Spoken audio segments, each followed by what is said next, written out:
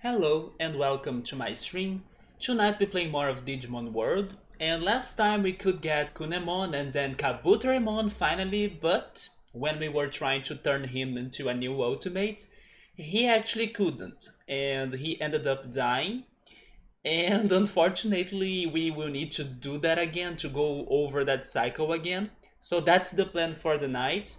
Hopefully this time we can get maybe another Kabuterimon or Kunemon's new champion, and see if with new strategies we can finally get to the new ultimate, which I believe it's going to be Hercules Kabuterimon.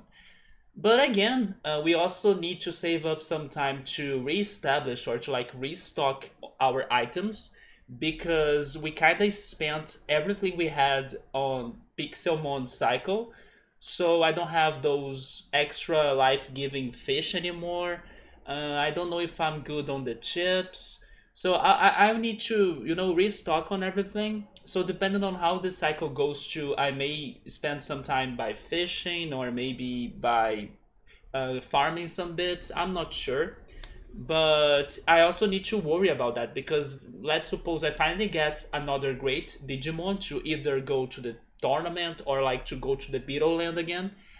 I will need to have those items ready, right? Because that's going to be maybe my one and only chance in order for me to achieve those side quests or like to complete those side quests. Because so far we have been only losing in those tournaments. Even when I have a fantastic Digimon like we had Piximon, we have been getting beaten up by Vegemon, by freaking Vademon as well. So it's been kind of surprising and frustrating.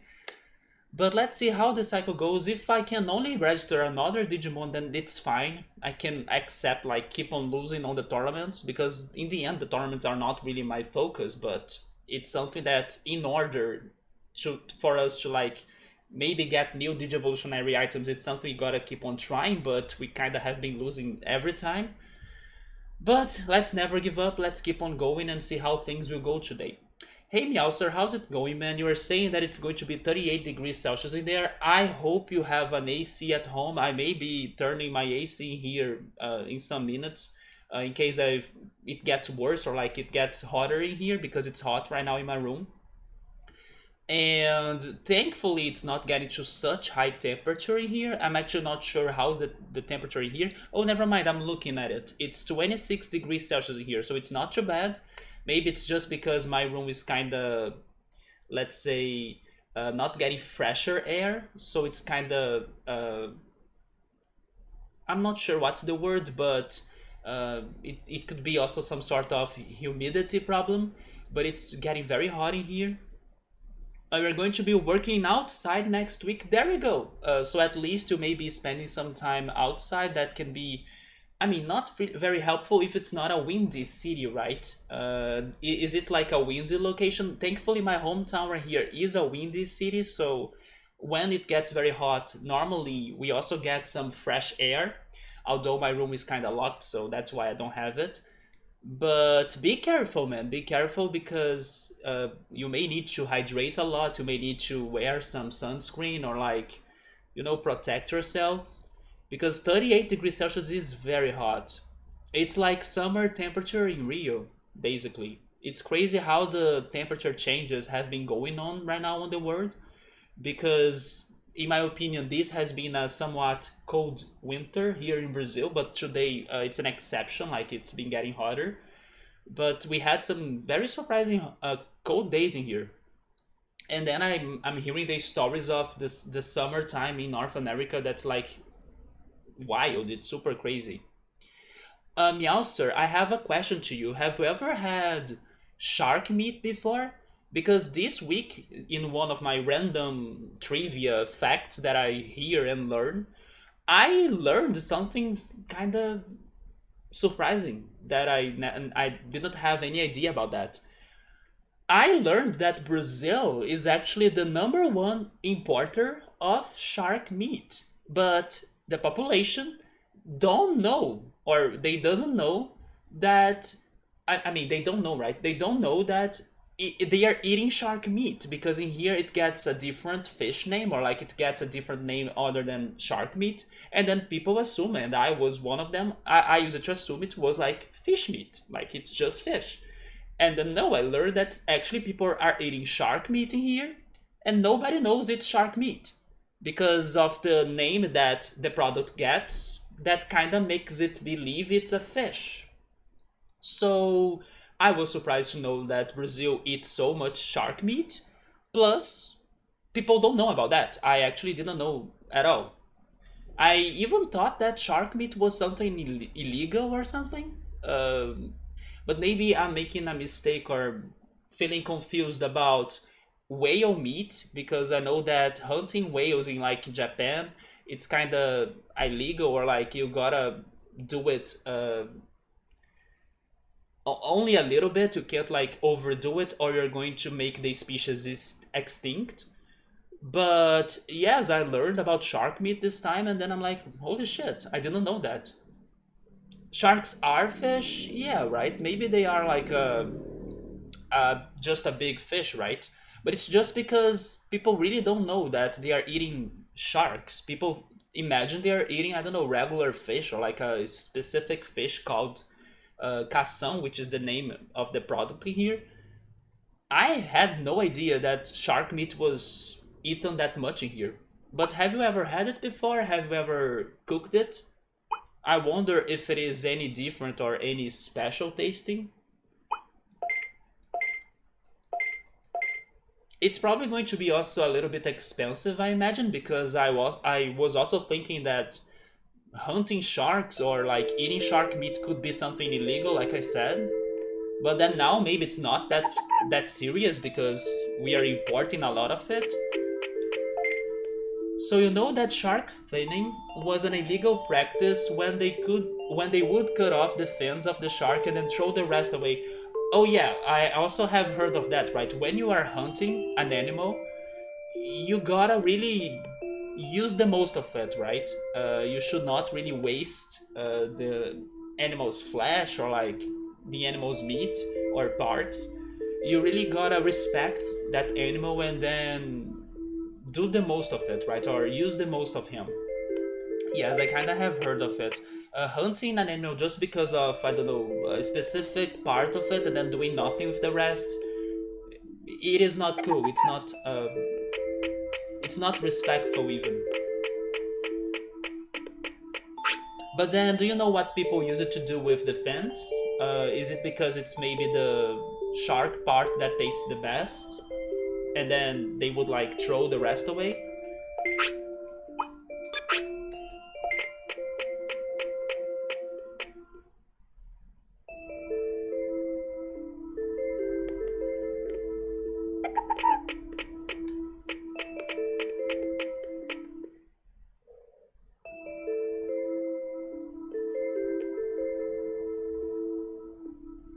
Well, I don't eat seafood, so I may never try shark meat at all. But I'm thinking that it's probably going to have a specific taste, or at least a little bit different than regular fish taste. And as people love it in here that much, I guess it's somewhat good. But not for me because I don't eat seafood, so. You know what? Now I'm kinda curious. I should check this later. I'm now curious to know what is the second country that imports or eats the most shark meat. Because if I have to guess, I would guess like Japan. Because Brazil has a lot of Japanese descendants and people in here. So maybe that has a factor, or that has an importance to why we eat so much shark meat in here. Like, seafood is strong thanks to the Asian influence, but mostly Japanese and Chinese influence. So I'm now imagining, like, is it Japan maybe the second consumer of shark meat in the world? I know they had that trouble with like whale meat. You would probably try it, so you never tried it? Well, I'm the opposite. I think I would never try it.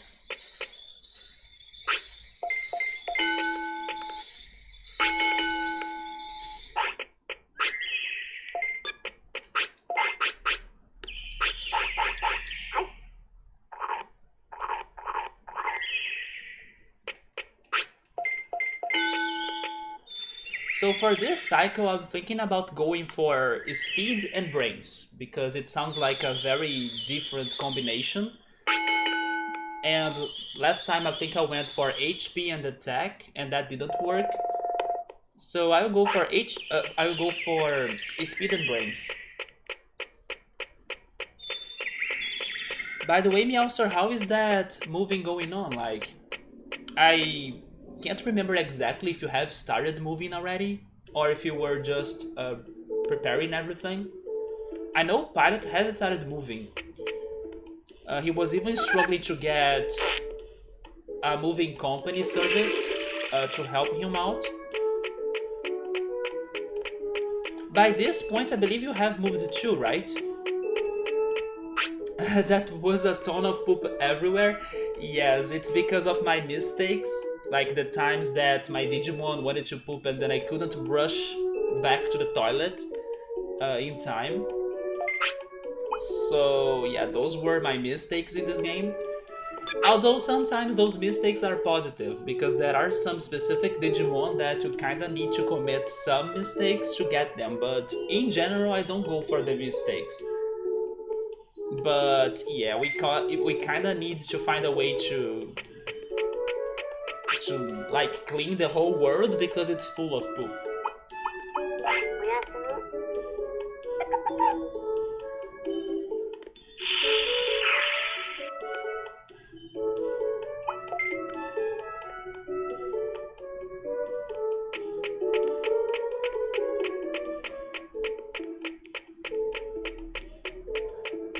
I was telling you that somebody is buzzing outside.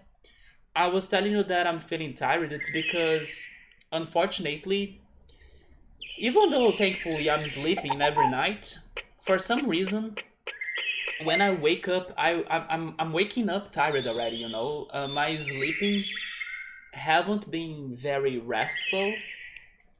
Although in the past days there was a reason why, maybe because, for example, yesterday I was not streaming. It was because something happened in the past days regarding, let's say, my past. When the past comes and then it knocks on your door, and then you kind of open a little bit of that door to see what's happening, and then you see that nothing is really like changing or like nothing is really looking promising.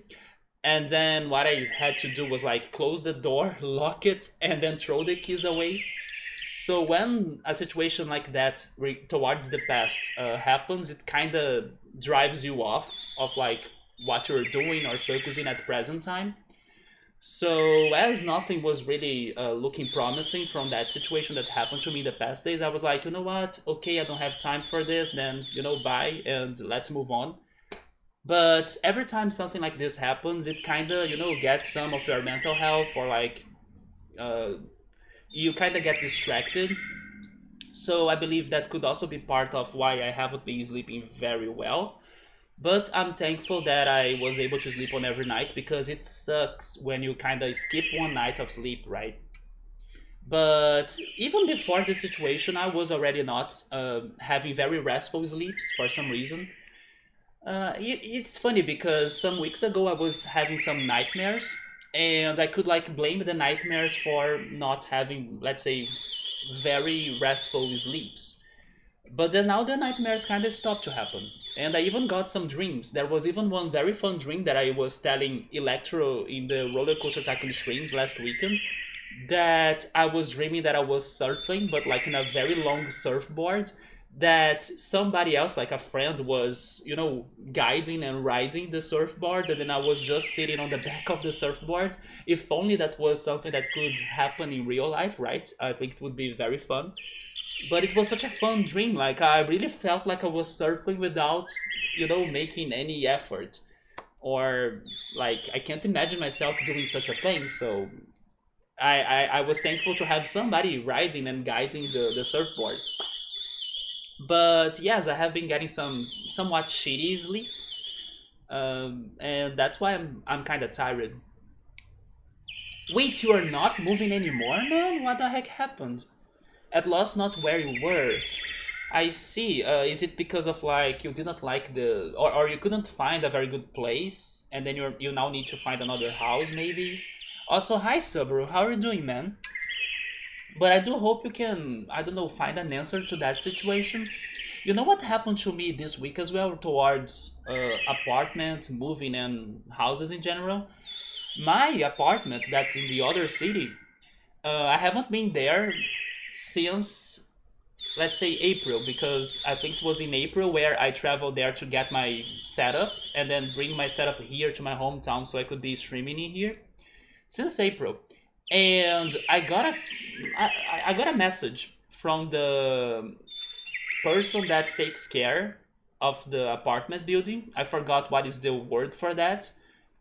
It's not landlord, but it's something around the lines of that. Um, Saying that they were doing an audition. I believe that's the word, because in every 5 years somebody comes to the building to check it, like to inspect it basically, and then the inspector was going to every location of the building to see if everything was looking all right.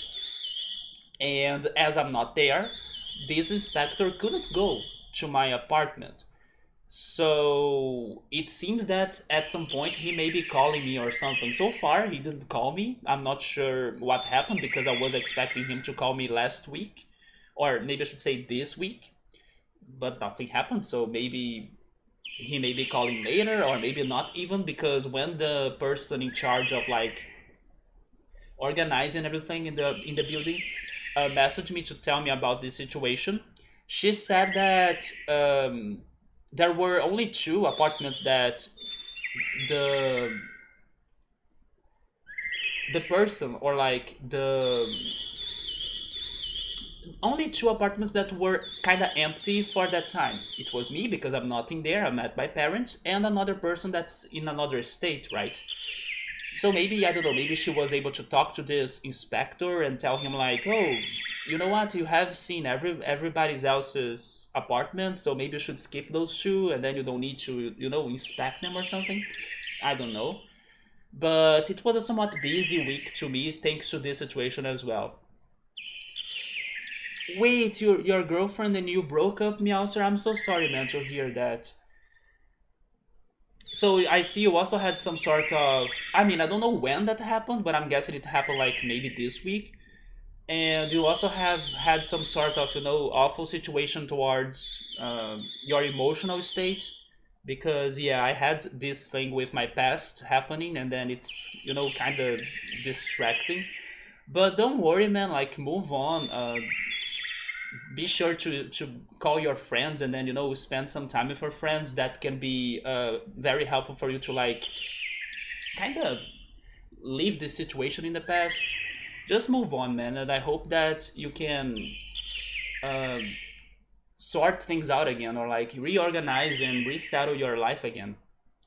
Summer, I'm doing all right, man. I'm just a bit tired, and it's because I haven't been able to sleep very well, even though I'm thankful and I will always be thankful that I'm sleeping every night.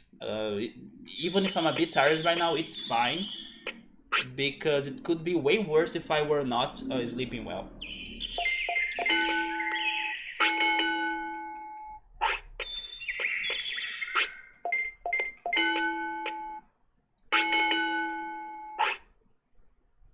Okay, we are getting our in training, and I think we should go for fishing when I have my rookie, which will be Kunemon, right? So I will try to do some fishing. Hopefully, time doesn't pass too much when we are fishing. I believe time kind of stops. Hopefully, that's how this game's time works. So we don't lose like time for training because we are fishing. So I'm hoping that won't be a big deal. So we have been spending time with friends a lot. You are planning a trip out to the Pacific Northwest for your birthday? Wait, when is your birthday? Is it very close by? Your best friend really wants to move out there. It is going to be a 33-hour drive to get out there, though. Oh my god, that's a very long trip, right?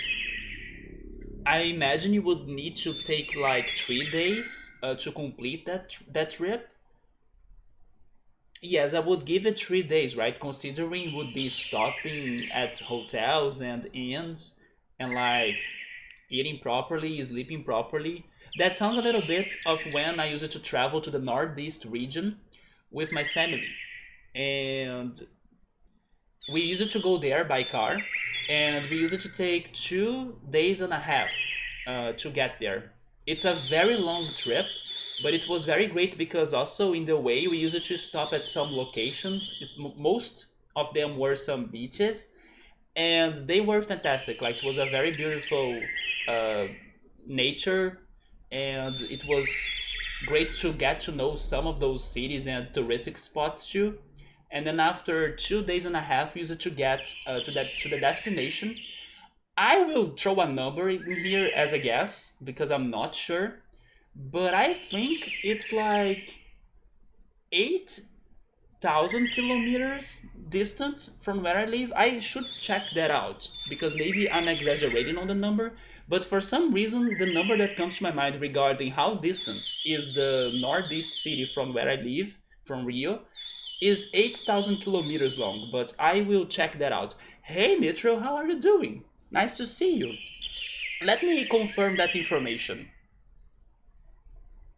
But do you like to drive, Meowster? Also prepare like a fantastic Spotify or like music playlist, because even though I don't drive and I actually don't plan on driving, if I were a driver, the thing I would like to do the most is totally, listening to my favorite tracks or listening to some fantastic trip tracks during driving. So definitely prepare some music playlists in there for that trip.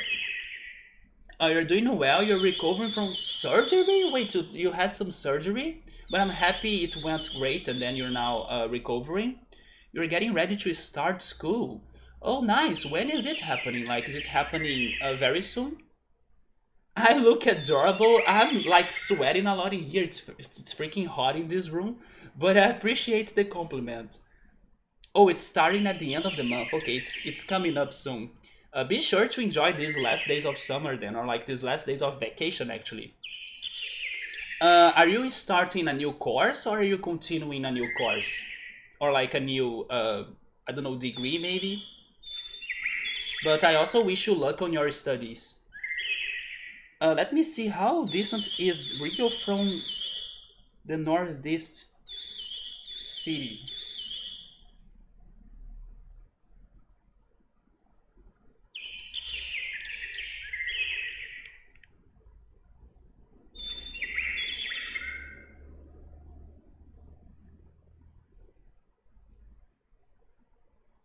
Never mind, that was super crazy. I think I was exaggerating. Yes, I was super exaggerating, right? Why did I think on 8,000 kilometers long? What the heck? But actually, this information it's giving me here, it looks kind of surprisingly short in comparison to what I was thinking. So Google is telling me that the distance between Rio and the city where um, my parents' family lives is like 2,558 kilometers, the distance. So I'm surprised. I was expecting something way longer than that. But sure, it takes 2 days and a half for me and my parents to travel there by car. Also, hi Victor, how's it going, man? Victor, I'm so happy, man, that the freaking Joy-Con drift thing fix worked for you. So there you go, man. I'm also glad you could find the video because when I told you the information, I could not link you the video. But like I told you, also it was something easy to find. Like you just had to like uh, search on YouTube, Joy-Con drift fix, and maybe cardboard or something. So I'm happy you could find it, and especially it worked. But how's it going? You haven't been to school since 2008? Oh my god, Nitro, so it's like exciting to be back, right?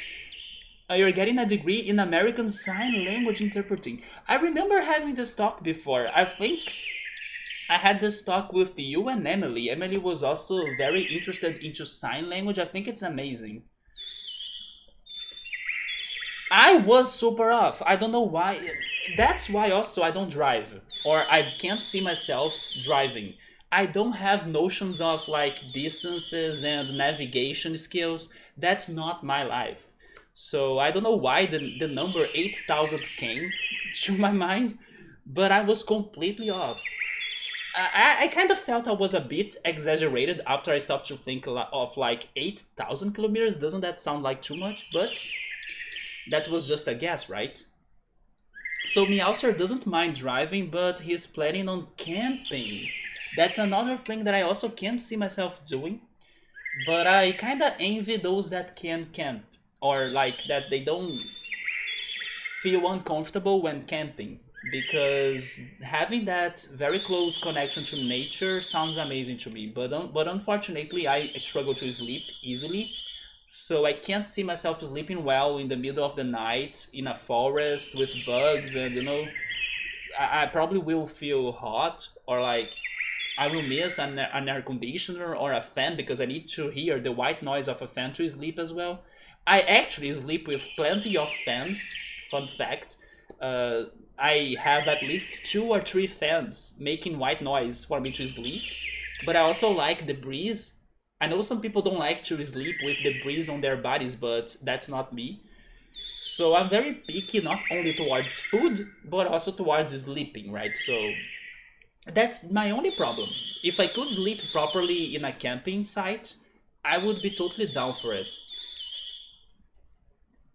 There we go, Victor. I wonder if you are already playing something on your Switch now. I'm doing alright, I'm just feeling a little bit tired because my past sleeps haven't been very restful. Not sure why, but at least I'm still sleeping. But besides feeling a bit tired, I'm doing okay. Me neither, but you drive. You are grateful for Google Maps. Oh yes, the GPS has been a fantastic help, but still I feel kind of blocked or scared, when I think about driving, because there are so many things about the situation that I don't like. First of all, I'm not a very good rider in general. For example, even for a bicycle, I suck. The last time I went for a bike ride in Rio, it was when some friends called me to like, let's ride on the seaside road or biking road from one beach to the other beach. And then I was like, okay, sure, let's go. It can't be that hard.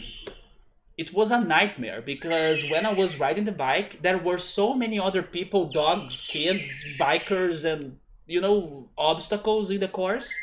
And then I was not feeling safe. I was feeling completely scared of like hitting somebody or someone. There was even one moment that the the handle, I believe that's the word, I'm not sure, but the handle of my bike hit the handle of another bike that was coming on the other direction. So that was almost an accident. It was almost a crash. So it was very stressful. In the end of the freaking bike ride, I was exhausted. I was not enjoying it. I did not have fun because I was super worried of like hitting somebody or falling in the road as well. It was super stressful because of the obstacles. So if I have this stress on biking, imagine my stress on riding a car or driving a car. No way. I will feel like, oh my god, I'm going to hit that car, I'm going to hit that post, I'm going to cause an accident, I need to pay for the crash. Or like I don't know, get over a person. So to avoid all of those nightmares in my life, it's better for me to just be a passenger. It's way more beautiful and pleasuring to me. Plus, I can distract myself in the process. I can listen to my music, I can read a book, I can play some video games, I can check on my phone. Not at all, I want to see myself as a driver, but I know it's important. And even some people that must be driving, especially to get and to commute to their works and stuff, but as long as I can avoid that life, I'm good. It's not something that I can do very well. The only time I went for something close to that was when I went driving a kart. Some friends decided to get me to go drive a kart. In that day, I gotta confess, I had fun. Riding and driving a kart was amazing, more fun than what I was expecting. But still, I ended up in last place, of course. So driving is not for me. Maybe Mario Kart, but the more Mario Kart games they release, the worse I get as well. So even in Mario Kart, it's maybe not my thing. Since I brought up Mario Kart though, I did learn something new about Mario Kart. Did you know that in Mario Kart 64, Kamek was supposed to be a character? And then since then, Kamek was never a racer. Although now, in Mario Kart Tour for mobile phones, Kamek will finally debut as a playable character. But when I heard those news, they also told me that Kamek was supposed to be a character for the 64 game. And I was like, seriously? That's a very long plan. Like, it's a plan that is way in the past and never really worked out. But finally, then. So, fun fact for you. Let me go back on the chatting here.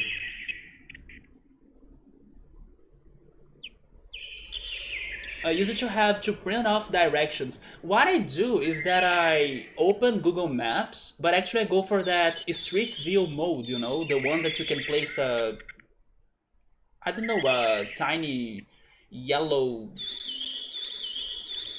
miniature person or fictional person on the map, and then you kind of see it as in a first person view, like the real buildings and the real streets. When I need to go to a new location in a new city, I totally check the surroundings of where I'm going by seeing the real pictures of them, so I can kind of memorize the looks and then some sort of visual spots that can be like easy to check and then notice that, oh yes, I'm close to the destination, or that's the bus stop I gotta get, or like that's where the subway station is going to leave me.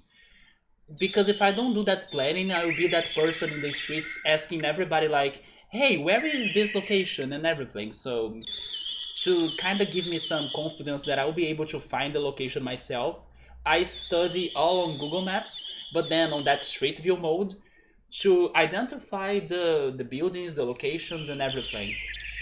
Especially because buses in Brazil is like another story. For example, they don't automatically stop at every bus stop. It's something that you need to ask for the driver to stop because otherwise he's going to drive forever.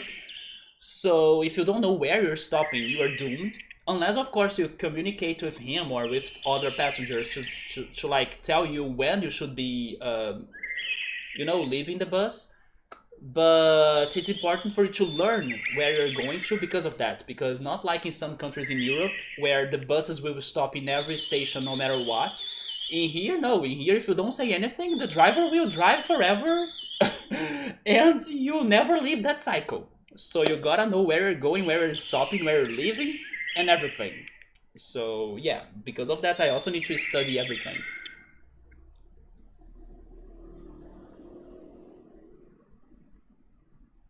And I think everyone would be uncomfortable camping. Sleeping in a tent does not lend itself to good sleep. Trust me, I speak from experience. Honestly, Victor, maybe most people, but I wouldn't say everyone. There are people that surprise me. There are people that can sleep while they are standing still or like standing up. There are people that are so easy sleepers and they like fall asleep at, I don't know, 3 minutes. If they close their eyes for 3 minutes, you can assume the person is sleeping. So I'm totally sure those people would like have no stress at all. Even if a volcano was in eruption, they would be sleeping nicely and comfy. You know, even if the, I don't know, apocalypse was happening, they would be sleeping well and dreaming properly. So some people are like that, and I envy them a lot. You replaced your Joy-Con to fix it? What did you do, Metro? The fix that I found and told Victor about was one that you need to use a cardboard rectangle or like a cardboard square, and then you place it on your Joy-Con, and then you lock it again, right? Or you close it again. It's because that tiny piece of cardboard will give it the pressure it needs to not have the drift. So I believe it's around those lines. You gotta go, Metro. I'm still catching up the chat though, but thank you so much for stopping by. Have a great recovery from your surgery, and I hope you also enjoy your new sign language degree a lot. And then hopefully you teach me some sign language as well, because I would love to learn a little bit of it. But great to see you, and take care, and I talk to you again. Now let me catch up with everything.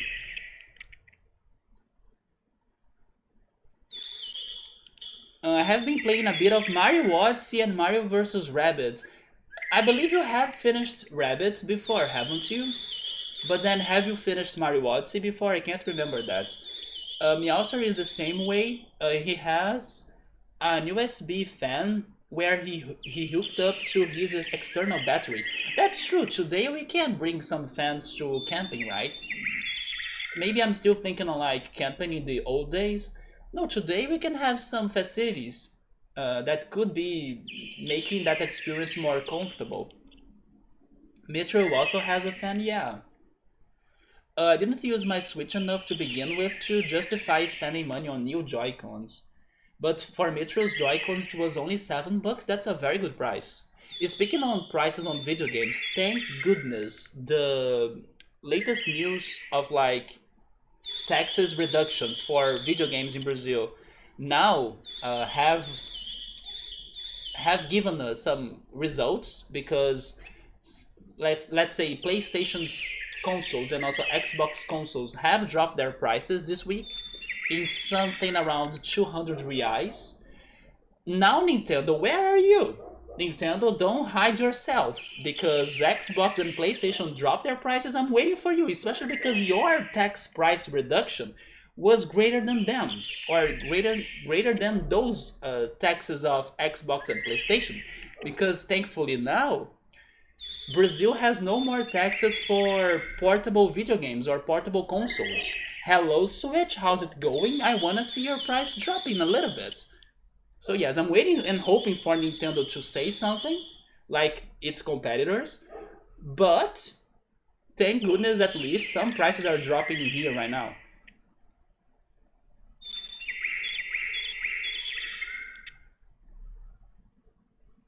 Oh, okay, it's because Mitra did not buy a new controller. She bought just the thumbstick. I bought the thumbstick to my 3DS, I tried to fix it, I changed it, but it didn't work in the end, unfortunately.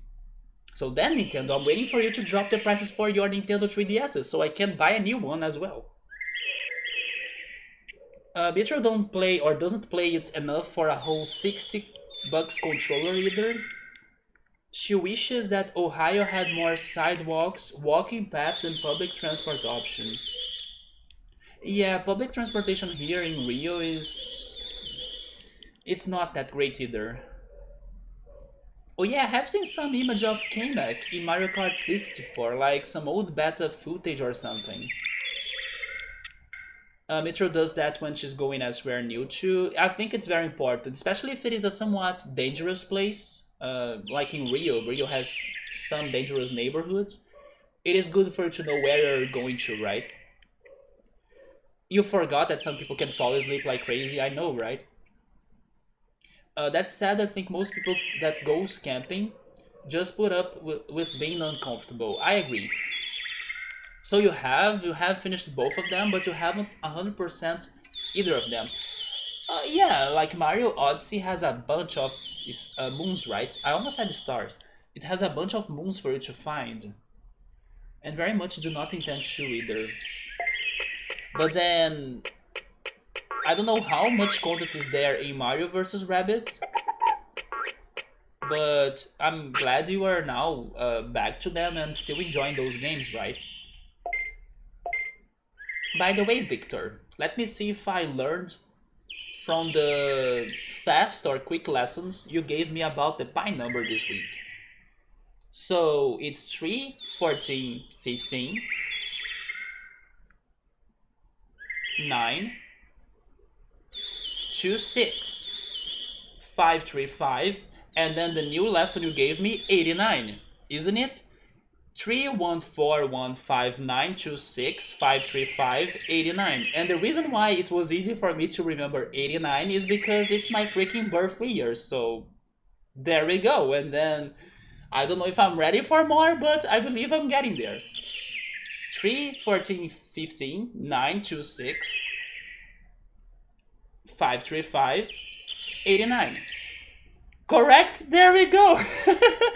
This is actually working well. I used to think like, man, how can people memorize those numbers? It's not impossible. Just go slowly and steady and you got it. Look at me right here. I was like one of those non-believers. People are cheating on this, like there is no way. I already know a lot of pi numbers. Well done. I learned from the best. So there we go. Good job. Yes, right?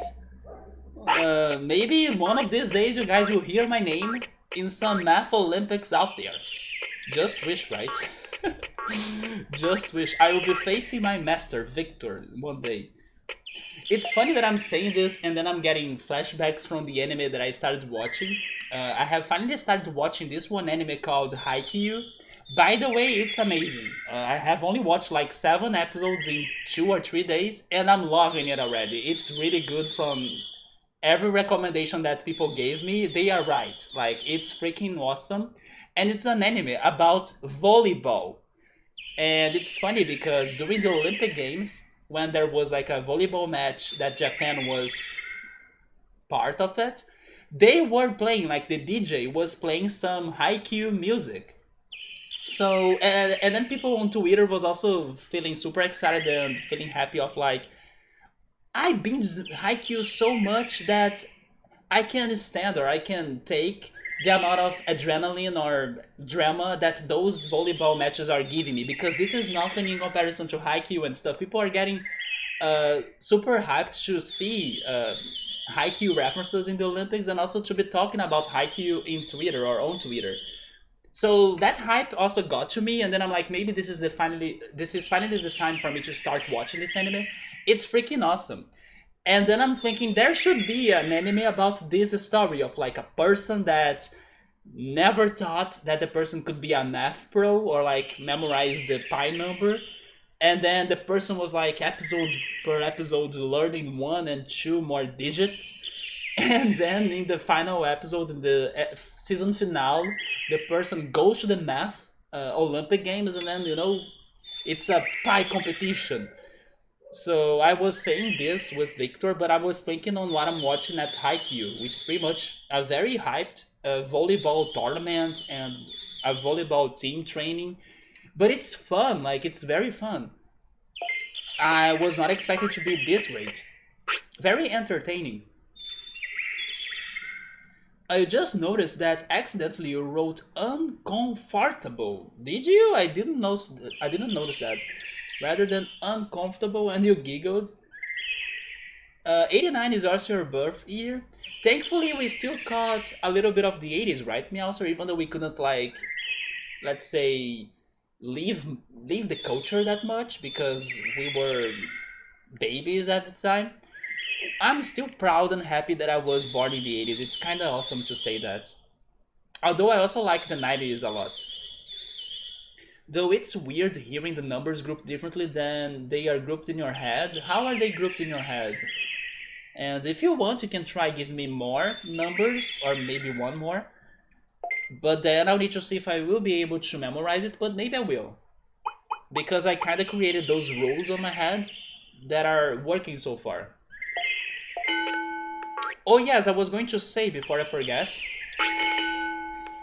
I talked about Mario Kart, that Kamek was supposed to be a character in the game, and now Kamek is going to debut in Mario Kart Tour.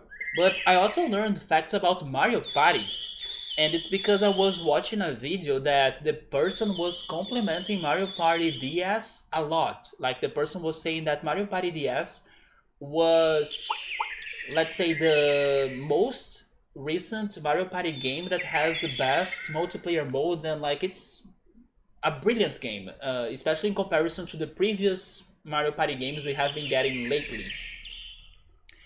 And on that video, I learned some fun facts of Mario Party in general.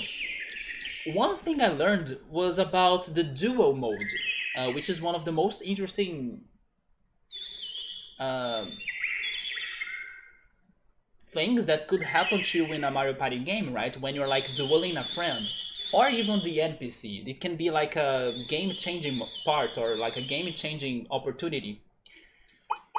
And I learned that in Mario Party DS, each character or each person in the dual mode will have a random contribution, or like, what is the word?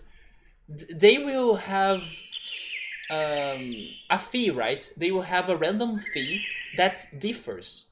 It's not like in some other Mario Party games where, for example, in Mario Party 3, which is the one that I play the most, they will have a roulette, and then that roulette effect will happen to every player in the duo. So everybody will get the same fee for the duo. In Mario Party DS, no. Every person will have a different fee. Like, we'll have a roulette for you, a roulette for you. And then, somebody can, like, be betting 5 stars while the other person can be betting 3 coins. So it's super unfair, but that's Mario Party DS. And the craziest I heard or I learned is that in Mario Party 7, they have the dual battle first, like they will have the match first, and only after they will have the sort of like, what is going to be the prize? And there is a chance there is no prize. So I was like thinking, are you kidding me? People will be playing the minigame to see who is going to win the prize, and then they will only sort the prize later. And there is a chance there will be no prize? So what was the point of like having the freaking duel? So yeah, Mario Party 7 with the wildest things so far. And honestly, that made me curious to see which other shenanigans Mario Party 7 has, because unfortunately I kind of stopped playing Mario Party in Mario Party 3, and then I played Mario Party Advance, but then Mario Party Advanced was a completely different thing. It was a single player focused Mario Party game. I did play Mario Party DS 2 or 3 times with some friends when they were visiting me in Rio. They are from São Paulo. And I gotta agree that it's a very fun game. I can understand why this YouTuber was crazy for it. And I played a little bit of the Mario Party for the 3DS Island Tour, I think. But it was just okay. I wonder if Victor right there has played any other Mario Party past 2, because Victor still needs to play Mario Party 3, right, Victor? I would recommend you Mario Party DS if you have the chance. I just realized that I have several friends that were born in '89. When were you born then? Are you a '90s kid? I would have to write out some advanced diagram to convey my mental grouping of the numbers accurately, but what stood out the most is that you grouped it in 926 535. Yeah, 535 was easy for me to remember. Whereas you grouped the part as like 982 6535. Okay, 6535 is okay as well. And then the next 2 digits are 79. Wait, that's easy to remember. 3, 14, 15, 9, 2, 6, 5, 3, 5, 89, 79. It's super easy. Okay, there we go. That was not a big deal. Homework this week was good. You did play Mario Parties 4, 6, and 8? Okay, but you skipped 7, right? The one that I brought the fun fact. Oh, you were a 90s boy? Like 90 or like 90 something? Probably 90 something, right? I do believe, or I do think you are a little bit younger than me.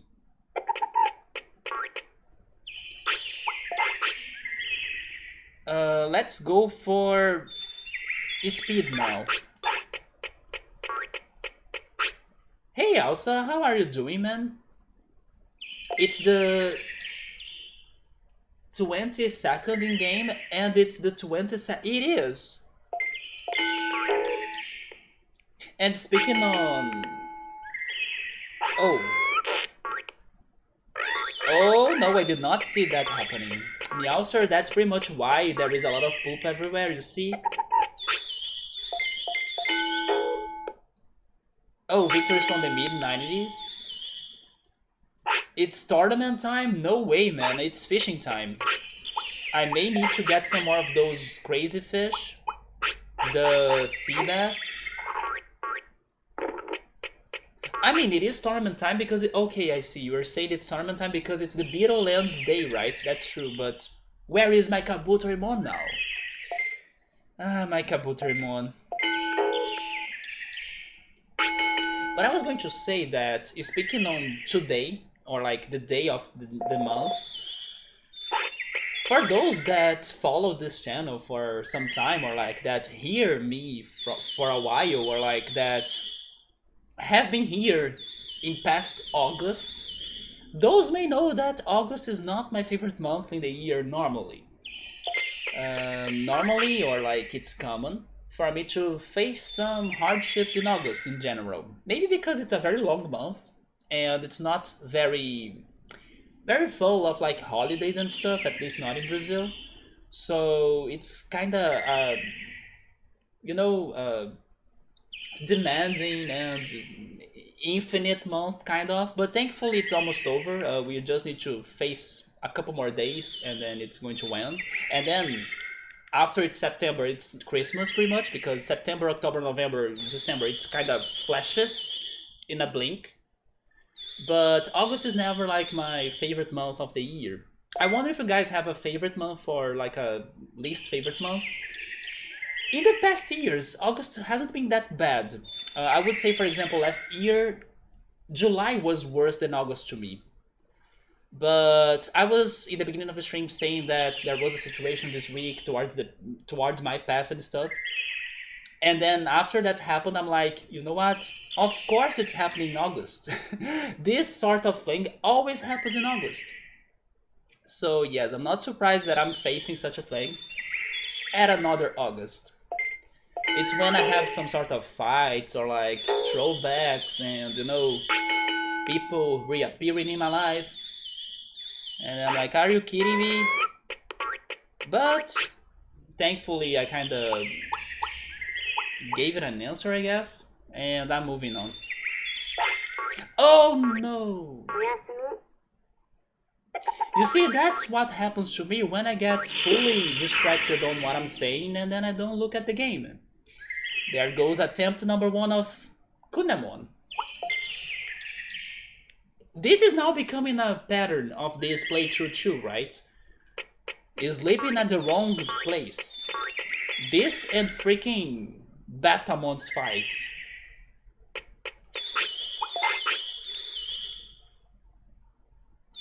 Okay, let's get more speed.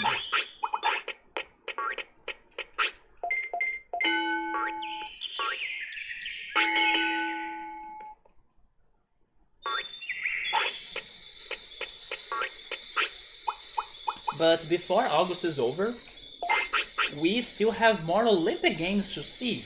For example, this week, it's the start of the Paralympic Games. So I will see if I watch a little bit of it, because I did enjoy watching the Olympic Games.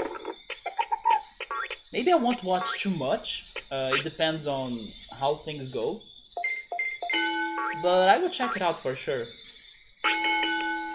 One of these days, I think I was talking to Subaru about like the future of the Olympics and then how we can see them creating some sort of esports Olympics. I forgot to mention, I believe, that one of these days I was watching a competition that was sponsored by Coca-Cola, and it was pretty much this. They were getting some athletes that were in the Olympic Games to face or to have like a match of a sports-based video game against gamers. And I saw that happening with like Brazilian athletes and YouTubers. I'm not sure if that happened in other countries, maybe. And that was an example of this trend to be real in the future, of like an Olympic Games for esports. They are already trying to implement the idea, or like to make this idea concrete somehow. And I saw like the athlete that was a judo martial artist version this gamer YouTuber that's like very popular, and they were competing on a judo video game that looked a lot like a Wii Sports thing, you know. It looked not too, let's say, um, graphically demanding, but it looked good enough for people to see the commands and the characters and the sports and but it's not of course like a perfect looking game, like a high budget game, but it's still fun and it works with the mechanics and the commands and everything. So they were having this match of judo, then they had swimming, and also one of the racings, or one of the races, right? It was not an obstacle course, I think it was just a normal race. So yeah, this is totally happening in the future, like an esports Olympics. And then maybe they'll be playing just a generic game, not necessarily, let's say, um, a FIFA game for soccer or NBA for basketball. They will come up with a generic game, and then that's going to be the game that has all events of the Olympic Games, and then let's see who's the best at it. I'm not sure. Okay, so let me go back to speed.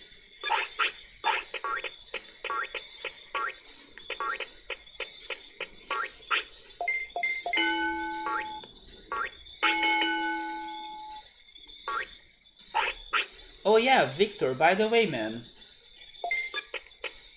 I was watching a video about English tips, and I'm sad now because remember when you were teaching me Swedish, and then you told me that there was one sound, or letter even, in Swedish that the sound of it was like an A with an E?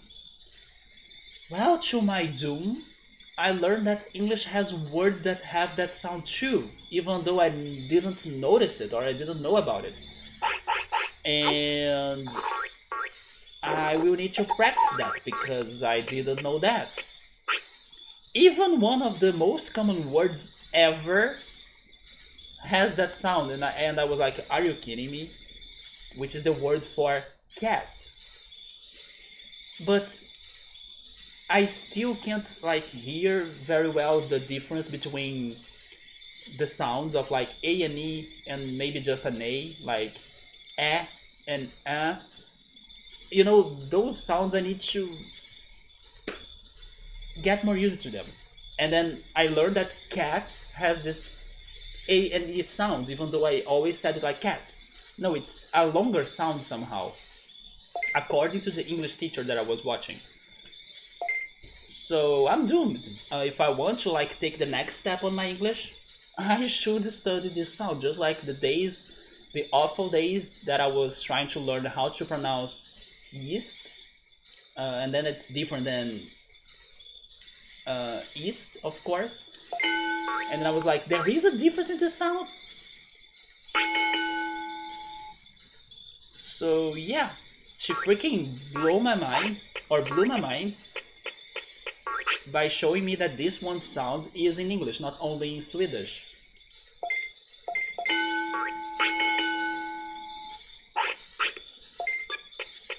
Okay, now I remembered we are going down to Kunamon's bed.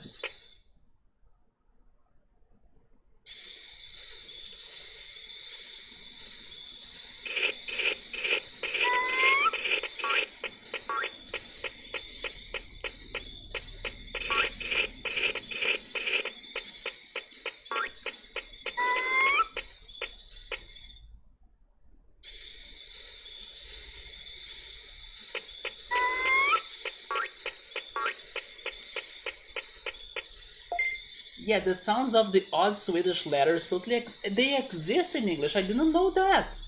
I have been mispronouncing some words forever. Thankfully people understand me, but how would I imagine that the word cat has this A and E sound in there that I never realized? To me it's the same sound. But no, it's something a little bit different. It's cat. Which makes sense actually. After somebody tells you that, you kinda realize it of like, oh yeah, you're right. When I hear like a native person or a native English speaker saying that word, they do say it a little bit different, isn't it? Like cat, there is a there is a charm to it. But to me, it's just cat, cat, cat. No, it's cat. There is something long in there that I don't know if I will ever be able to reproduce or like make it.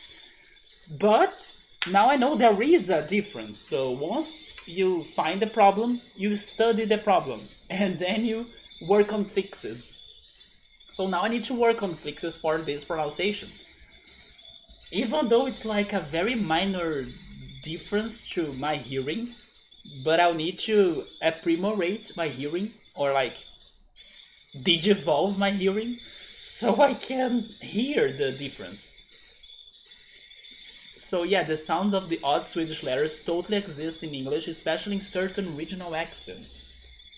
Yeah, man, and they are seriously, they are almost unidentifiable for non-native speakers because they will sound the same-ish for a non-native speaker.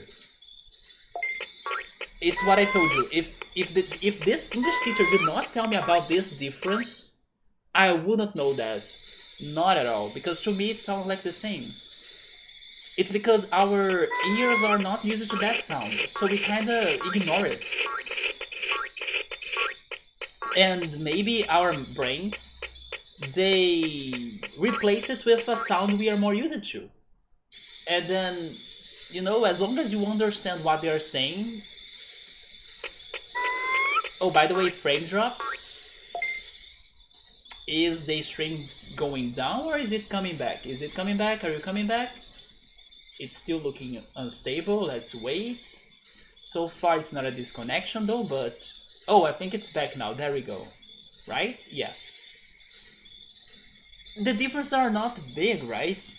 To be honest, I haven't noticed that the A in cat is sort of... It is. Unfortunately, or maybe surprisingly, it is. The vowel sounding it is the same, isn't it? It is, yeah, hair. It is the same, hair. And then cat. But when I pronounce those words, I don't think about that. I'm just like cat, hair. No, but there is a... It is a bit longer than some other words. But then unfortunately I didn't listen, or I didn't make a list of those words that have like that vowel and the others that don't have it for us to compare, right? But that video was like, are you freaking kidding me that the Swedish sound is in here? I'll need to practice then. You can't really hear the difference between S and Z and certainly struggle to pronounce that difference. It depends on the word, right? Even though you're very aware of it. Because those two letters are the same sound in Swedish. Actually, I need to...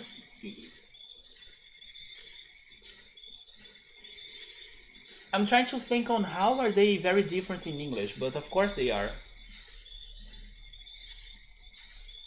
It's like, for example, the word zone and sun. Yeah, there is a difference in there for sure. The one language where those letters are very different is German, right? Because the Z is like it's like set. So you need to do this when you're saying it. But now I heard that difference very clearly when you say, yeah, one is zo, zo, zo, and the other is so, so, so, right? Zo, so. But then I'm saying those examples of like how hard is it for people to notice differences in pronunciations of some words and vowels. What about in Portuguese? I should not ignore my own first language, right? Portuguese may be a nightmare for non-native speakers to say some sounds, and we have had this talk before too. Maybe to some people there is no difference between... Sorry for Portuguese speakers, but I will use this example here, even though one of those words may not sound very good. You know what? Never mind. No. I will go for this one because it's the classical example in Portuguese. The difference between pão and pau. Like, maybe pau is easy to say in English because it's the same sound as some words in English, right? For example, we even have a Twitch emote, kapow, or k-pow maybe. But pão, there is a difference in there. Pão, pau. But then maybe like somebody that studied Portuguese, they are not used to this sound of like pão because it's a nasal sound. You kind of use your nose if you kind of uh, let's say press your nose. It's going to you're going to feel it. You're going to feel your nose vibrating when you say this word. Somebody saying coco. Yeah, there is cocoa and cocoa, right? Cocoa is more like coconut, and then there is cocoa, which is poop, pretty much. Portuguese never has good examples, guys. That's the curse of Portuguese. When people are giving you words for you to like use as an example to learn the language, they will always have some sort of bad example. For example, cocoa, which is poop, and then I was saying pau earlier. Pau can be a slang for the D word, but it's also wood, and then that's why it's a slang, just like in English. Sometimes people can say like wood as a slang for the D word. So you see, Portuguese always has this craziness to the examples. But that's true, Portuguese also has those weird sounds to other people that are trying to learn it. The Z is voiced, the S is not. I wonder if the Z is kind of nasal, but I never test that out. A, I, and Y are the same for Alza. Also O and U. Then I need to see examples because thinking on the letters like that, they don't sound the same to me. Portuguese pronunciation sounds like a mess to people who didn't grow up with it. Yes, those words that have the accent mark, that's called chill, the one that gives you the nasal sound. When a foreigner is saying those words, it's like identifiable. Okay, you are a foreigner, I can understand what you're saying, but that um, accent is always there, which is okay. It's not a problem as long as people can communicate. But it is a sound that foreigners cannot master that easily. Honestly, I don't know a foreigner that has mastered that easily or mastered that at all. They can get very good, but there is always a trait on that accent for those sounds because it is complicated. I wonder how do they learn it. You never got that right, but I remember when we had that talk in the past. Are you digivolving? Oh no, she's not digivolving. Oh my god, this may be a Palmon cycle. When we had that talk, I think I thought on a word in English that kind of did the same sound or something close to it. But then I can't remember the example anymore today. But you can hear the difference, right? But you can't say it very clearly. Also, hey Chill Mode, how's it going, man? It's the same with the accents in there. In the Netherlands, you can't understand Dutch in Far East or South. Although that's max 1 hour away. That's also mind blowing, but it happens in Brazil too. Maybe like only those that live in Brazil could know the different accents pretty much that we have in here, like state to state, and they are very different. Like the accents in here are very different. My accent from Rio is an accent where I say or I make a lot of the sh sounds to the words. Um, for example, the word in Portuguese for school sounds a bit close to the one in English, which is escola. But I say it like escola because of my accent. The word is normally escola without an accent, like the S in that word won't have the accent, but my accent makes me say it like escola. So there is a sh. That is my Rio de Janeiro accent, basically, in Portuguese. So people can notice that, oh, you're from Rio? Yes, I am from Rio because I say those words like shh, shh. It's so funny that it is a somewhat, let's say, um, funny accent, but there are some other crazier accents in Portuguese too.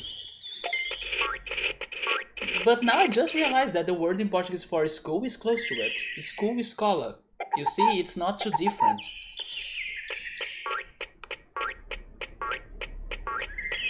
It's the same root for sure. Especially since I can't think of a language that has the exact same sound. Yeah, me neither. So far, I have only heard of Portuguese having that sound. Yes, I make a sound of like shh, but that's just my accent. If you travel to another state in Brazil, they will say that word like escola, not escola or escola, something like that. There is even a, let's say, a meme of like that people ask for people from Rio to say because it uses many of those words that force the sh sound. Um, Esqueci o isqueiro na esquina da escola, for example, which is pretty much I forgot the lighter at the corner of my school. Esqueci o isqueiro na esquina da escola. It's a lot of shh, shh, shh. But a normal person, not a normal person, sorry, that's the wrong word. I'm normal. I mean, not really, but you got what I meant, right? I would say that a person with a different accent, or like in, let's say, in the formal Portuguese, maybe, the words would be esqueci o isqueiro na esquina da escola. It's not esqueci o isqueiro na esquina da escola. It sounds even uncomfortable for me to say it in a more like non-accent way because I'm not used to it. If I need to say those words, I will use my accent because it's like my life. But just to show you an example, Portuguese is a bit fast, but also because as I'm native, I kind of speak fast too, right? But I would actually say to Mold that in my opinion, Spanish is faster than Portuguese. Spanish is very fast. Honestly, yeah, Spanish is way faster than Portuguese. I don't know if you guys would agree on me, but although there are some places in Brazil, most of them are like the countryside, they will have fast accents for sure. Yeah, people will speak Portuguese very fast, but in general, I would say that Spanish sounds faster than Portuguese. Spanish is very fast, isn't it? For example, I can think on some Portuguese accents that people won't speak too fast, but I can't remember or I can't point an Spanish accent where people will speak slow.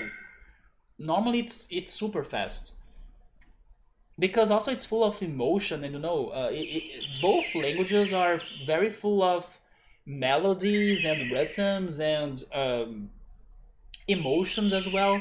It's a bit different than, for example, English at some countries, not every, but English sometimes is very, um, permanent on the melodies of the phrases. There is not a lot of intonation changes or tone changes. Spanish is a very, intense language, so just like Portuguese, it keeps on fluctuating on the tones and volumes and stresses of the words. And to show that emotion, people speak it fast. Although English can be spoken very fast as well, like, don't get me wrong. But I think there are some accents in English that they don't speak too fast. I like the differences of various regional dialects. It's quite interesting to see the differences and similarities that arise. By dialects, do you mean those expressions that have different meanings? I think I learned one this week as well. I think it was a dialect or like a. Is it called an idiom maybe? maybe I'm wrong. Maybe I'm using the wrong word, but it's like those phrases that they have a specific meaning. It's like a modal verb, but not really, because it's not a verb. It's more like a sentence that, depending on the use and the context, they will have a different meaning, and then they can be mostly heard in a certain location than others. I remember the one I learned this week, but I can't remember like the meaning of it that much. But it was something about fixing it or something. When people say, "Oh yes, I'm going to fix it," or I'm not sure if it meant something around the lines of like I'm going to see it or to do it. I kind of forgot. I would need to go back to that video, so I may be talking BS right now. But it was something around the lines of the verb to fix, and then they use it in a expression that gave it a different meaning than the usual. But then again, I'm not sure if I was using the same, or if I was using the right word, like idiom or dialect. Maybe not. True, Victor, same with English. I don't know if I could understand it in Ireland or in Scotland, but it's cool how different it is in its regions. That's true. That's true. Also in Portuguese, Portugal's Portuguese and Brazilian's Portuguese, they are very different. Actually, the Portuguese in Portugal is way more formal than the one here in Brazil. Like, we have many different conjugations for the verbs depending on the person of the sentence or the person of the speech. In here we kind of simplify it a little bit, but in Portugal they kind of use the right and the formal conjugations for everything, like the verb changes. They go for it all. In here we kind of simplify it a little bit. Not much, but a little bit at least. So if I ever travel to Portugal, I don't know if I'll be able to be using the conjugations that well, because I'm not used to do that. Like when you're speaking on the second person of the speech and the both singular and plural, they are not common in Brazil like the way they do in Portugal. You kind of study it at school, but informally speaking or like in daily speaking, you'd never use it.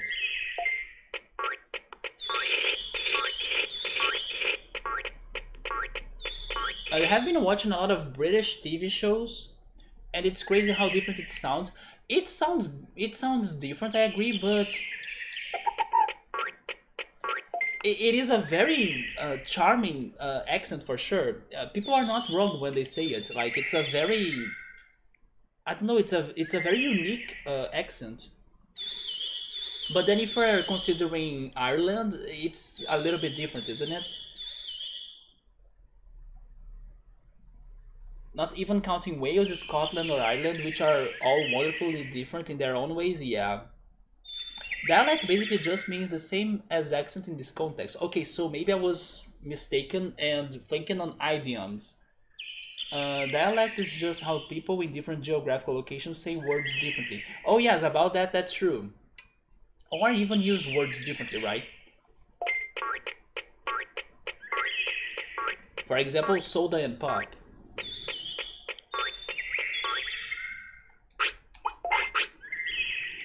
So my Tanemon did not digivolve into Kunemon at least. So now I'm a little bit worried about this.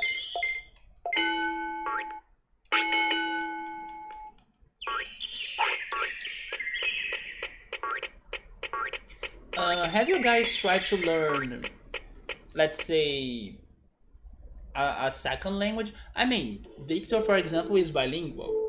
And maybe everybody here is kind of bilingual, right?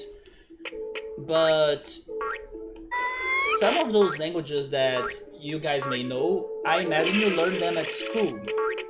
But I wonder, have you tried learning a language by yourself or like by taking a separate course? Like I did with German? Even though today I can't speak German anymore.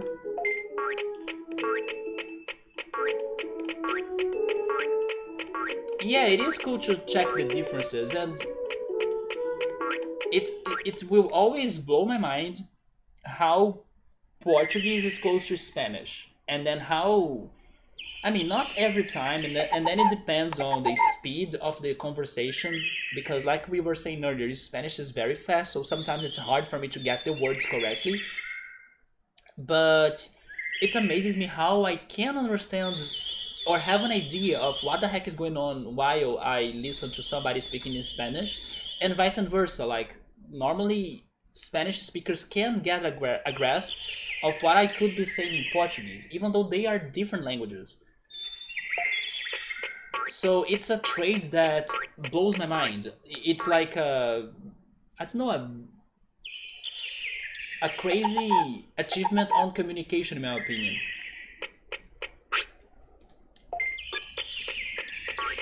How close those two languages are. It's crazy. I never studied Spanish, but it's kind of like I was born understanding a bit of Spanish because I learned Portuguese, if that makes any sense.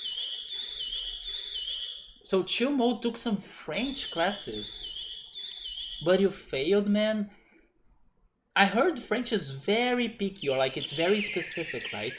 But it's another very beautiful language. I love how it sounds. That when I get to my music recommendations, both on YouTube and on Spotify, I gotta give high props to the French musicians, or at least to the music I hear in French. It's totally worth checking if you guys don't listen to lots of like French artists or French music. There are so many great French songs out there.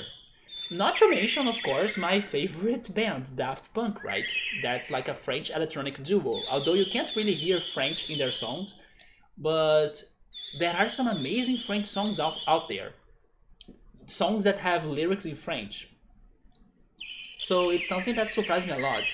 I may listen to more songs that have French than, for example, songs that have Spanish, because of both my music taste, but also because of how great I think the French songs are. But that's the thing. It's so not just one accent. There are so many very different of them. Like someone from Liverpool sounds completely different from someone from Birmingham, which is different from Yorkshire, and none of them sound like the stereotype of an English accent. Even swearing in French sounds good. Daft Punk is a French duo, yeah. I do have something to talk about Daft Punk though, but let me get my other phone. It's charging right now, but it's where I have the pictures. I gotta show you this, and I wanna hear your opinion about it. Give me a second.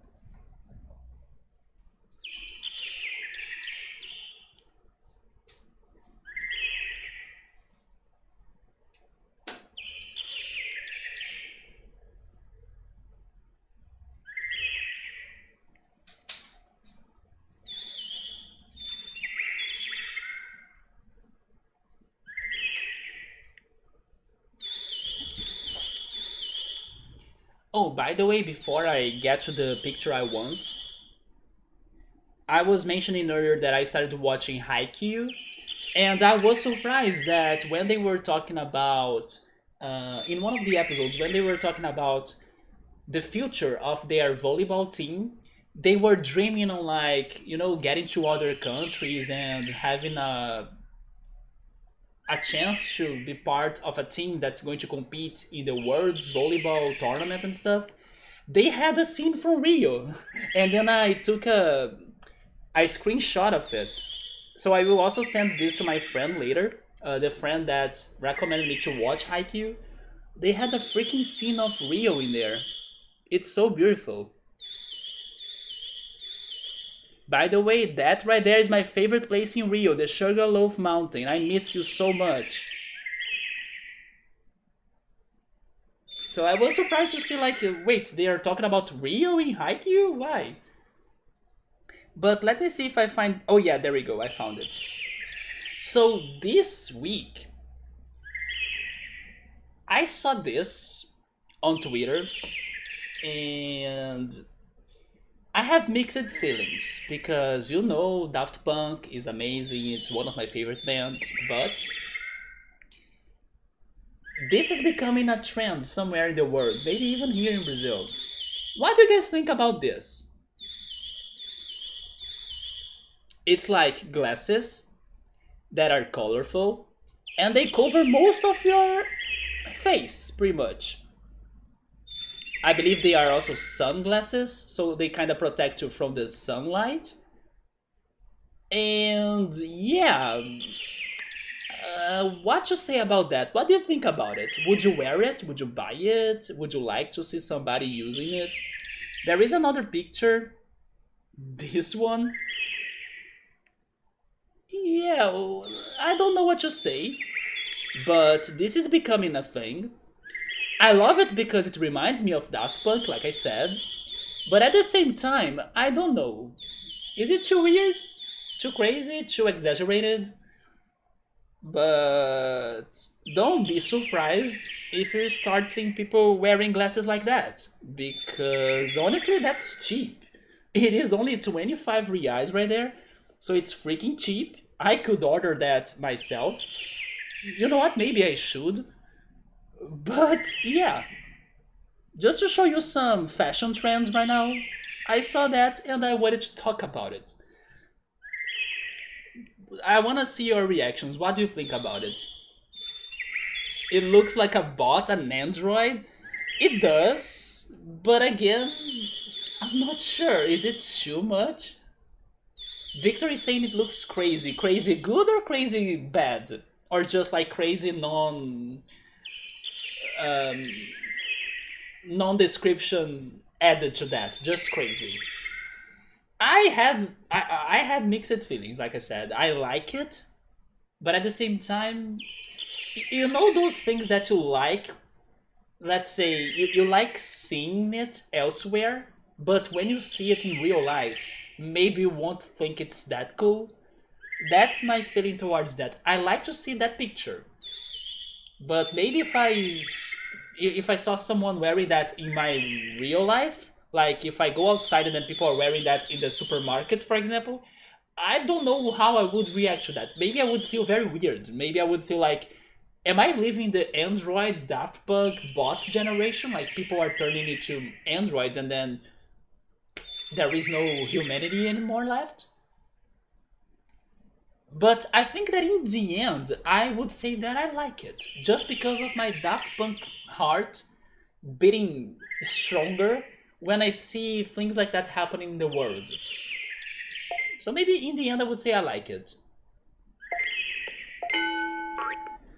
Chill mode would wear that no matter what, or like without a doubt. With a voice changer even. There we go, chill mode is down for it. And that looked cheap, like I said, chill mode. So if you maybe browse it online or something, and then I hope you can find it in the Netherlands, uh, you can go for it. Like it sounds cheap. I should get some so I can completely cover my face when you go out. Victor, you do have a meme of like never revealing your face, right? Yeah, in your videos there, on your covers, people are always like, Victor is like the mysterious face with like his hair and then playing the freaking cover songs with his guitar and sometimes other instruments too. But you could wear that. That could work perfectly for you. Like you make a video of like the day has come. I will show you my face, and then you show that mask, and then people will be like, "Oh my God, Victor, you are like the Daft Punk third member. I never knew that Daft Punk had like a Swedish member." Victor will say, "I'm the new Daft Punk because actually, rip Daft Punk, it's over." I can see Victor going with that now. Honestly, I like that idea, and then maybe Victor, you could go for a somewhat blue mask of that, and then you combine it with that other thing you told me that you wanted to get a Mii sticker to use it on a guitar of yours that was blue as well. I think that would look amazing, like for a blue mask with the blue guitar with Mii on it, and then that blue mask could look a little bit like the universe. Go for it, man. Go for it. I'm down for that idea. And then Chill Mode could also join you a little bit with his voice changer. I should get some so I can completely cover my face when I go out. Crazy as in just crazy. That's why I even said that no ads to that, right? Just like crazy. Daft Punk is amazing, man. That's probably true. It might look cool on a picture or in the right context, but seeing someone wearing something like that in the supermarket might make the person look like a total douche, right? But I think it would be fun to see the reactions of the elderly. Man, the elderly people would be crazy when they see that. But what really surprised me is that it's not expensive. I would imagine something like that to be very expensive.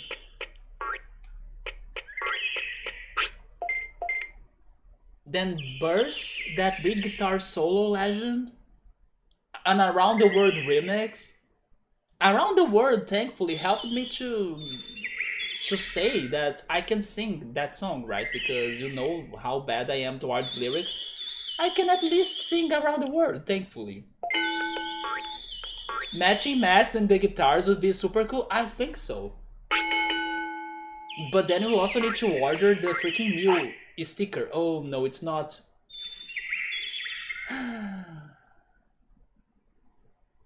Wait. Oh no, never mind, it's right. It's a rookie. I was thinking here, could I digivolve my rookie to Kunemon? I can't. Because Kunemon is a rookie, so. It's Palmon. Also, I'm losing more frames. I'm sorry for that. Not surprised about Palmon. Could you digivolve? You could, right? I do think she had a... No, Piximon was her last ultimate.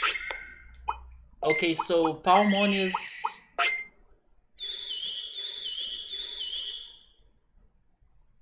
Never mind, she does have another champion. But she doesn't have another... Oh no, Vegemon has Piximon, that's true. But okay, I do have a shot here. Palmon has a new champion.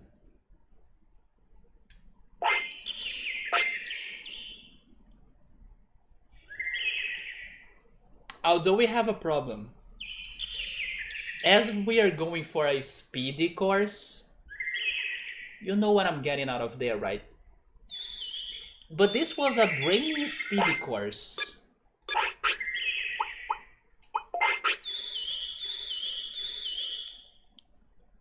If I ignore the speed and jump into the brains, maybe I can get something else.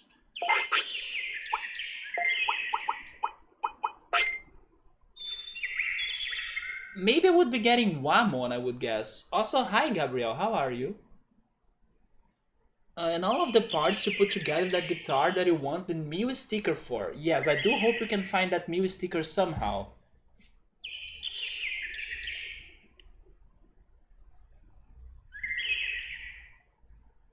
I do think I should go for the brain scores, even though I believe I'll be getting Wamon out of that, but maybe not.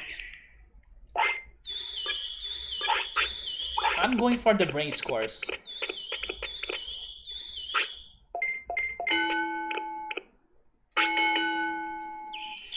Gabriel, I saw on Discord that you finished watching that movie of Evangelion. Did you enjoy it? Or you were just glad that it's over? Because I was planning to watch it too.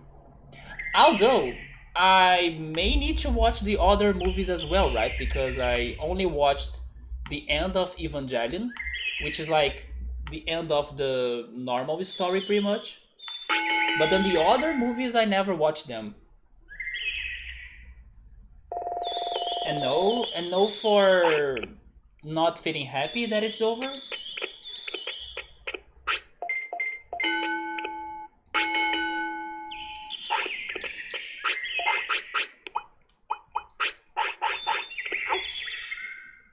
It is preferable to watch the other movies first. So do I just need to go for the, let's say, the movies that have those crazy number combinations? 1.0 point something, and then 3.3, 3.33 point something.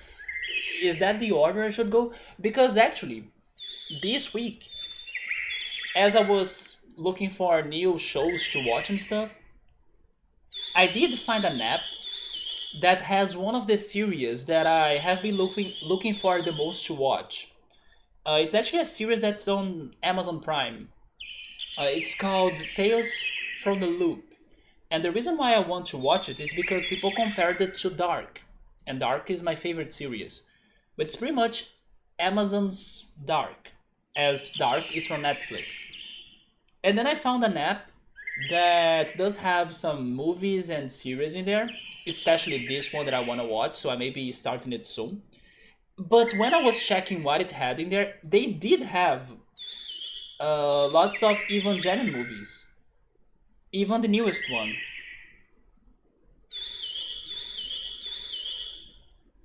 Yeah, right here they have these three movies right there. It's 1.11 or something, this first one. Then they have 2.0, and then they have 3.33. So I guess I will start watching those. I did watch Upload. Yes, I did watch Upload before because Upload was on my parents' streaming service. Upload is one of those shows that I would not normally recommend to everybody, but it was interesting. Although I would also say that it kind of, let's say, doesn't keep the hype up for the entire show. It kind of loses a little bit as you keep on watching. What I'm trying to say is that it's greater in the beginning, and then in the end, it's not that great anymore. So it kind of loses a little bit of its hype, in my opinion, but it's still good overall. Especially considering that maybe it's a show that it didn't have a lot of budget, because you can see some flaws on, the let's say the CGI or like the visual effects of the show. It's not like a perfect, but they do a very good job at some parts, or at least for what they are intending to do in that show. I enjoyed it, but it's one of those shows that I wouldn't recommend to everybody because it doesn't have, like, let's say, a perfect story, or it has its limitations towards the budget. It's greater in the beginning, but then something gets lost as it keeps on going. But what I liked about it is the pretty much the social critic, right? Or it has some messages, like some social messages that you can relate them to your societies, just like Beastars.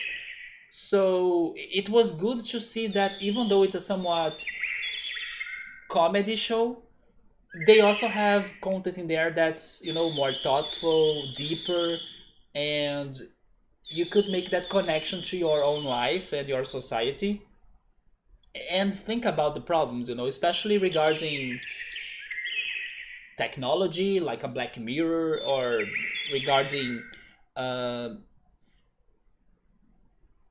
pretty much technology and how it's impacting on people's lives. But it also goes around money and greedy, greedy people and stuff that are only looking for power and stuff. But again, it's not a show that I would say like, oh my god, it's fantastic, perfect, non problems. But it was a good watch. Yeah, it was a good like casual watch. But then Tales of the Loop, I'm expecting something deeper, or um, something that could also have more budget to it, or maybe more quality. Upload surprised me on those messages. It happens very subtle, or it's not like very flashy when they go for that, but you can get the critics and the social messages they are hiding in there. I also really liked, or maybe I should say, it had its highs and lows. A show from Amazon called Soulmates, and that's pretty much Black Mirrors from Amazon. Soulmates had a couple good episodes and a couple bad episodes, but the good ones are very good in my opinion. Chumod is saying that should also watch Crouching Tiger, Hidden Dragon. Wait, is that from Karate Kid or something? It's the best scene ever. You said Tiger. I can only think on the Tiger King, right? The Tiger King documentary from Netflix. That documentary. It's one of the craziest stories I have heard in my life. Like, that documentary is super easy to binge because first you cannot believe on the craziness it goes, and every time it ends the episodes they have a cliffhanger, and then you're like, no, this can't get crazier. It gets. So you did remember me of the Tiger King documentary. No, I'm not sure what you're talking about. Crouching Tiger, Hidden Dragon? Is that the name of it? Oh, wait a minute. Wait. I think I know now what you're saying. As you're saying, it's one of the greatest Chinese movies. It's just that in Portuguese it's called The Tiger and the Dragon. Yeah, that's the title for it in Portuguese. It is one of those classic movies, right? Now I think I know what you're saying. I'm just surprised it's that complex in English, like Crouching Tiger, Hidden Dragon. Yeah, it is Crouching Tiger, Hidden Dragon in English. Why? In Portuguese, it's just The Tiger and the Dragon. Oh my god. Actually, I haven't watched the chill mode. I know about the movie, I know it was even an awarded movie and everything, but I never watched it. Maybe I should. Now, this newest Evangelion movie is like 2 hours long for no reason. There is a lot in there that don't make sense. It looks incredible, but it doesn't make sense at all.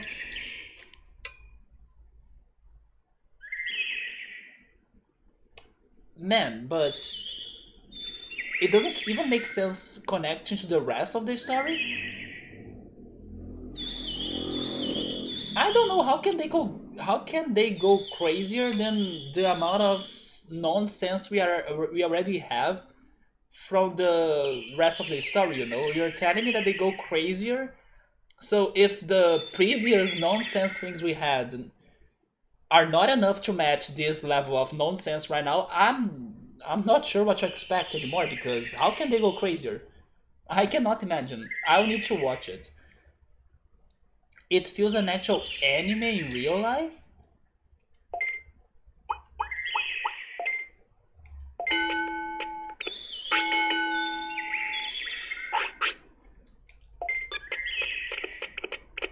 Is it just a martial arts movie, or does it have some sort of messages? Is it a thoughtful movie? Because maybe one of the reasons why I still haven't watched it is because I see it as just a martial arts movie, and it's not really my thing. Not saying that I'm against it, it's just that I don't know, I would prefer watching something else maybe. But if it has some messages or like some deep things going on too, then I could feel more interested. Yeah, but that's kind of nuts. That you're saying that it goes like beyond, you know, beyond the craziness we already have. I was expecting them to actually start explaining the things they have given us, not like creating more questions. But I'm guessing it's one of those movies that if you watch it without analyzing it too much, it's going to be an amazing session, right? So we're saying that that's the thing about Evangelion, to make the fans even more confused. I mean, if you consider the anime, yes, but then they had that first movie that was like the end of Evangelion, the only movie I watched. That movie helped me to understand. But I agree, like the anime itself was confusing AF. Although I gotta say that I think I was talking about this with um how was his name again? Rick, right? Yes, there we go, Rick. I think I was talking about this with Rick once, and he pointed that people at first feel very confused with the original ending of the show, But if they could rewatch it and like really pay attention to what's going on in that last episode and compare it maybe to the movie they released later, they would see that the answers are there. Like it's not that bad to understand or hard to understand. It's just that the twists go so fast out of nowhere and unexpectedly that people are not ready for it. So it's like too much information for a moment where you are not really ready to what's happening. But if you were ready for what was happening, you could grasp more of what they are trying to say in that ending. And he's right. Once I went back to that ending again, the crazy ending of the anime, I could see, okay, yeah, they are trying to say this idea in a very abstract way, but that's the idea, and then that explains why this is going on, and also the logic of the show about the show being all about the protagonist, not really about, I don't know, the rest of the world. So you can get those things going on. But as I watched it at first and then I got lost and then I was like, what the heck? I had to watch the movie to get a better understanding. And now, actually, by thinking and comparing them both, I got to some answers that I did not notice before. That when I rewatched the ending of the anime, I was like, okay, I see this now, but what about that? What about that? Now I realize that, okay, I got more answers now by thinking about it again. There is no way I can talk about those answers without spoiling Evangelion, but I'll just say, okay, I will just say that in the movie, there are clear representations of what happens to some characters. That's not the protagonist. While in the ending of the anime, it's mostly focused on the protagonist and what happens to him. But then I'm now thinking, okay, if that's happening to him, and we can assume what happened to the rest of the world, I can get the things they made clear in the movie to be happening in here too, even though maybe they happen differently. But it's still the same result. So now the freaking um, idea settled on my brain. Okay, so I can see everything the movie brought to be kind of in that anime ending episode, or at least clearer now. But it is confusing at first because you are not ready for that. But at the same time as well, there is no problem about it. Because there will always be like a YouTube video that somebody will be explaining things or like giving their opinions and creating discussions, and that's cool. Like it's cool to have a share of opinions and then notice something that you haven't noticed before thanks to somebody else's opinion. So even though Evangelion can be that confusing, it's fun to investigate the show and try to understand or create your own idea of what the heck is going on. It shows it has depth. There is another show that I don't know if Gabriel or Sabu or anybody else has watched it. That's called Ergo Proxy.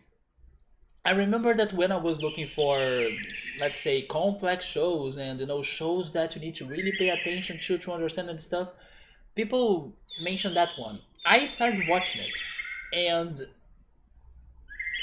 I could not understand much of it, and then I gave up on the middle of the process. But I wonder if you guys have tried it before. Have you heard of Ergo Proxy before? It is even on Netflix. I did see it on Netflix. If someday I feel brave enough to go back to it, I should try it. But it's another one of those shows made to make people confused. I remember one part of it that kind of blew my mind a little bit. But for most of the show, I think I was not really understanding it.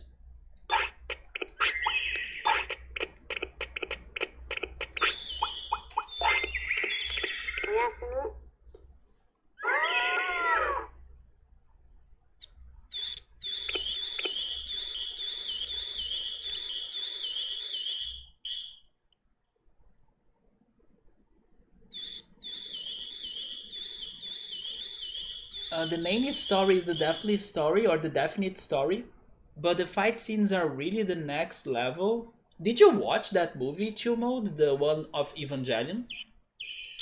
I will see. I will see if I can start watching those Evangelion movies.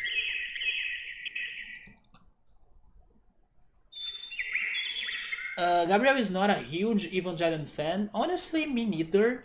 But it's one of those things that the more you see it, the more you like it. So it kinda has been growing on me.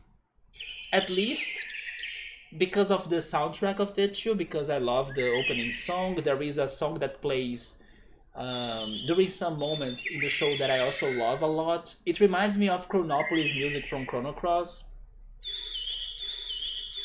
But if you were, you would be super disappointed by the ending.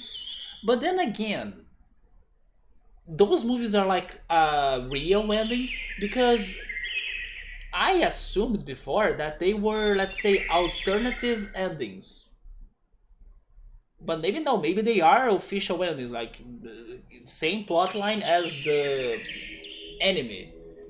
But as people were coming up with those movies, I always felt like they would be alternative endings or like different realities or something, you know? So maybe now everything is connected actually. So I haven't really finished watching the story as I thought, as those movies may be bringing me new things. Like the Game of Thrones finale did. I did get a somewhat Belosson, right? I love how you make very accurate comparisons between the Digimon and the Pokemon 2 mode. I don't know, I think that Evangelion is less deep than what some people think. It's like when someone reads too much about a plot of ink, meaning the whole universe when it was just a. Wait, do you really mean splot? I haven't seen that word before. A splot of ink dropped and that it looked cool. The fans can do and read too much into some things. It's because it has its references, right? And then people will try understanding those references and connecting to the anime, like the religious references, for example.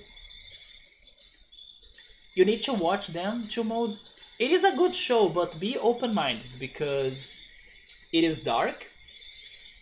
Um, it can be confusing, but it's entertaining. So I would recommend you checking it out. Especially because it has the best opening of any anime so far, which is the freaking um, I forgot the name of it now, but it's something Angel Thesis or something. The name of it, the name of the opening song. So Urger Prox is like a Ghost in the Shell wannabe,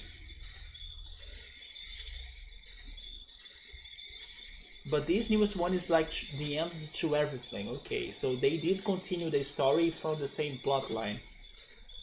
I do not remember Ghost in the Shell being that close to Urger Proxy, but at the same time, it's been forever since I was watching Urger Proxy or trying to watch it, so maybe there is something in there that I can't remember anymore. Regarding Ghost in the Shell, I also need to watch the second movie of it, right? But just like Akira, I was not very impressed by it. It did get better in the end, but I was not very impressed by it. From what people said about the movie, I was expecting something completely better or much better.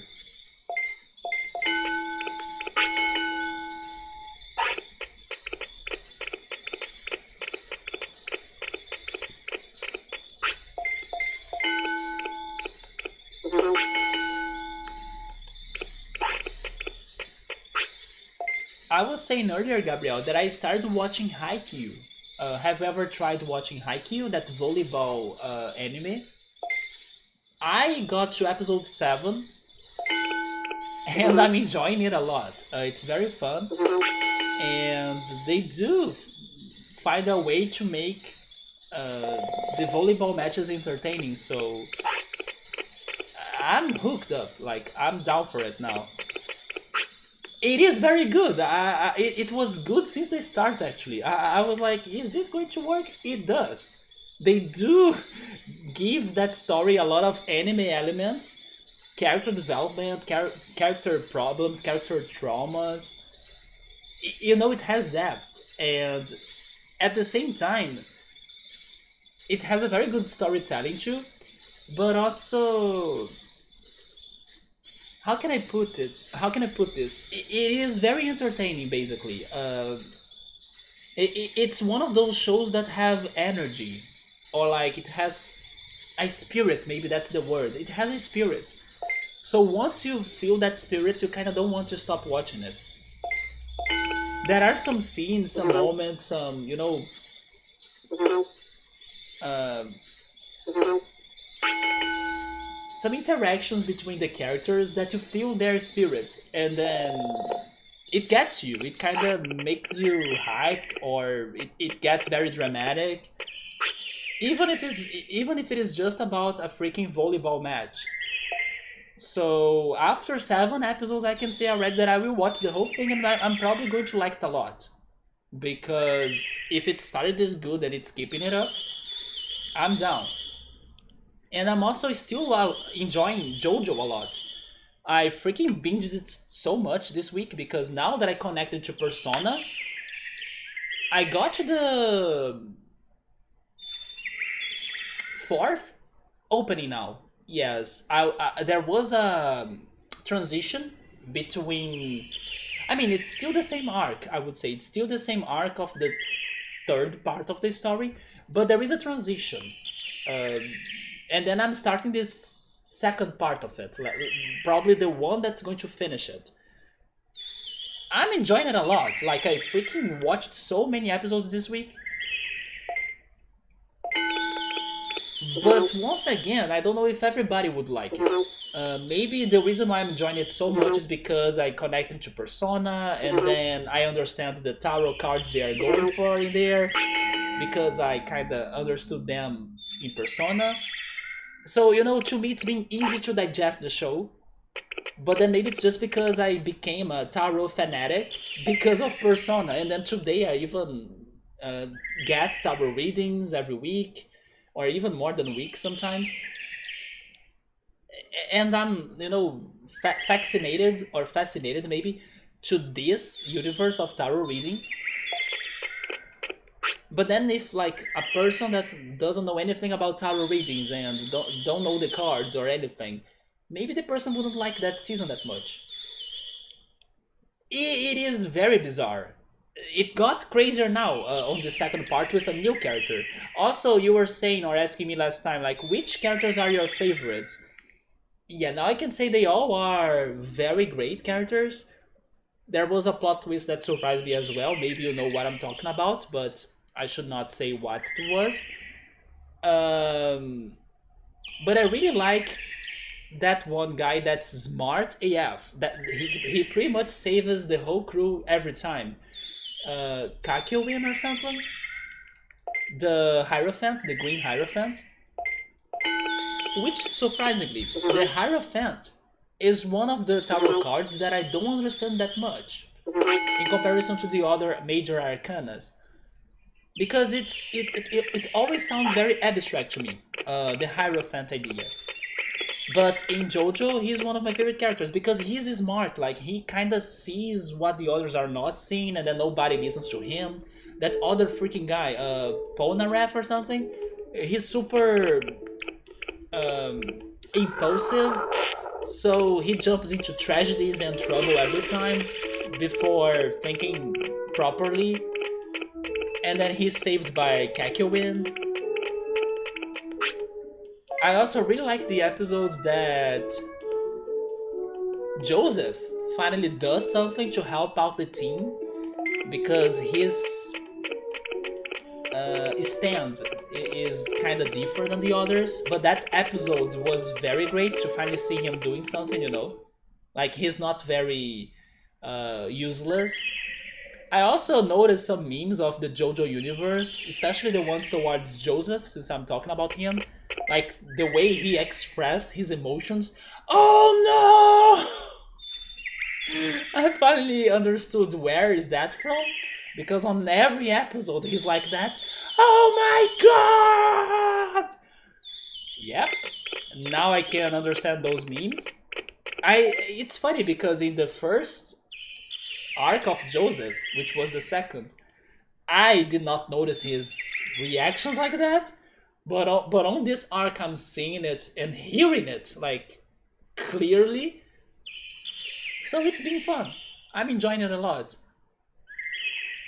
The arcana is the meaning for all the things. It's almost like that. It's like the arcana is the means to watch. Wait, I won't be able to remember it either, Subaru, but it's like to which all is revealed. Maybe I did remember it now. It's something around those lines. The arcana is the means by which all is revealed. And that's one of my favorite sentences or quotes from Persona games. Yes, yes, he goes on those things a lot, like, holy shit! But the one that stands out the most is, oh no! But it's great, like, they are creating very unique, let's say, villains or enemies that they need to fight against. All sorts of crazy enemies and abilities they have. So I'm enjoying it a lot because of that too. But now I'm not gonna lie, I need to see how is this going to end. Because once I got to the end of like the first part of the third arc, basically, I was like, okay, this is now the time. How is it? How is going to be the final fight? And then no, they decided to add more villains and add more things before the final fight. So I'm like, oh, really? They are doing this? Is this like some sort of filler episodes? Now I need to watch these new enemies fights to finally see the final fight, right? But yes, I'm hoping that I can finish this third arc maybe this week now. Yes, I was going to Google this quote from Persona.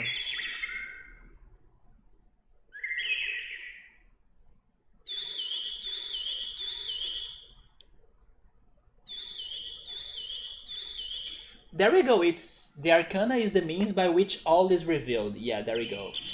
And then he says a second sentence for each one of the arcanas, right?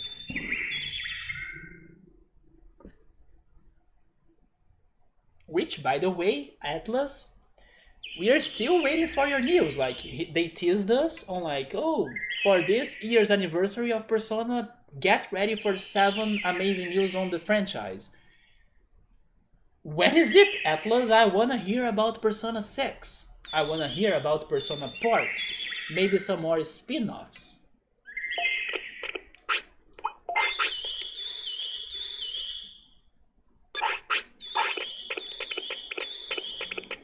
That's a great point. A joke about JoJo is that what would be considered fillers for other series are all canon. You know something else?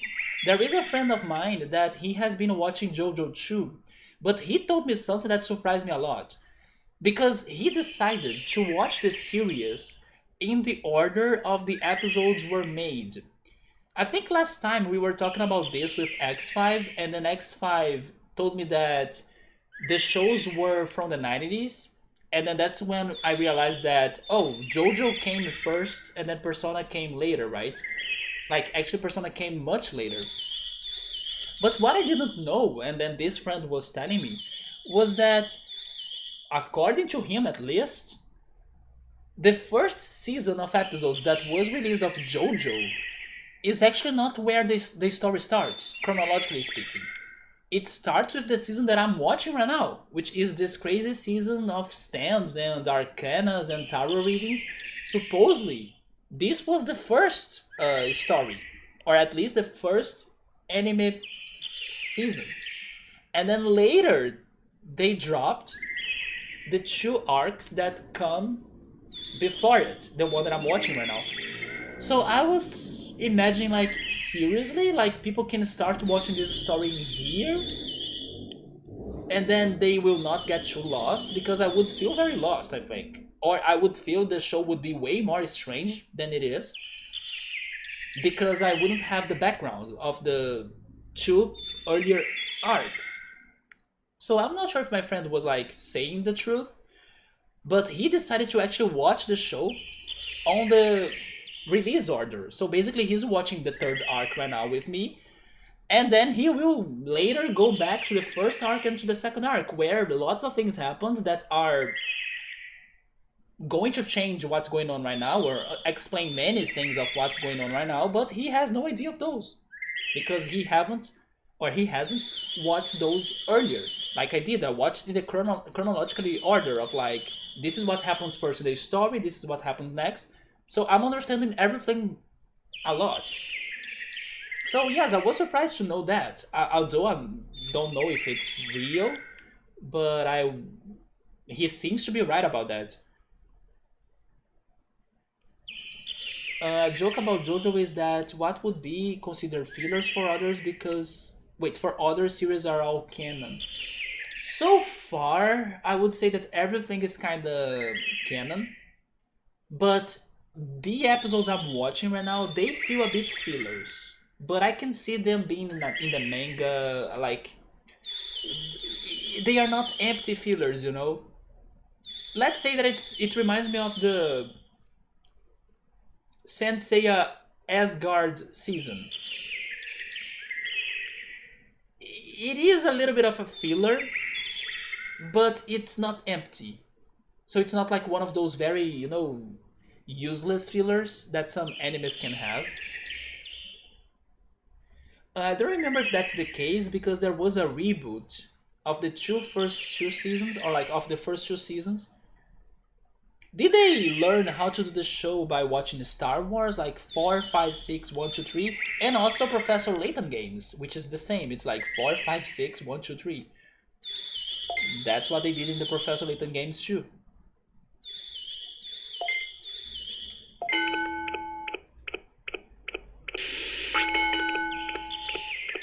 But I'm surprised. I'm very surprised that I'm enjoying JoJo this much because it is a roller coaster.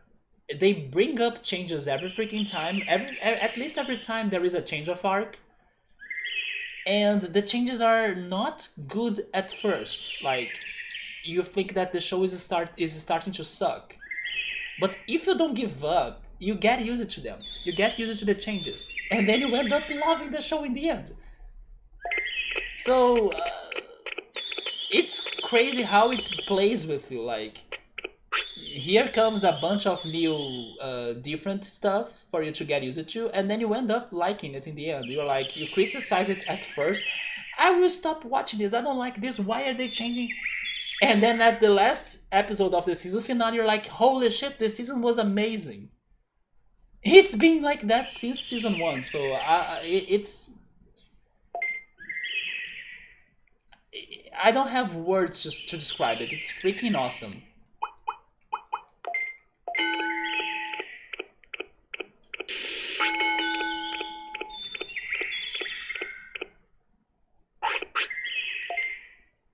So the series are from the late 80s and then they rebooted it on the 20s. But then do you know if they started like the first arc being the third arc in the, let's say, logical order? Like basically what I'm asking is if the Stands arc was the first ever released, because my friend said that's what happened. Like they started doing the episodes for this one, but then maybe the manga followed the right order, right? I would imagine the manga following the right order. Like it starts with Jonathan and Dio, and then second arc, freaking Joseph, and then now Jotaro. But maybe the anime had a different order for some reason. The first arc was the first one released in the mangas, right? Which to me makes a lot of sense. That's why I was telling my friend, like, won't you feel lost, like, by watching this on this order? And anime-wise as well, so my friend is crazy. I will talk to him again then, because yes, it sounds weird that they had this crazy change of orders. I will ask him where did he see that chronological order versus the story order?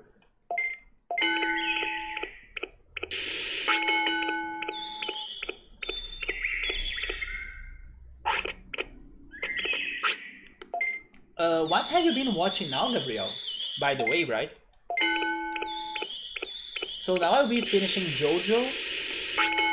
I still gotta go back to the Mob Psycho movies. I now also wanna watch the Evangelion movies. I'll be watching Haikyuu because I'm loving it. I'm also watching Dragon Quest: The Adventures of Dai, one episode per week. The same goes for Pokemon Journeys. Also, this week's episode was fantastic. Finally, they gave another battle to Ash, and it was a battle against an old gym leader from the past, so it was freaking good. And in both versions, old and reboot, Phantom Blood came first. Okay, I will have this talk with my friend tomorrow, telling him that what the heck, why are you watching it like this? Because it seems it was released in normal order. Isn't flashback season?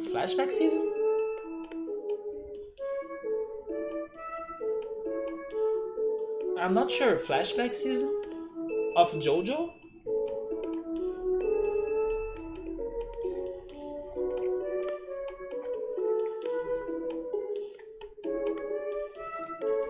I will see if I can go back to freaking Psychopaths, because I did not like the way it started. Although X5 was saying that it gets better, you just need to wait until it gets more action and stuff. But I don't know, I was not very hyped for it in the beginning. Maybe he mixes the dates? Like old season 3 in the 97. Maybe? It could be that. And then the reboot of Phantom Blood.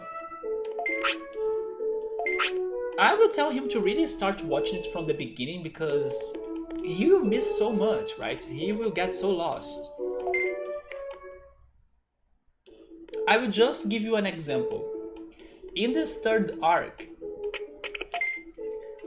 they kinda get new attacks, or like new ways of fighting. The characters get new ways of fighting, which is pretty much they stands, and they are a lot like personas in the Persona games.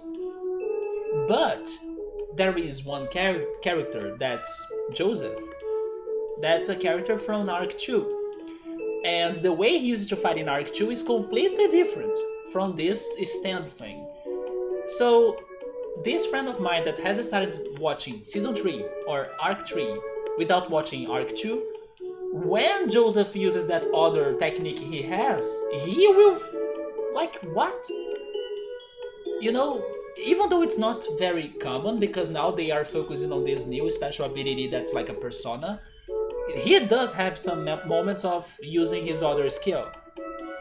I was thinking of my friend, like, do you understand this right here? Do you know what that is? You don't, right? He's not that far. He's only like at episode 5, 6, or 7 or something. I even told him that, or I was asking him that, could you connect this story with something else that we like, because he's also a big fan of Persona. But he still hasn't made the connection, so I believe he's still in the very beginning. Like, he hasn't gotten to the episodes where it gets very clear, like, this is a lot like Persona. But once he gets, like, some episodes later, I don't know, he's going to miss some things in there. The Hamon, yeah. That second ability. So we're saying, I don't know, that would be an explanation to... Oh, like a I see. No, it's not a flashback. You're talking about like a flashbacks in general. I was thinking of something else for some reason. No, it is not a flashback. It's pretty much the chronological progression of the story. The story, not like release date, right? Although Gabriel is saying it's the same, they were releasing the animes and the mangas in the same order of the story, so it's not like Star Wars. But it's not like a flashback. Wait, flashback, there we go. It's not like a flashback. Flashbacks are happening on Pokemon, and it's been great to really, you know, show us some nostalgia. Oh yeah, speaking on Pokemon, we had the Pokemon Presents, right? Oh, by the way, it's getting freaking hot in here. Maybe it's time for my air conditioner. But did you guys check the Pokemon Presents? Honestly, it was good. There is going to be season 6 next year. I believe Netflix has only 3 seasons so far. But I'm still at season 2, even though it's arc 3, right? So it's kinda confusing. But I'm still on season 2 because it's a very long season. Then after I finish watching Netflix episodes, maybe I need to look on my on the app that I watch animes and maybe continue watching the other seasons in there. But before next year, Gabriel, I wanna watch Chainsaw Man. That is going to be released this year still. Because I'm still thinking on that freaking trailer. I'm not sure when is it going to be released, but it's probably the anime that I'm the most intrigued to watch this year. Or like regarding releases. Chainsaw Man. By the way, is the air conditioner very loud? Because it is a bit loud, right?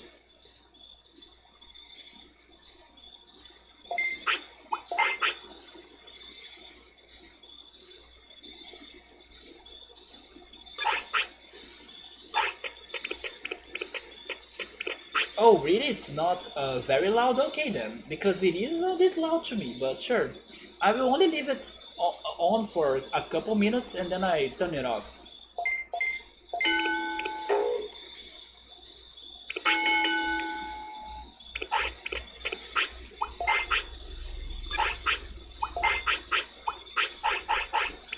Maybe Palmon will need more wave, so I will start feeding her with some sirloins.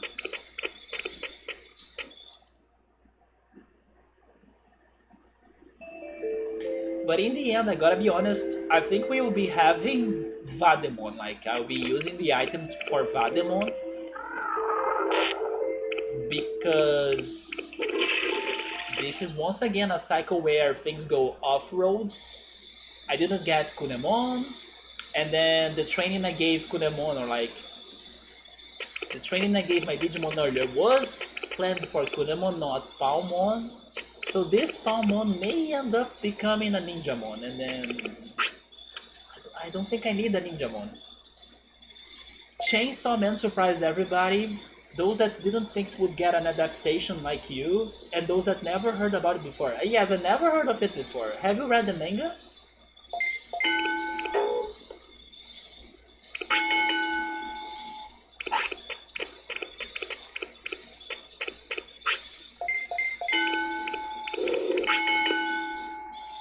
Oh, you read it? Do you think it was not getting an adaptation because of like it being too violent or something?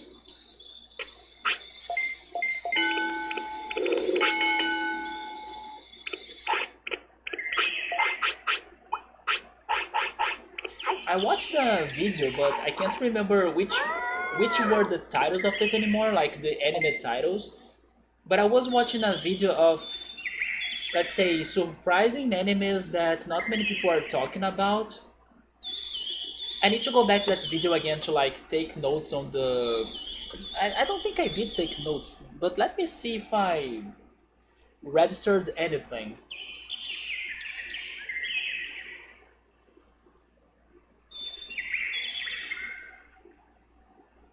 Oh, you know what? Maybe I did take notes.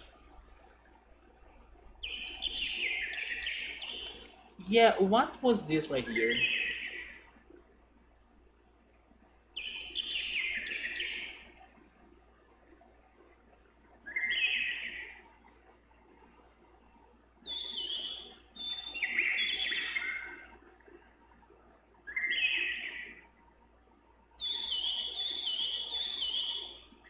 Yes, I was talking about Haikyuu, and there is this other one anime based on sports, but then this one is based on tennis. And then I was watching this video because a friend of mine is starting to watch Beastars. And I was checking on some Beastars reviews on YouTube to see what people were saying about it. Actually, I did learn some fun facts about Beastars. Um, did you know that one of our favorite characters in Beastars, Louis, was supposed to not survive for that long? Like, he was initially thought to be dead at episode 2, it seems, in the manga, but then the writer decided to change her idea and then, like, allow him to live for longer. Thank goodness, right? Because he's one of the greatest characters in the show. There was something else too that I learned, but I don't know if I'll be able to remember.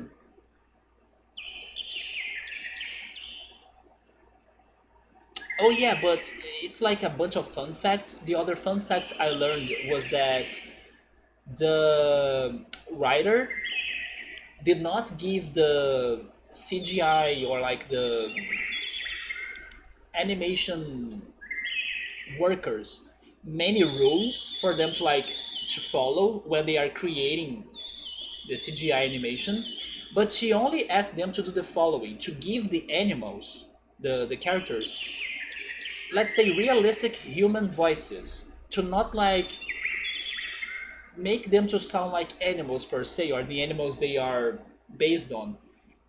And thank goodness that happened, because by giving them like very emotional and like realistic human voices, it gets very dramatic, and it sounds more serious than like if they were having some sort of accent because they are a different animal or something, or sounds that make them closer to their animal inspirations and stuff.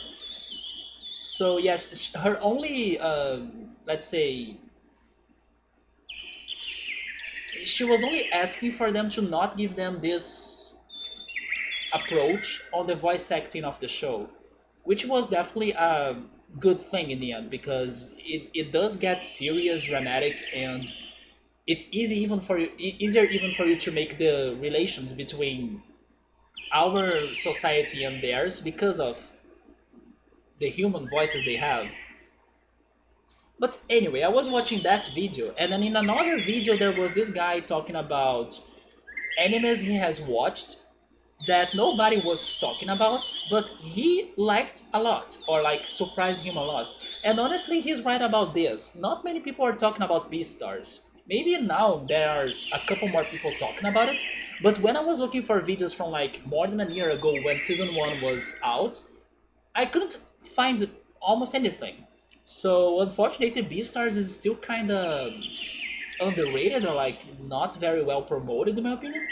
People are missing out a fantastic show. They are missing the best anime I have watched this year, and can't wait for season 3 now. But anyway, on this video where he was bringing up animes that people are not talking about, but he was surprised, I remember he talked about one anime that I did not get the name, but it was an anime about a girl that likes to read a lot. She loves books. Although something happens to her that she gets, I think she kind of almost dies or something, or she enters a coma. But she's teleported into another world where books are not a thing. That paper doesn't exist. And then she's also brought back in time. There is also that maybe that's why books were not a thing. And then he was surprised to see that cartoon or that anime actually, because it was super charming and fun. He was having a lot of fun, more than what he was expecting from that story. And it's pretty much because the main character of the anime was very cute and like easy to like or charming pretty much. But then I did not get the title of that anime, but I got the title of this one tennis anime that seems to be kinda dark, and it's called Hoshiai no Sora. He made me curious about it too, because he was saying that this is not looking like a traditional tennis anime with like just tennis matches and that's it. It gets dark, and it gets dark fast. So I kind of got that name to maybe watch in the future. But now I wish I could get the names of the other enemies he was mentioning, because maybe Gabrielle or somebody else would have heard of it before. No, no, it's not. The Prince of Tennis, I remember hearing about it before because it was in Animax, that TV show, or TV channel actually. When I used to watch like cable TV as a kid, Prince of Tennis was there. She has a side manga called Beast Complex. Yes, that's even more serious, even isn't it? It even gets more serious than Beastars per se, because she had to adapt that story into something more, let's say, easy to teenagers to like. Then she had to give the stories or short stories of Beast Complex. You know, that setting of a school drama, so it could commercialize better. But then, thankfully, she is making it. Uh, she's turning it into a deep anime, just like the original story was. So she doesn't need to, let's say, keep the story plain and, let's say, simple, just because it is set to approach young generations or like teenagers basically. No, she's adding some depth in there and messages and social criticism and stuff. Yes, they thought, or they talked about that too in that video I watched. Yeah. So I imagine the original story is even better because it's probably full of adult themes and heavy things. It's funny that when I was watching that video, they showed me her, but she was wearing a giraffe mask. No, not a giraffe. A rooster. She was wearing a rooster mask. So I wonder if she was doing that just for that interview or if she doesn't like to reveal her face. I mean, that's totally understandable too because unfortunately, not only in Asia but in the world pretty much, there is a lot of stalking,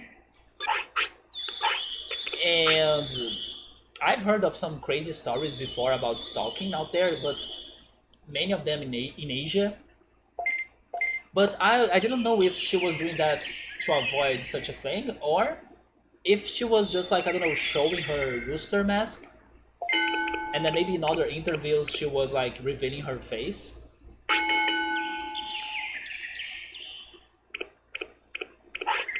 But I just remember that too, that she had the rooster mask. Some characters from Beastars appear on it. Oh, it's because she has anxiety? You know what? Maybe that's why her story is super deep. Or like, I do have a belief that, I don't want to say all, but many good shows or good stories are the way they are because the person went through a lot in their lives. So maybe that's why Beastars has such a good plot, or like, the characters have a lot of depth to them,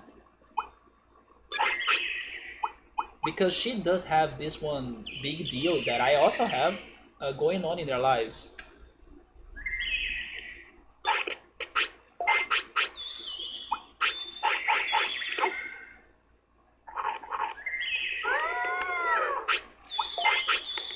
And by the way, I'm getting hungry now. Oh yes, I just remembered fun fact. Oh yeah, also before jumping into the fun fact, let me go back to what I was talking to Meowster in the beginning of the stream, because now we have Gabriel and Silver in here. I want to ask them this. I learned this week that Brazil is the #1 shark meat importer and also consumer or eater in the world. Did you guys know that? And what also happens is that people here in Brazil, they don't know necessarily that they are eating the shark meat, because in here shark meat is kind of commercialized as carne de cação, and then many people didn't know that cação was a shark. Actually, I, for example, didn't know that either. So I was curious to know if you guys knew about that, or have you ever tried shark meat before? Or is it like just a fun fact that you never really could see shark meat before or like had an experience?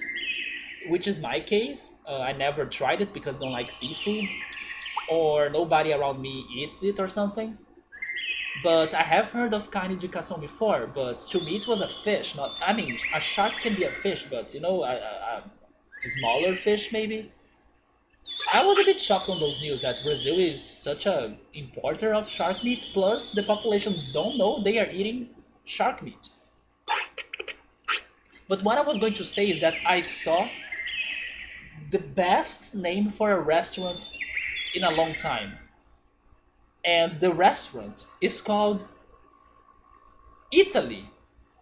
EATAL. Wait, am I skipping words or letters? EATALY.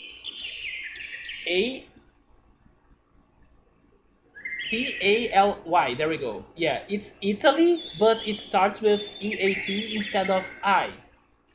Genius. It's such a genius name for a restaurant. I was like, are you freaking kidding me? This is fantastic. So if I ever travel to Italy, I'm eating at Italy. No question. it's it's genius. Yeah, it's like that, Gabrielle, but with Y in the end, right? But it's the most genius name for a restaurant I have heard in a while, man. I thought it was so genius. And I was even feeling dumb, like how could nobody think on this before, you know? Italy is known for their food. Everybody loves Italian food, and it has it on their freaking name. That was the best. I remember a sad comment from the Sailor Moon creator that she created girls that she wished would be her friends because she didn't have any in school. Man, you see, those stories that have some depth to them, they do have some dark truths behind them. Like the other day that I was learning about the creation of the Pokemon Lugia, the creator of Lugia was an addict. He was drinking a lot. He was going through a hard phase on his life. But in the end, out of all of those problems he was facing, he came up with one of the best Pokemon out there. At least regarding legendaries, Lugia is my favorite. Somebody saying that fish is not with him. Yeah, fish is not my thing either. But I was shocked. I had no idea Brazilians were eating a lot of shark meat. But they eat meat, not grass. Well, you mean the sharks? Yeah, but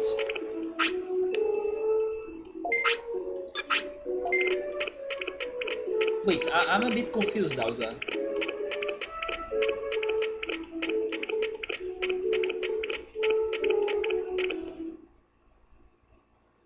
Which, by the way, I just realized that in Beastars, we don't have creatures from the ocean in the show, right? What if there is a whole civilization under the water in Beastars? Probably not, but there should be. What else am I doing in here on this training, though?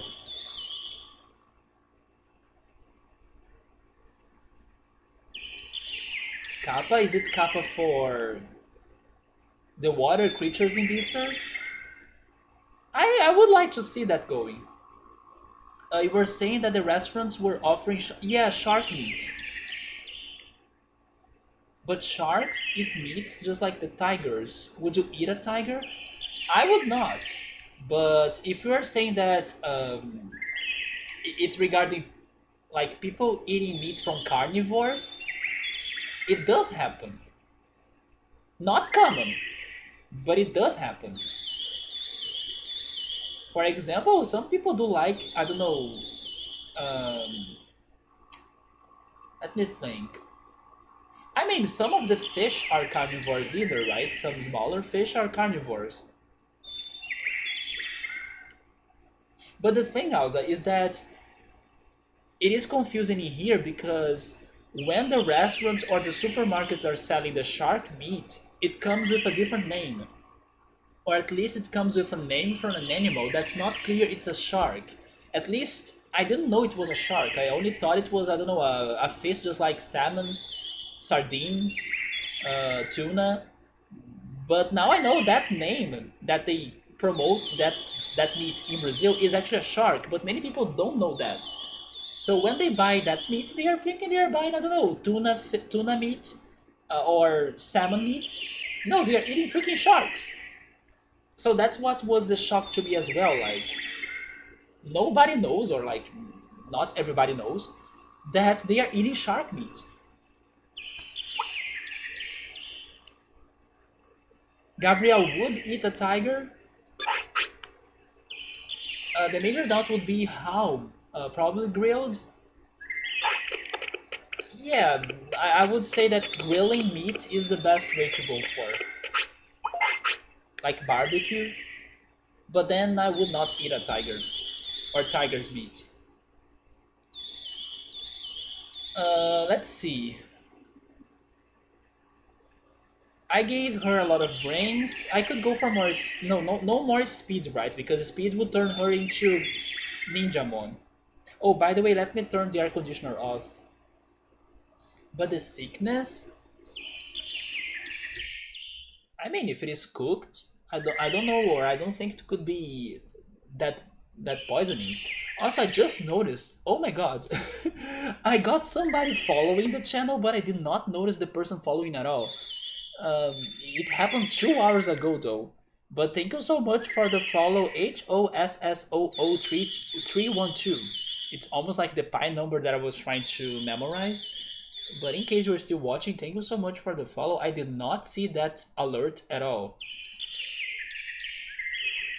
People eat pork, and pork meat is the closest to human, so that's true, right? Pork meat is close to us.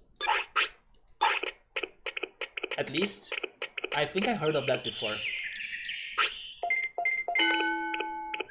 But you guys didn't answer me before about the Pokemon Presents presentation, or like, what did you guys think about it?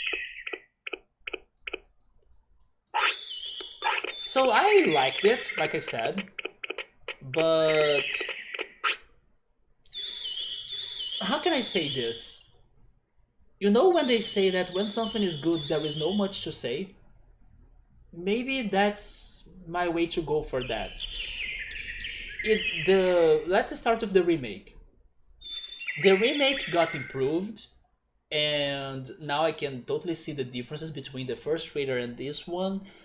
God bless it has the contests, and it does have an upgraded underground. The music is also fantastic, it's looking charming. So the remake is looking good to me. Like no complaints about the remake. There was not a confirmation it's going to have a post name of like Battle Frontier, but when they revealed the map or the artwork for the map of the region, I believe the Battle Frontier area was on that map. So I'm assuming the Battle Frontier was in the remakes or will be in the remakes. But besides that, confirmation or not, I understand why some people are pissed off regarding the remakes graphics, but it's not a big deal to me and I'm liking it. Regarding Pokemon Arceus, I was impressed. It looks also improved. And by the way, we're having so many frame drops, so I'm so sorry for that. But I like that even the game mechanics are super different now with the freaking chances of getting attacked by Pokemon directly, right? Your character can get hurt from the Pokemon attacks. It's something that I never imagined the Pokemon Company would be doing. But they did it. But again, I don't know how long or how much content is that game going to have, Pokemon Arceus. But now I don't have the same bad expectations for it anymore. Like, from what I saw right now, if it is like that, I think it will be a good game. It was weak, could have more.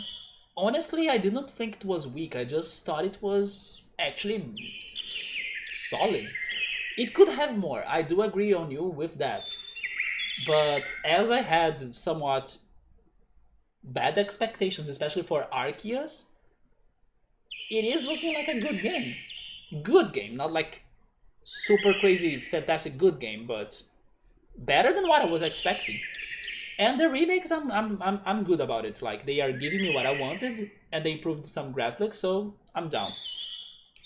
The underground looks interesting, especially because there may be more fire type Pokemon. Because if there is something that everybody has been complaining about the Diamond Pearl games, is that it only has like 4 or 5 fire types in the game. There is no variety.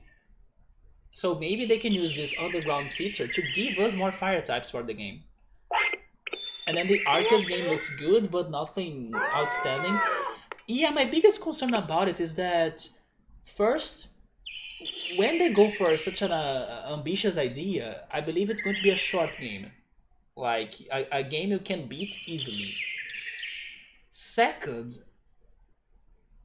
what about Pokemon battles? Like, they still need to show us how are Pokemon battles going to happen, because so far we could only see battles in the wild and against those crazy bosses, right? I was missing a little bit of Pokemon battles because maybe in a normal trainer versus trainer Pokemon battle, they can't go with those new mechanics of agile style and also the strong style. Not sure how are they going to go for that. And then also, for example, Pokemon gyms. I mean, it's too early for us to think about Pokemon gyms in the ancestry of like the Pokemon continent. Of like, how is it called? Hisui, I think it was called Hisui, right? The region before Sinnoh. Which, by the way, I also watched a video about the origin of that name. I can mention that a little bit after. But yes, it's going to miss a little bit from the other Pokemon games. But also, let's see how are they going to give us those new ideas, right? Maybe there is more to do just than filling up the Pokédex and challenging those crazy powerful Pokemon that got possessed or something. Who cares for fire? Honestly, it's not my favorite type either, so... But it's good. It's good to have more Pokemon variety in there. But fire is one of my least 3 types. Steel, fire, and fighting. And my favorites are dark, ice, and water. Gotta think Arceus is more like a traditional RPG than just another Pokemon game. Yeah. It's like a mix of Tales of Symphonia with like Last of Zelda Breath of the Wild. They compare it to Monster Hunter. You know what? Maybe they are on point in there. Even though I haven't seen much of Monster Hunter to really give a proper opinion. But you may be right. When they're fighting the monsters can also attack you, maybe, not only your monster. That makes sense, yeah.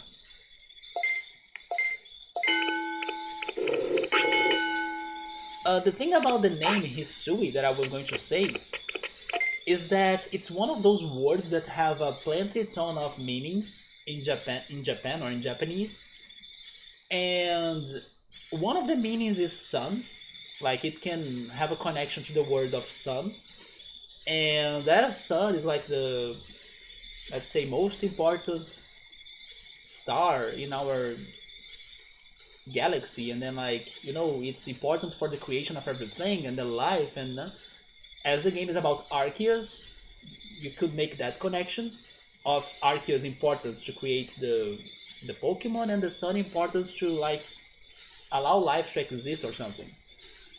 But the most interesting meaning of that word that got my attention was that it means jade, like the jade stone. And they were saying that the jade stone is a stone in Japan that either in Japan or in China. Now I can't be sure if they were giving me background of the Chinese story or the Japanese story. Maybe the Chinese story actually, because this game has a lot to do with. I mean, no, never mind. Maybe it's just Japanese because it's based on Sinnoh, and Sinnoh was one of the islands of Japan, right? But I don't know why I'm now thinking on the Jade Stone being relevant on China as well, but I'm not sure anymore. Anyway, the Jade Stone is the Stone of Gods, basically. And they even made a connection that I loved. That, for example, in the Phoenix Wright games, the Magatama, which is that stone that Maya, I was remembering her name, Maya uses, is made of jade. And it's a stone that allows connections between the spiritual world and the real world. So it's a mystical stone, related to the gods and spirits and those things. And then they finally showed me something I never realized. Arceus has jade stones on himself, like on his body. I never noticed those, or I never really stopped to think about what could be those stones right there. Arceus has those stones, those green things on his, not sure how to call that, on his back. So, I was like, holy shit, that's true. So I learned a lot about this myth of like the Jade Stone and how the name Hisui could be connected to all of that and how it's fitting for the name of this region. So very interesting video. It was a video by Luxtin. Luxtin is one of the best PokeTubers. He brings up a lot of fun facts and curiosities about Pokemon. I was mind blown by this one name, meaning so many things that could be connected to the story and Arceus. Some like that it's going to have more evolutions. Yes, and that Growlithe as well. That Growlithe was very interesting looking. Jade is considered divine and related to dragons, which in China are divine. So maybe that's the connection. Yeah, maybe I do remember something about China. Not to mention that, I mean, I can be wrong right now. I'm sorry if I'm like mentioning the wrong culture, but if I had to guess, I believe that the dog that Growlithe is kind of based on right now, the Hisuian Growlithe, is one of the tiger or maybe dogs that is very important in China as well, isn't it? I'm using the persona wording here, or like the persona help. Shisa, if I'm not mistaken. There is a persona called Shisa, and I think that's the deity that's this Growlithe appearance is based on. And if I'm not mistaken, although I could be, and then I'm sorry, it's Chinese. But is it Chinese? And am I not getting confused? But yes, I did see that reference too in there, that the Shisa, the doggos, right? Yeah, the temple guardians. Let me show you a picture of Shisa. It's the freaking persona that I'm saying.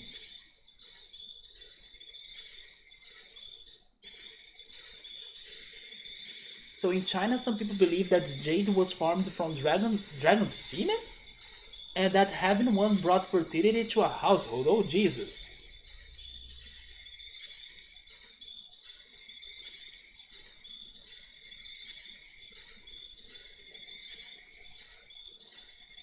It is Chinese. I just confirmed it. There we go. So I'm not crazy.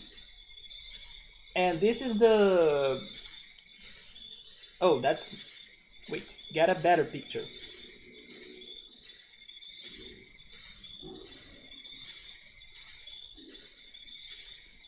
This is the guardian dog thing that the new Growlithe is based on. It's a Shisa.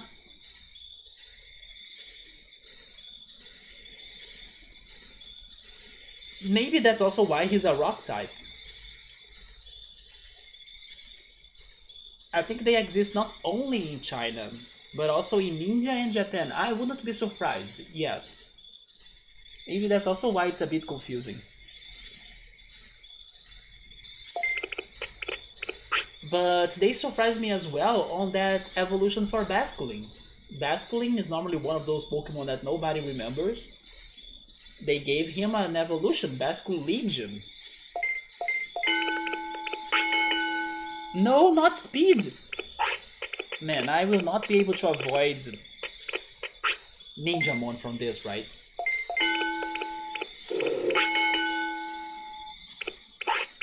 That new Breviary, I thought it was okay. um, giving him those psychic looking ears of kind of, I'm not sure how to describe them, felt a lot like Noivern, that bat dragon, right? Man, I'm guys, is this stream very bad because I'm seeing so much frame drops? Yeah, there is a Stantler evolution which was weirdier. Good name, like weird for like his psychic abilities, and then deer, weirdier. He looks great. I did like that evolution a lot. The Braviary didn't get to me that much because he reminded me a lot of Noivern. So I would rather have a Noivern. Yeah, he has that crazy pink thing on his head that looks a little bit like ears. I think they could have gone in another direction.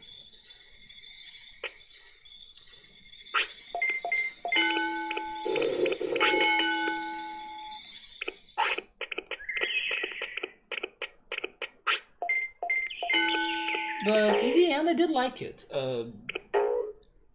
I was not very excited by the end of the trailers, but I gotta say that they improved the games a little bit. Just like maybe what happened to the Sonic movie, where they showed us what they were working on, and then everybody, complained and criticized it, and then the studio went back and reworked on it and everything.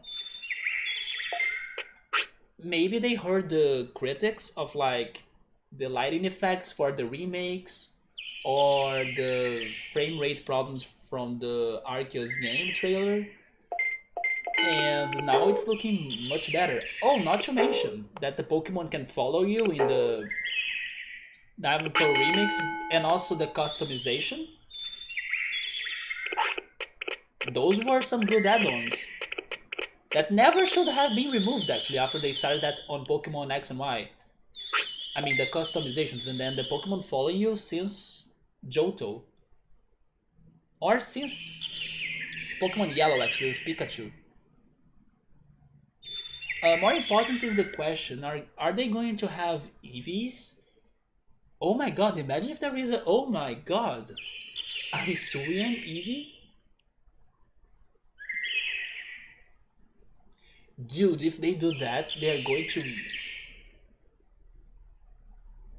You want them to make a good plot?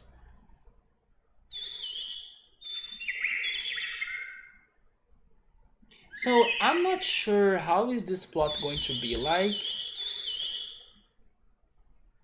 but there are some theories I heard. For example, there is a theory going on that maybe Arceus is not the only creator of the Pokemon. Maybe Giratina is also behind some creations in there, maybe they share that ability. But now I can't remember why exactly the person was thinking that Giratina could have been a creator just like Arceus. I forgot his motives to believe that. And the other thing that people are rumorizing is that since they are bringing us new Pokemon, and the anime has a character which is Go that's trying to capture them all so he can meet Mew or like capture Mew, these new Pokemon probably will be introduced in the anime somehow. And also, if Go is looking for all of the Pokemon before getting Mew, he will have to find Arceus as well, right? So there are some rumors on the anime too, like what's going to happen and how will they bring Arceus to the anime that Go will need to like fight him or capture him or something. The theory is saying that maybe they will get the plot of Legends Arceus game to be introduced first in the anime before the game is released in a time traveling episode. Like maybe there will be a special where Ash and Go will time travel. It happened before in the anime with Celebi's help, but maybe now they could go for Dialga's help, the legendary of time as well. And in the past, they will learn more about Arceus. They will find these Pokemon that used to exist in there, and maybe who knows what happened to them today. And that's their, way to escape from this hell. So the theories I heard are going on those directions. That Giratina will have a part on this game as well as a creator of some Pokemon, not all but some, together with Arceus. Maybe that explains the freaking energy that gets to some Pokemon that turn them into frenzy modes and then they start attacking everything. And the theories on the anime of like, how are they going to add this to the anime now? Time traveling seems to be an option.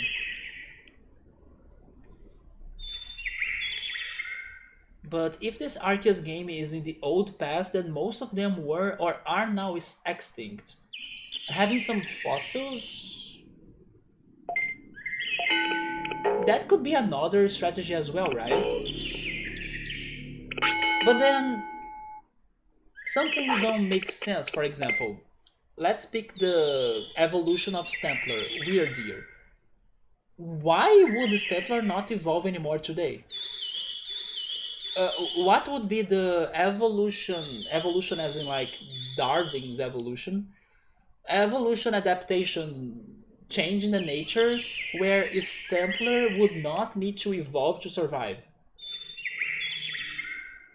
I actually think that they will just throw that Stempler can evolve now, just like what happened when they first brought evolution in the past of like Electabuzz can evolve into Electivire, Magmar can evolve like Magmortar. Maybe there won't be like an explanation to that. Like on the next day, Stemplers can evolve now and it's natural. I believe that's what's going to happen. But speaking on evolution though, the professor of the region, Professor Rowan, which by the way looks cute on the remakes, he studies evolution. And I believe that back in the day when the remakes were not the remakes, when the original Diamond Pearl games were released, they were focusing the story or like the new mechanic as the evolutions, like the new evolutions of so many Pokemon that were created before. So maybe they will go around those lines too for this new evolutions for Pokemon and everything. There are people even having some rumors or theories that these starters, Oshawott, Cyndaquil, and Rowlet could have alternative evolutions. But then maybe people are going too far. I can't see that happening, but it's possible. Or maybe even a Mega, who knows? I'm not sure. We need to see more content before jumping into conclusions, but those are the rumors I heard before. Somebody saying that wasn't it sad that Stentlers that live a lot of time or for a lot of time they evolve? Do you mean in the game? Like in the website, I didn't get that information before, but maybe that's a way how Stentlers can evolve now.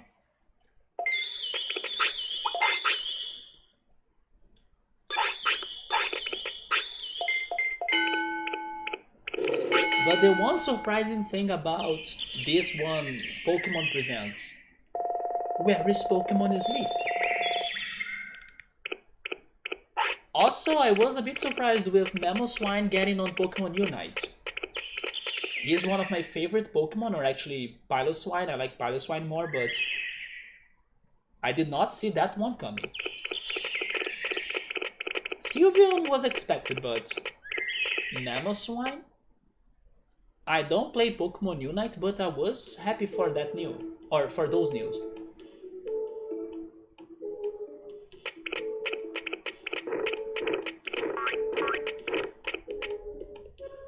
So nobody said so far if the stream is looking bad because of the frame drops, because I'm worried it's really going up and down. Very unstable server today. The person that was responsible for making that announcement of Pokemon Sleep was sleeping. Yeah, maybe the person was testing the game, right? Got so addicted on it that couldn't drop the video to us. Yeah, I don't know what's going on in there, but come on, it's a mobile game. That sounds somewhat simple. Why is it taking them forever? I would guess that they probably had to rework on everything since they scratch or from the scratch. Maybe they were not able to make it a fun game like they were planning originally. Oh boy.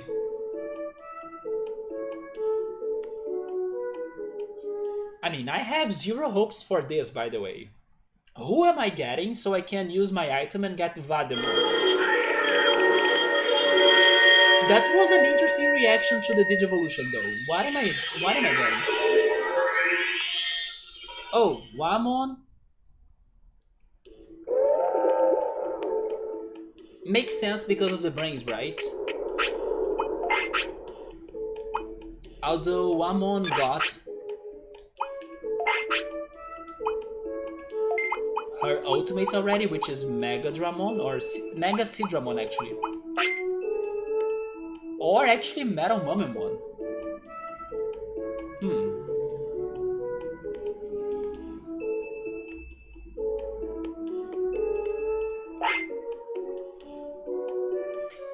Should we go for them or should we use Vademon's item? What do you guys think?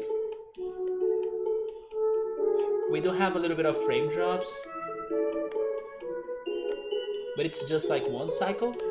Yeah, it's just like today's episode is not like very important, not a very promising cycle in here.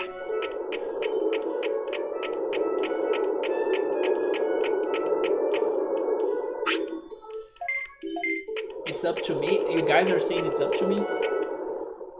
Maybe I should go for Vademon actually, because we have more than one item for him for his Digivolution, so we can kind of see what Vademon could do.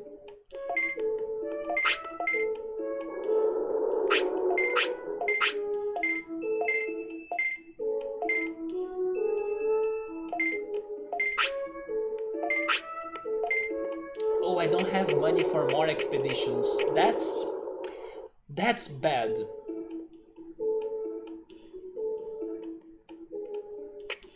But then, like I was saying in the beginning of the stream, I should also work on my things. Like I need to get more fish, I need to get more bits, I need to do all of the item search, maybe look for happy mushrooms.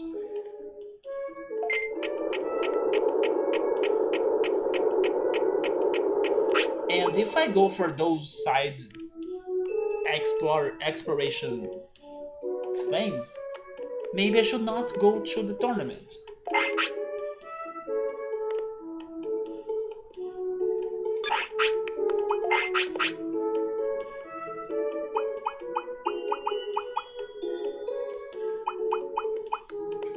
I should save that.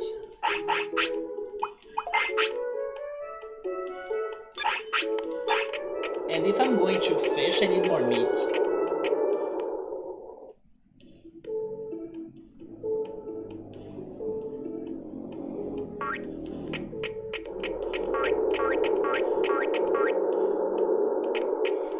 Let me put my phone back to recharging. I forgot to put it back there.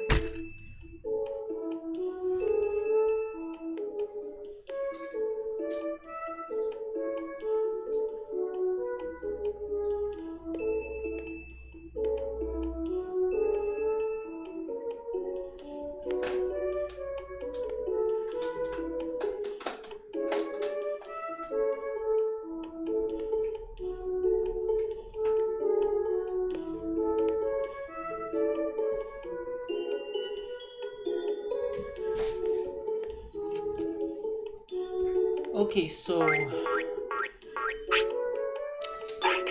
let me just see how is the tournament looking like. What if there is something easy for us to join or something? Not, right? It's not going to have it, but just out of curiosity, what's going on in here? They do have a lot of things though. King of Cool Digimon, okay.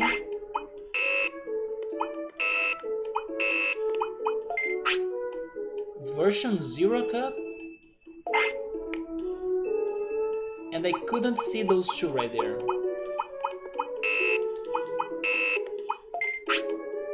The Mac cup, Extreme Android Digimon.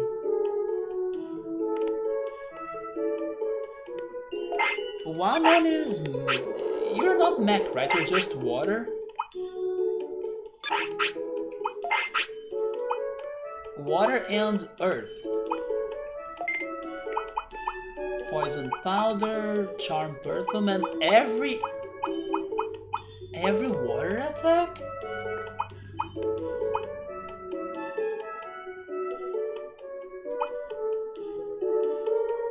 I mean, that's not bad. The water attacks are good, especially because kinda all of them can stun my opponent.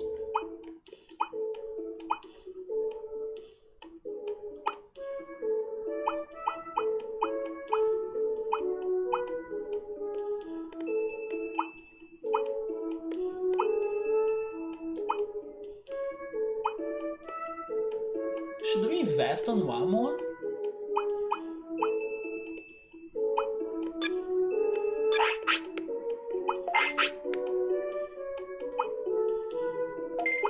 I mean, if I could get Mega Sidramon, then sure, but...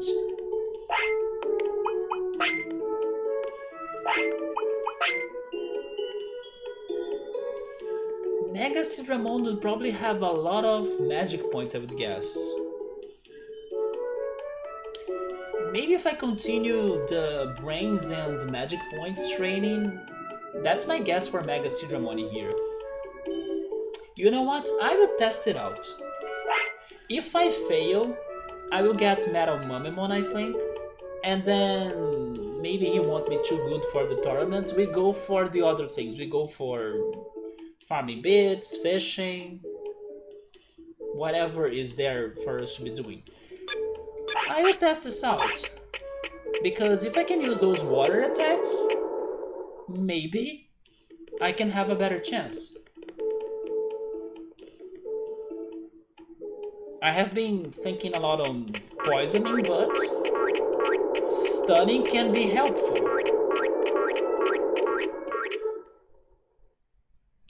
So what do you guys have for dinner? Because I'm starting to get hungry.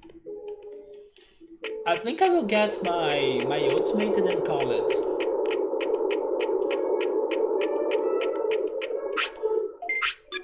So let's go train.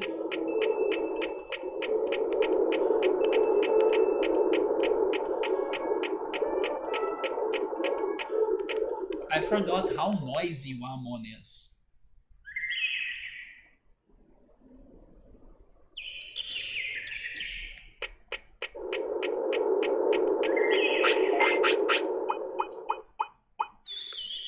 Regarding the weight, I mean, I should keep it heavyweight because Metal Mumemon is lightweight, right? So...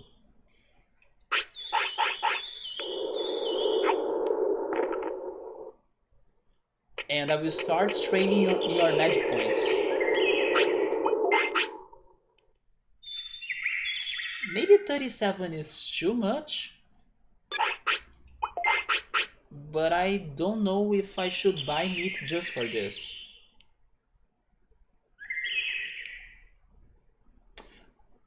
For now, keep on getting the sirloins, that's okay.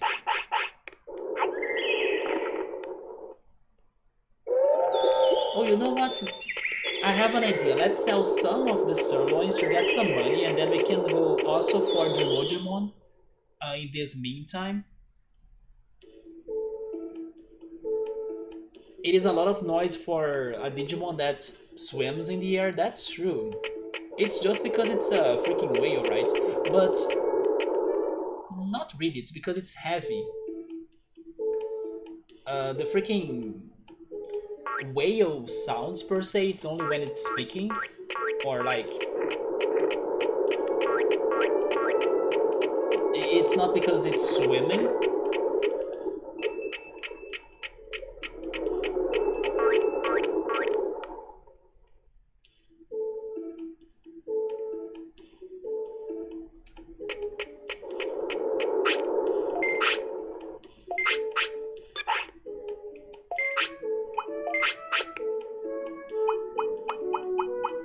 guys, I just remembered something random.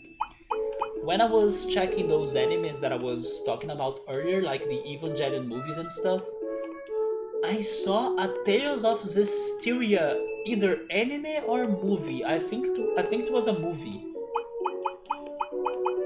which makes me to wonder: are there Tales of Symphonia movies? Because there was a Tales of Zestiria something in there.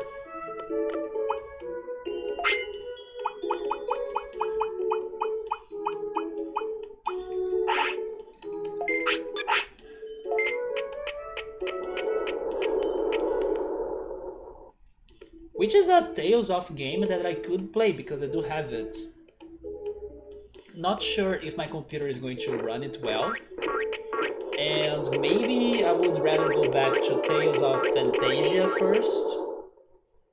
But Tales of Zestiria, it's a possibility because I do own that game. I just didn't know it has a movie or an anime. But I think it was a movie. I sold. I sold the sirloin so I can come here and ask the Remojamon to go again.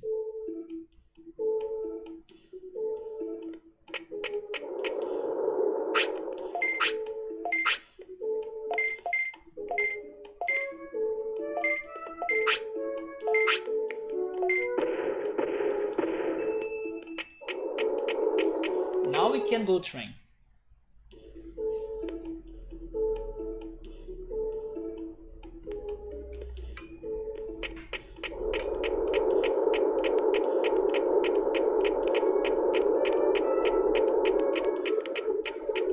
I wanted to watch that movie called Free Guy, which is a movie with Ryan Reynolds, and it's about video games and stuff.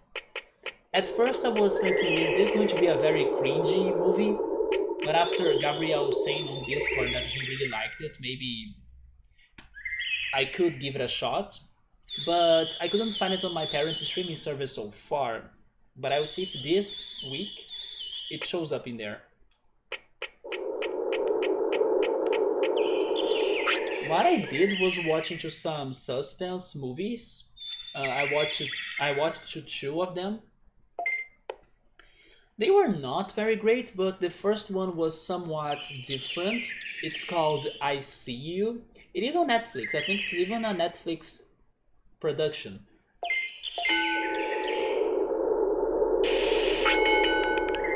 It was one movie that I did like it,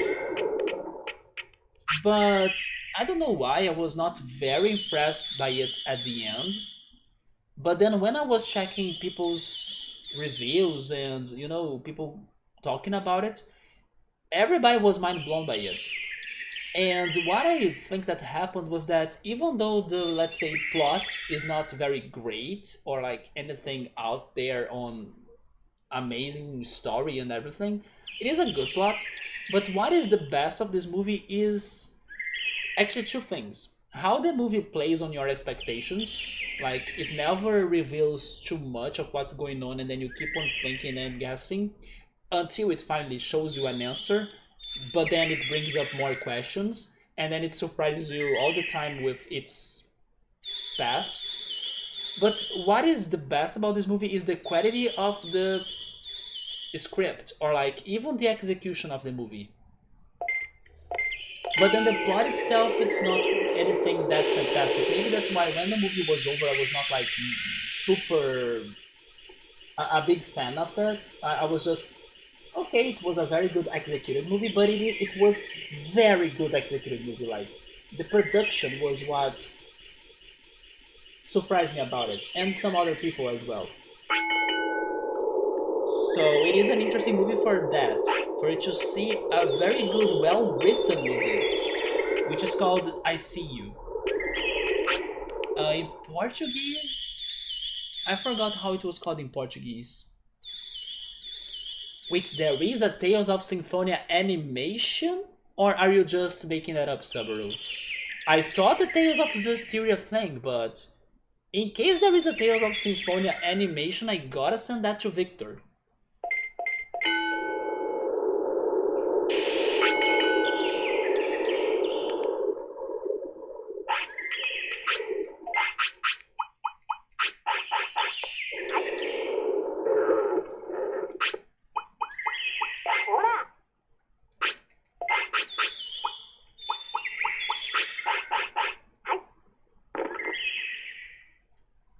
I still want to watch the series that Gabriel told me that was based on the movie Us, which was one of the best movies I watched this year so far. It's called Them, and I found it on my parents' streaming service, so I'll be able to watch it. There is another series that I wanted to watch as well. Oh yes, I forgot its name, but it seems to be a very disturbing, messed up series based on a movie that's on Netflix that I still need to watch, but then I don't remember the name of the movie right now. But yeah, I also need to go into those two somewhat disturbing series. It's just that right now I'm more focused on movies and animes. Summer is looking a section of Tales of History that is inside of the mobile game called Tales of Christoria. Are they saying in there that there is a Tales of Symphonia the animation? And then they have a full list of games, OVAs, and animes? Wait, so is that for real? I mean, if there is one, it could make sense, right? Because Tales of Symphonia is one of the most popular, well, successful Tales of games. So if they have a Tales of Zestiria animation, why not have an animation for their greatest franchise? Or greatest game, maybe? Tales of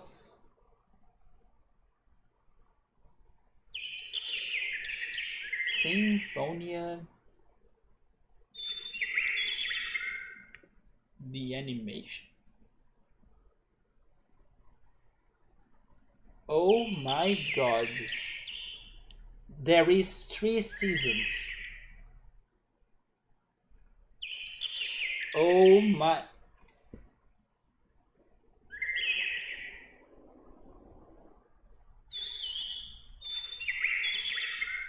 It is a thing. I guess one of these days I'll be watching Tales of Symphonia the animation.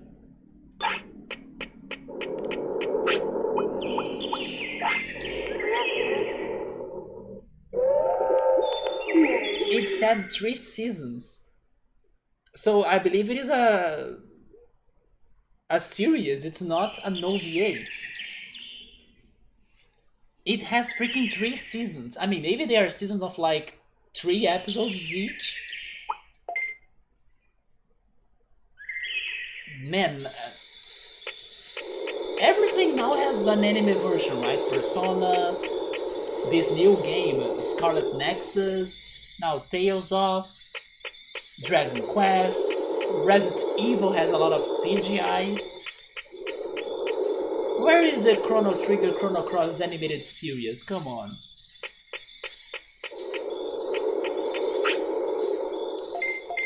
Final Fantasy has its movies, but shouldn't it have an animated series as well, like an anime? I mean, The World Ends With You got the anime and it's very good.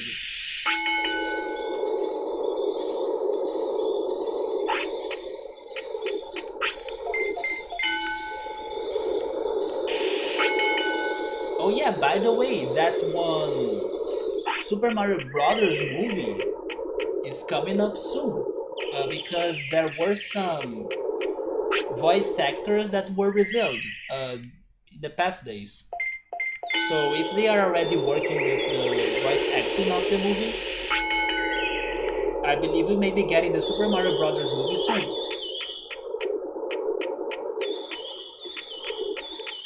I'm going to give you 4,000 of MP.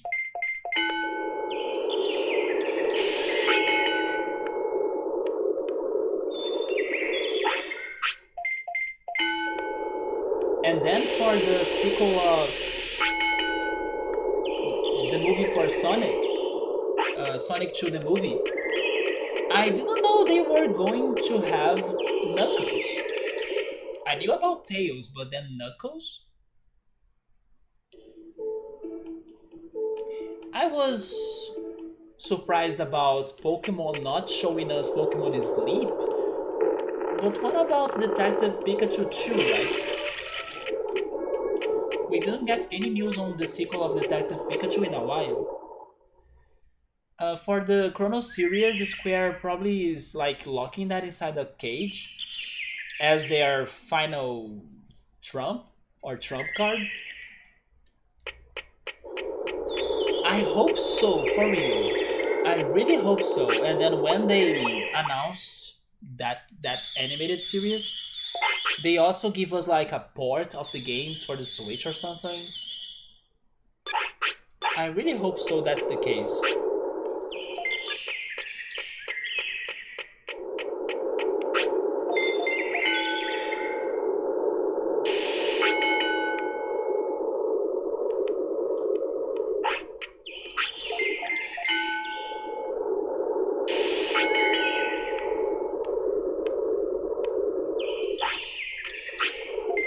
But then I don't know if they would be able to have Akira Toriyama. I believe it's something around those lines. His name, the guy that draws Dragon Ball and also Chrono Trigger's art. I don't know if they would be able to have him as the. Maybe they would actually, because don't they still use his art for Dragon Quest? So if they wanted to make, oh my god, if they really wanted to make this freaking anime out of Chrono Trigger, they could. The guy's still working with them.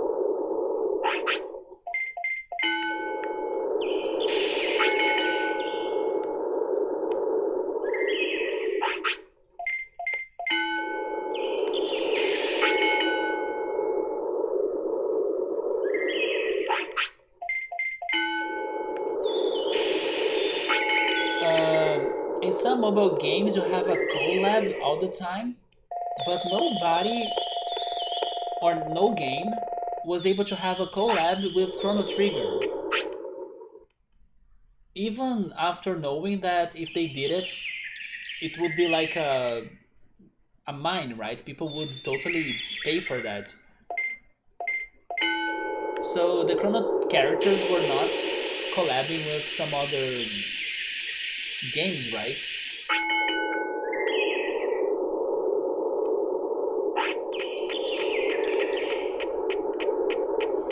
It's a bit like they kind of want us to forget about those characters, or like they don't want to keep them fresh, and then they want people to be buying other games or other characters from other franchises and then forget about Chrono Trigger.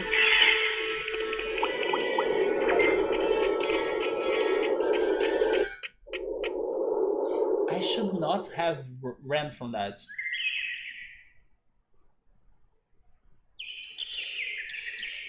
Because I believe that, yes, Wamon will feel sadder.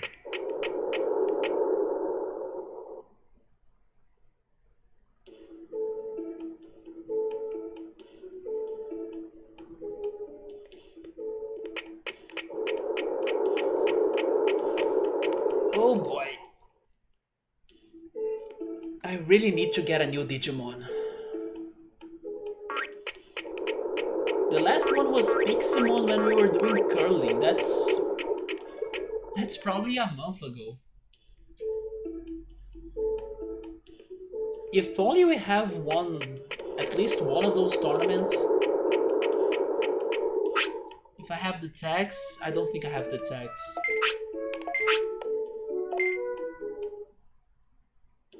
I only checked the tags, but I didn't equip them.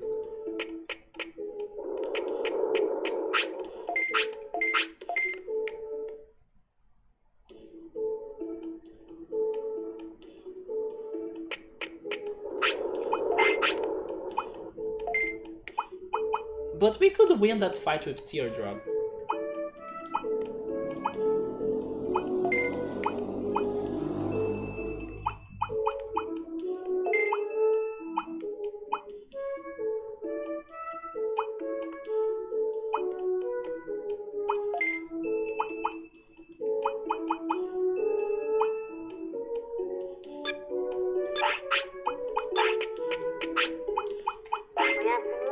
So one more now has magic points. I'm going to train brains.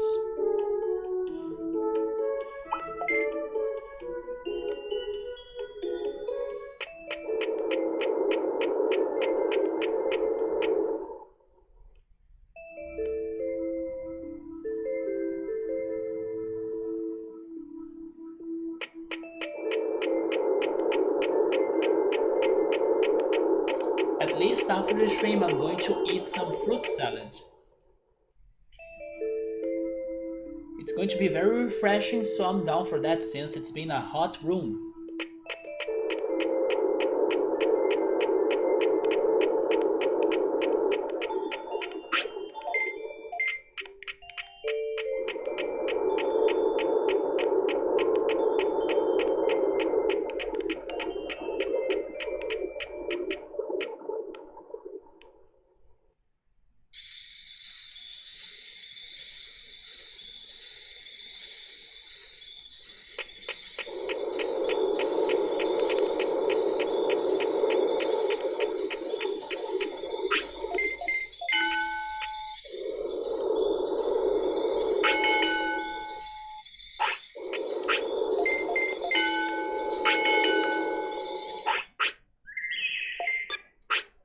Oh, Wamon is angry now. That's dangerous because we can get butterflies.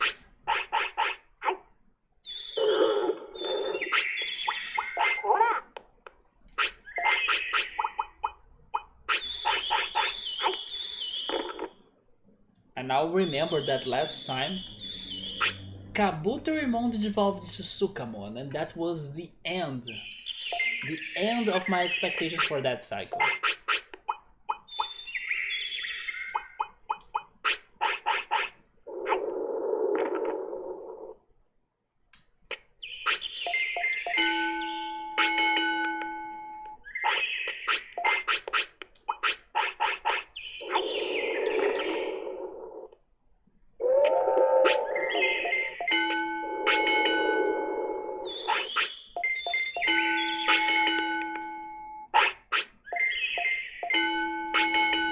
We are going up to 500 in here.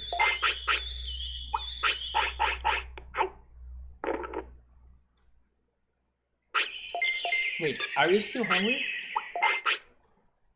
Yeah, the bar or the virus bar is empty this time, thank goodness. But I was so pissed when that happened last time. I was like, are you kidding me? If only it happened in a different cycle, but the cycle that I finally got Kabuterimon that I was trying to get forever.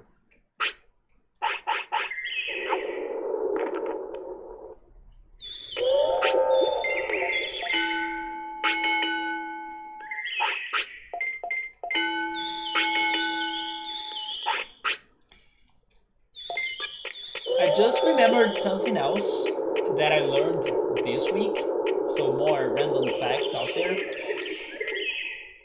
Did you know that one of the most aggressive animals in the world is actually named Wolverine? The same name as the character from X-Men.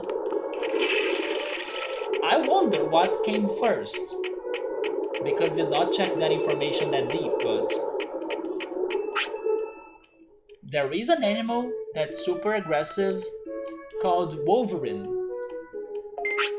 Be careful if you see one and it's not the, I don't know, somebody wearing a costume of the X-Men character. And also, the number one, according to the list I watched, the number one most aggressive animal in the world is a honey badger, wasn't it? Let me catch it, or let me read it. I think it was a honey badger. Honey badger, yeah. It's not a shark, it is not a bear, not a snake, it's a honey badger. Because it fights everything fearless or fearlessly. Even snakes, lions, tigers, creatures bigger than him.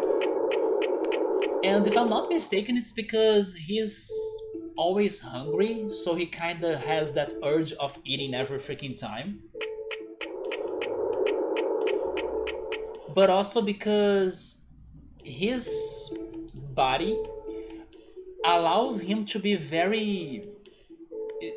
I'm not sure if I'm using the right adjective in English, but I would try sly.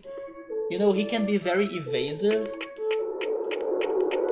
So when like other animals try to bite him and stuff, they can miss, or he can easily get out of other animals' fangs. So Honey Badger and Wolverine. Um, Man, now I forgot, but let me Google him. But I think he's one of those tiny mammals, the Wolverine.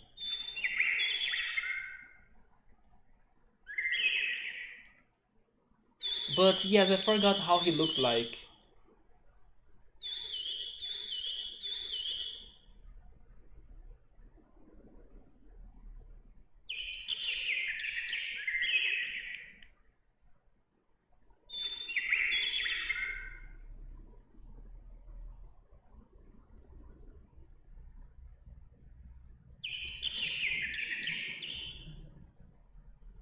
Oh my god. Okay, he is one of the tiny animals, but not too tiny, and he does have some aggressive fangs. That's the Wolverine. His Portuguese name is Glutão. Maybe he's also one of those animals that's always hungry, and then that's why he keeps on, I don't know, hunting and fighting other species.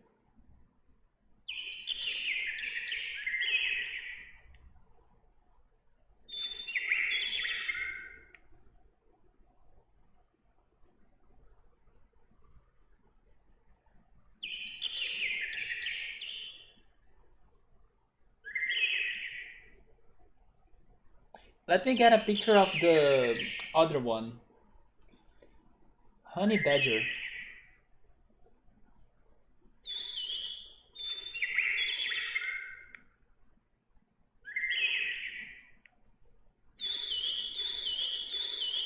Yeah, his body kind of helps him to avoid some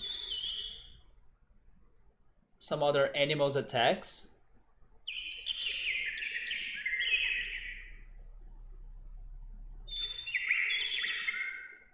And he's crazy to attack, like he's fearless. I think it's more due to copyrights. Why is it's not like getting out or getting released? Yeah, that's probably the reason. Because the artist is still working with Square, right? Akira Toriyama or something? Those always F things up.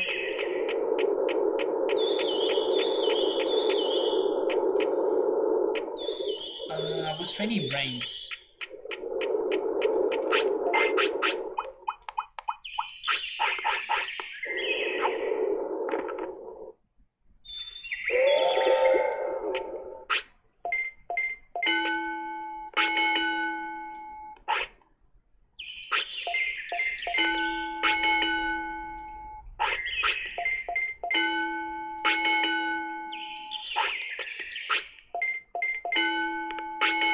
Oh, by the way, there is a very good game on Epic Games that's free right now.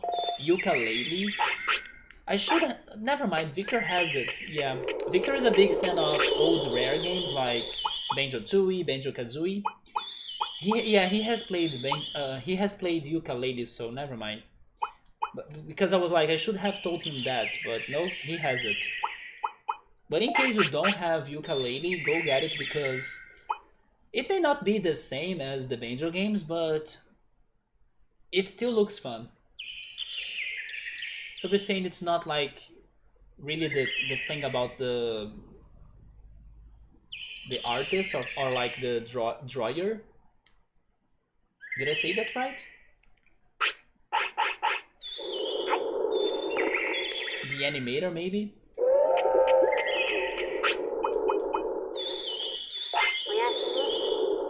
Yeah, because he's working with them for Dragon Quest.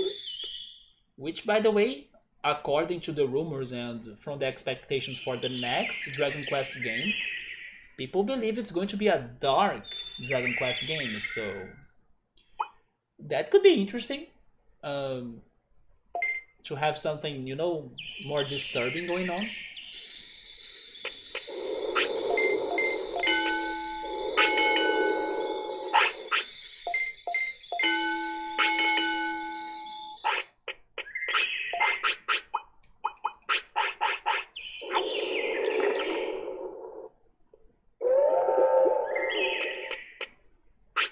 Also, Gabrielle, since you are like a person crazy for animes, I wonder what did you think about those news of like Crunchyroll and Funimation getting united? Did you like that?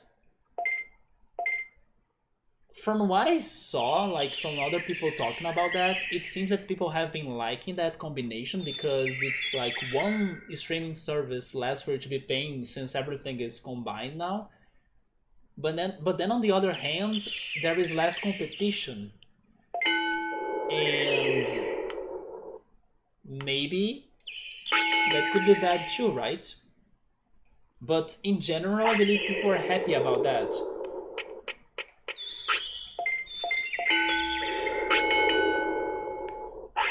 because it's like more animes in the same place.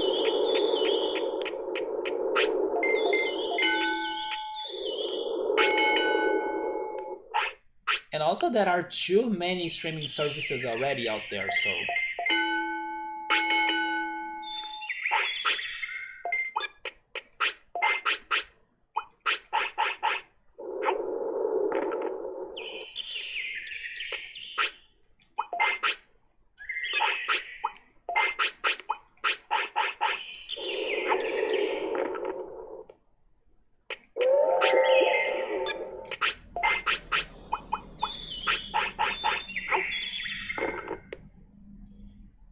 everything are pointing for good things. There we go.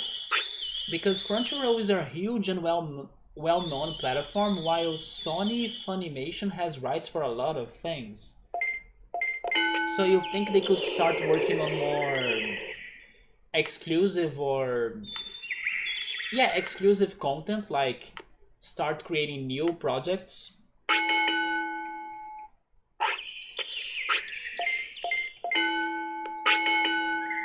Okay, I got you 500 of brains. I think I will go for 5,000 of MP and then I'll work on the rest.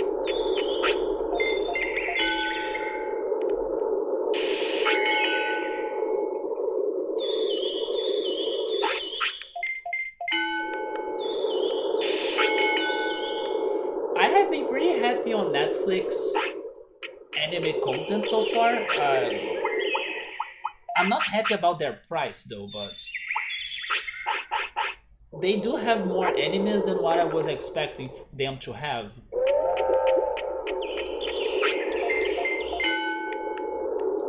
Although there is something bad that's going to happen next month, but then I hope they can make another contract for keeping this one season of this one anime in there on Netflix for longer. I'm talking about the Hades season of Saint Seiya, which is my favorite anime. It is going to be removed from Netflix next month. I think on September 14th, if I'm not mistaken. But it's only that season. The other episodes are going to stay there for longer. Which brings me up again, like Netflix, where is the rest of the episodes of your CGI Sensei work or like series? But yeah, they are removing the Hades season maybe because of contracts. Hopefully they can make a new one so it's back or it returns.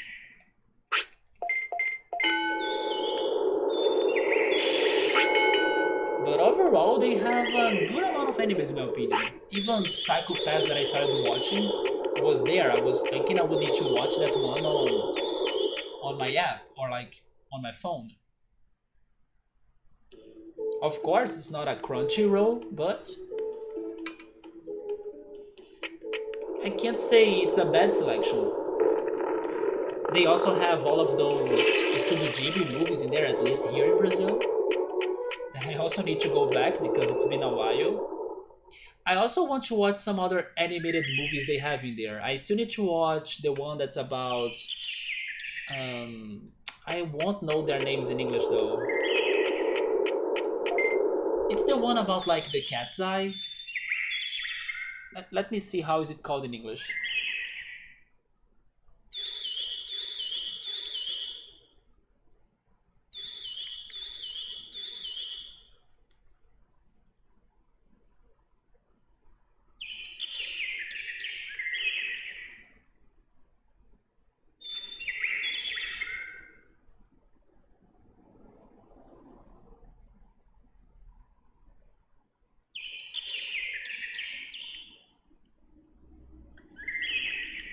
Well, I found its Japanese name.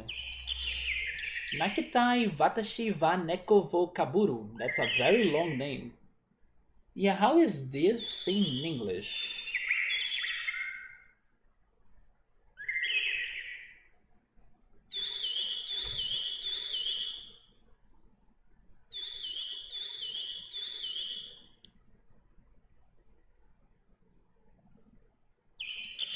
Oh, it's just Cat's Eye. No, never mind. It's something else. Cat's Eye is a Stephen King's horror movie.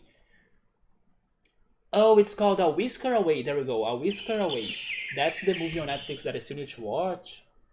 There is another one too that I forgot. You think that we don't have enough streaming platforms? Seriously? I know there will be one that I'm kinda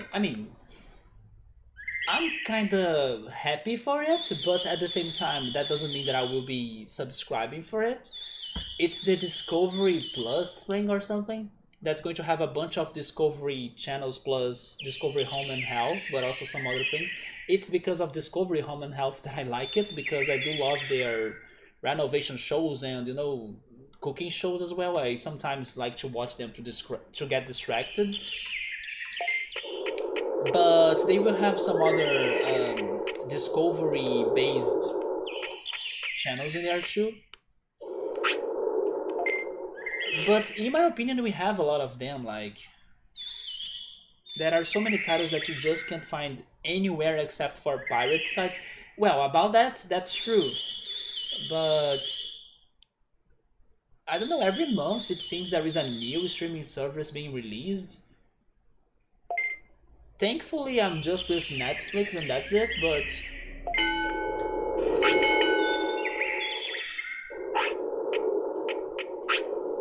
in one hand we can be more selective and then like just get what we will totally be watching for real.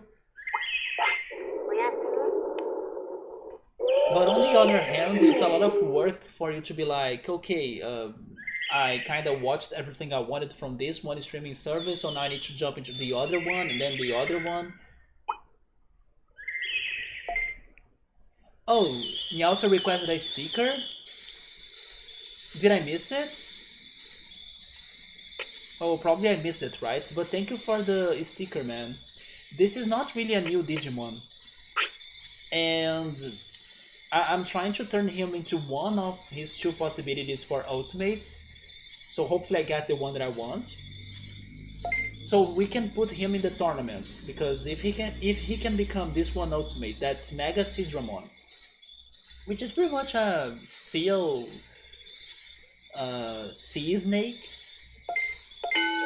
He is probably going to be powerful for the tournaments, but unfortunately it's not a new Digimon.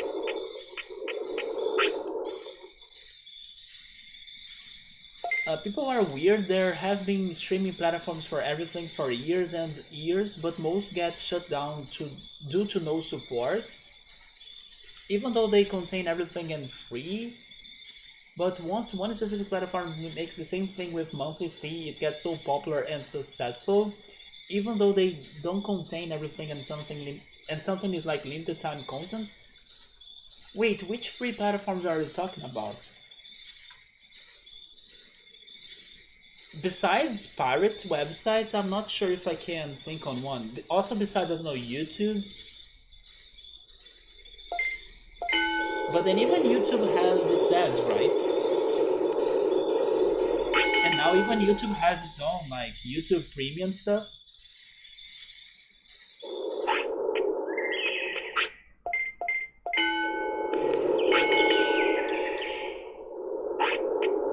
Yes, that's what I was thinking. When I think about free, let's say platforms that will have lots of content, I can think on only illegal pirate sites.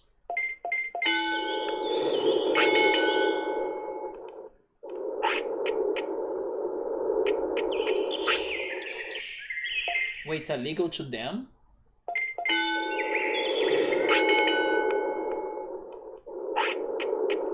Do you mean like the people that are posting those contents on the website.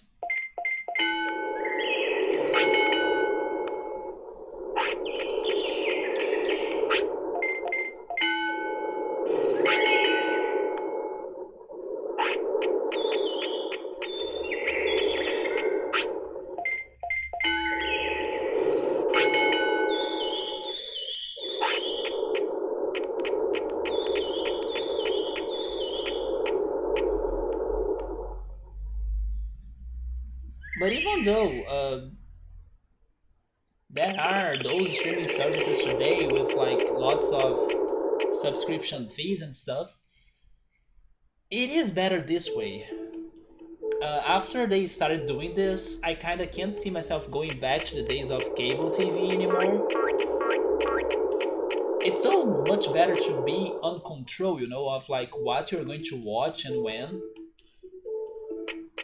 instead of depending on the television's schedule for you to watch something or not.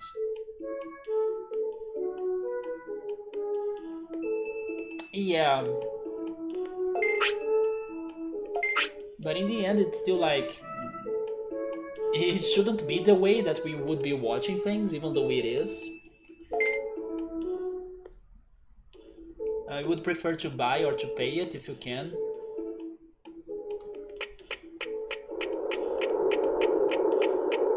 The illegal thing is downloading or sharing them with the others, yeah.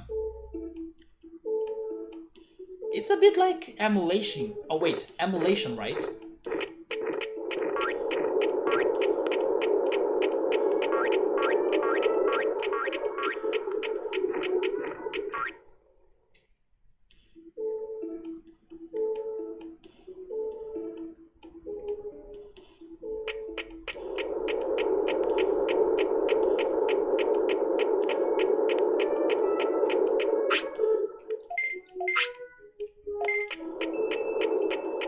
But do you guys have a favorite streaming service? No, like I said, the one I have is Netflix, but it's not perfect. If it were cheaper, then sure, but it's not cheap. It's actually raising its price, but what my family at least is lucky about is that our phone service, that's also our cable TV service and also our home internet service, after negotiating it with like my mom and the person in there, after their negotiation, they gave us free Netflix access. So hopefully or thankfully for us, our Netflix plan is like attached to all of those other things, internet at home and cable TV and all sorts of things.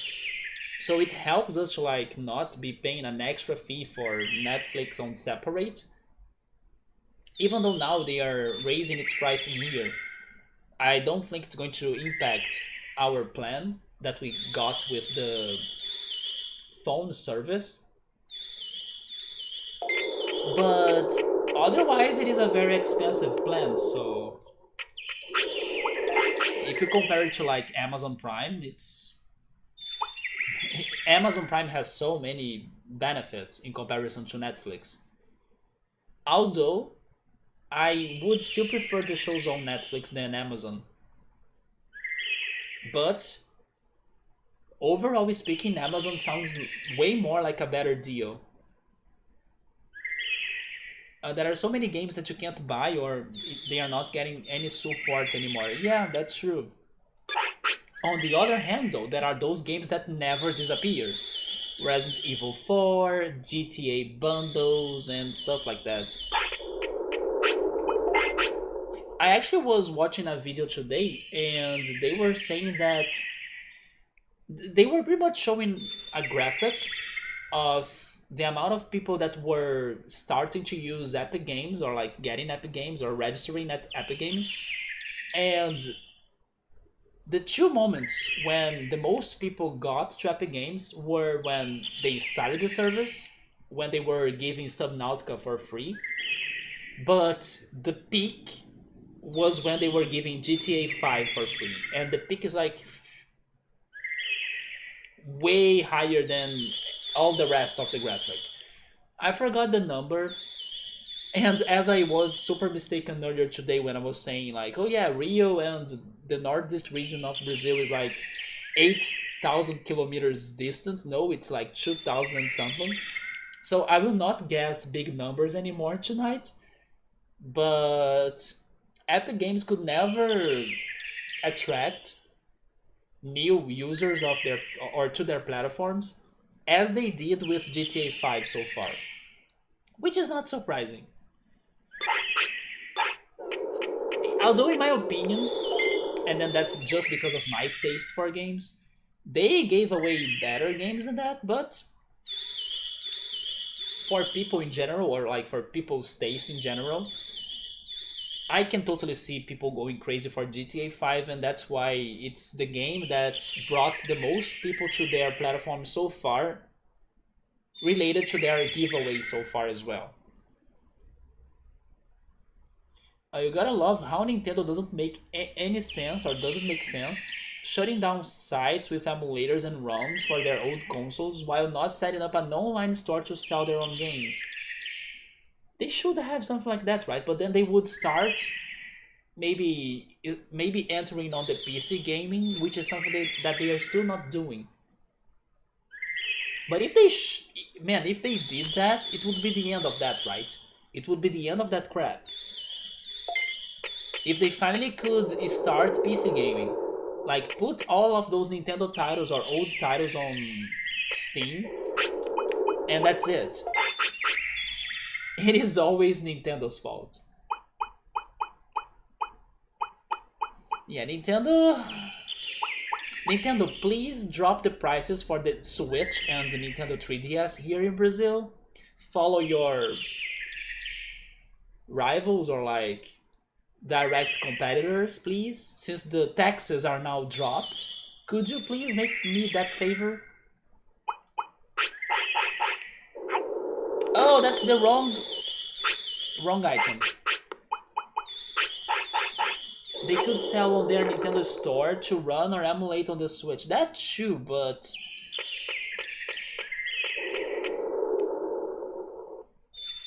here's the thing though. I believe you're talking about their, let's say, most popular games only, right? Because neither Xbox or PlayStation will be able to drop all of their library games in their online platforms. Because as you say, like many games that you can't buy or get support anymore, there are games in there that maybe there is no people wanting to buy them either. But if you're talking about old games that are popular and then everything, then yeah, they should make that or do that.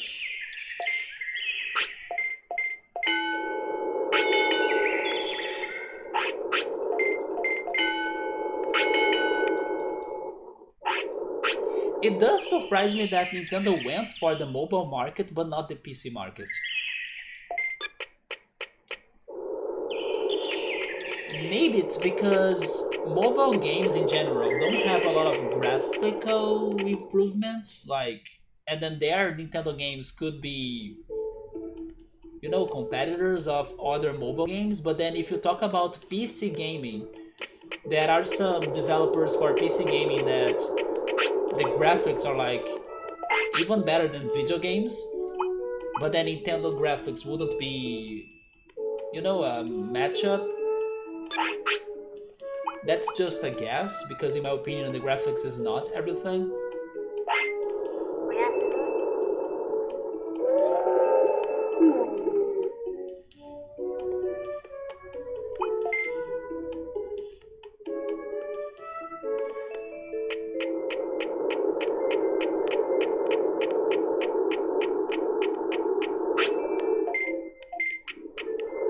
I'm also still waiting for more PlayStation games to come to PC, since Sony recently bought a company that's responsible for porting some games to PC.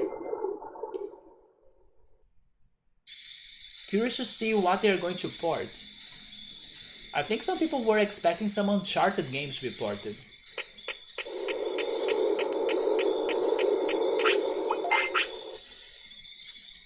So I will train offense so we can get to 200, and then maybe I'll go for HP.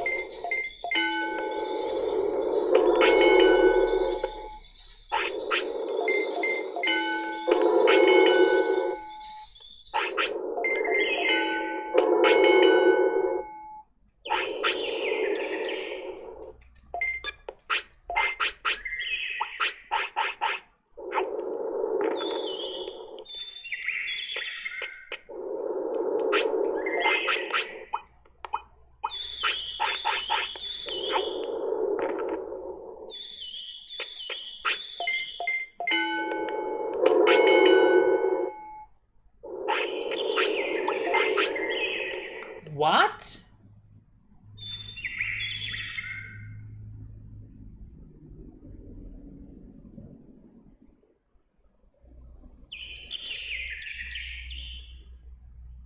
No. I don't take this right here. There is no logical explanation for why Wamon has 4 of Wave. Other than maybe a glitch, a bug. No, no, no, no, no, no, no. There is no explanation. Alza, you can't explain this, man. I have been feeding Wamon with sirloins to keep Wamon heavy so the freaking Metal Wamon path is out.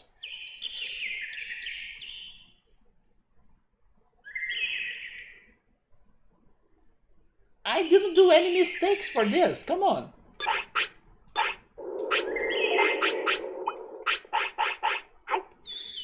I gave Wamon food every time. There is no way. You told me this a long time ago? Okay, so do you want me to try to remember or try to understand, or are you telling me that again? I really don't get this now, but I could have guesses, but... What the heck? This ruins it, like, we are going to get Metal Mumemon whatsoever. So we're saying it's diarrhea. Okay, I did notice that Wamon has been pooping a bunch, but at the same time I'm feeding a bunch, so part of that math is wrong. Like, where is the balance? You know, there is like an equation that's balanced. Everything that enters is everything that leaves your body. No, no, no. Part of that math is, I don't know, getting into a dark hole and disappearing with antimatter. It doesn't match. It's like the thermodynamics in here, or the conservation of mass, is not working out. What the f is going on in here?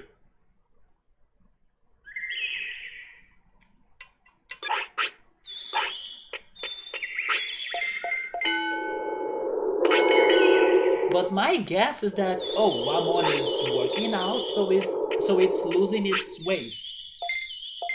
But no, every Digimon works out in here the same way and they can keep their wave. So why would Wamon be a special case?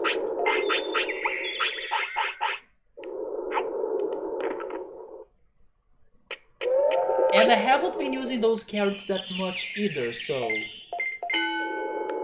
I probably used it once, but not much.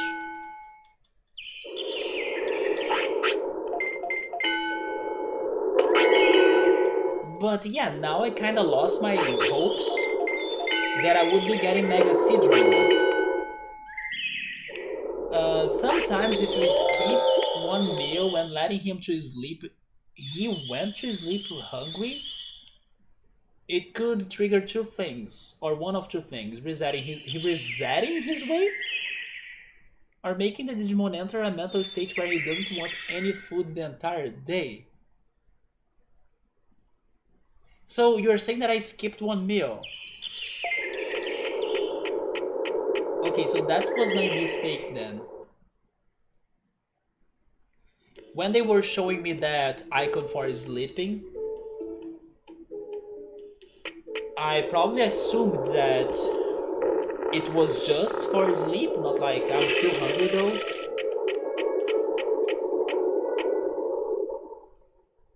And then they resetted my wave. Let me see if I have a cure for that.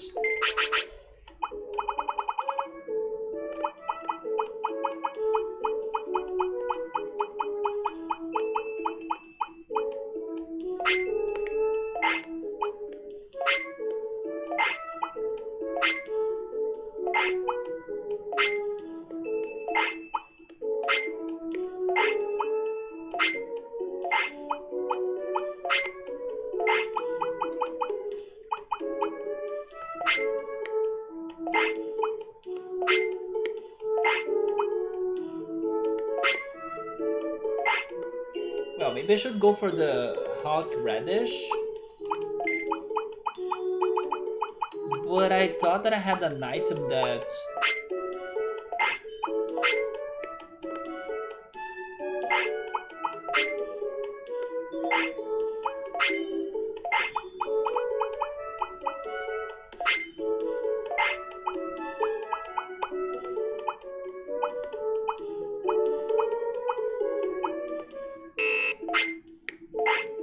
Yeah, I don't have an item that raises their wave.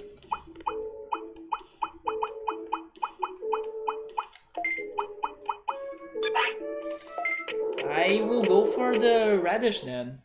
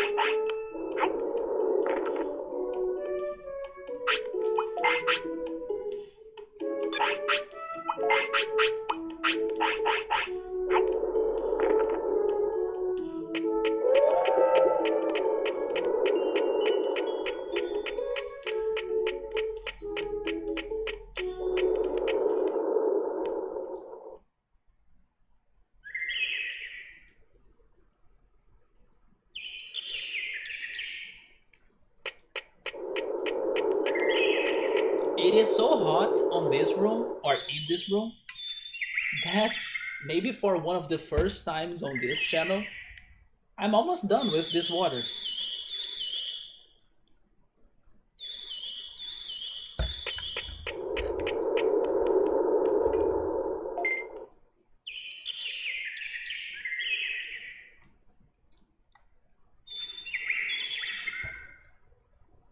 So let's go for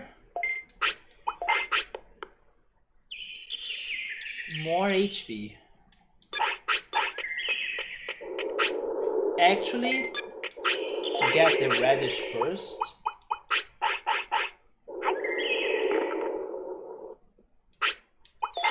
That dropped his happiness though.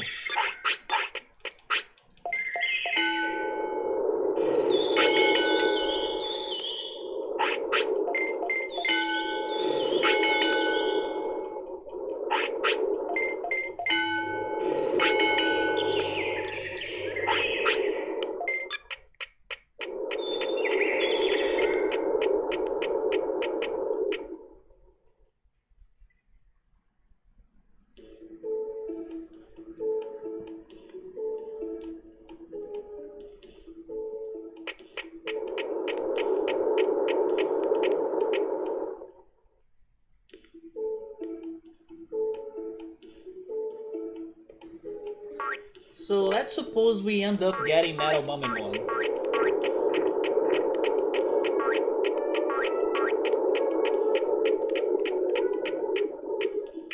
I don't feel confident on the tournaments. but maybe we could try going into any of those version something Digimon tournaments.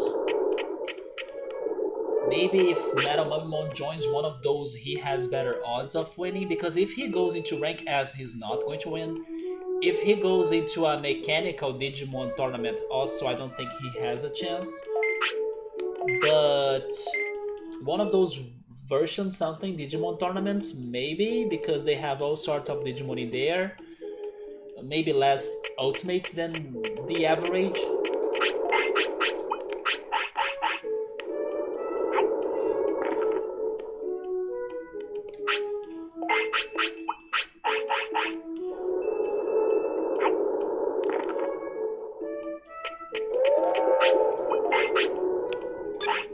So Wamon is finally getting his wave back. But then I'm kinda worried about the training, because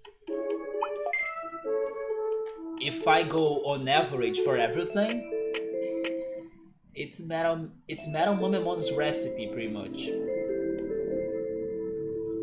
So Wamon, if you want to Digivolve, please do it now. Yeah, if I keep on raising his offense, defense, and speed,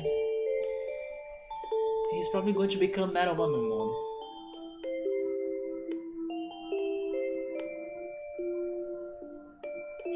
I will put those on 300, but then I will go back to HP, maybe more magic points.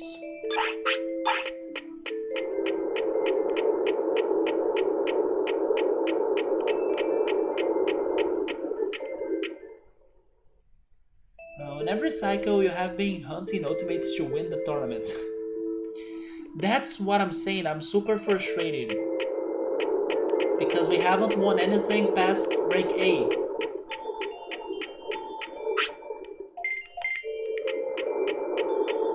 How is this time different? Well, if I can get the ultimate that I'm looking for, Mega Sidramon, I can go there with lots of water attacks. And I just saw today that water attacks are stunning. Like they can stun the enemy. And that's different because we have been going for poisoning lately. But then if I get Metal Mumimon, I won't have a very good plan for him.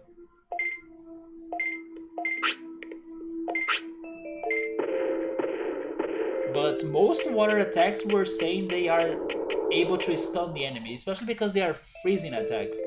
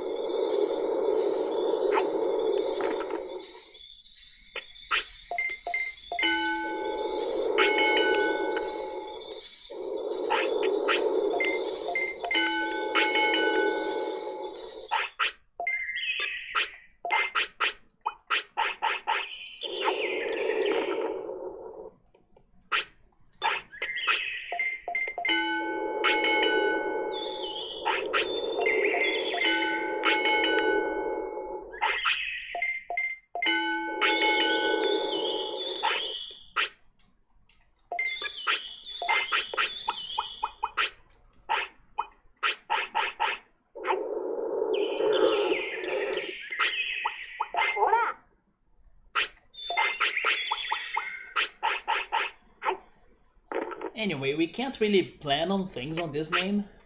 Let's see what we can get. If we'll get something. What if we get Devimon? Because Wamon decided to die and then that's it. Let's see the results and then we work on what we're doing, right?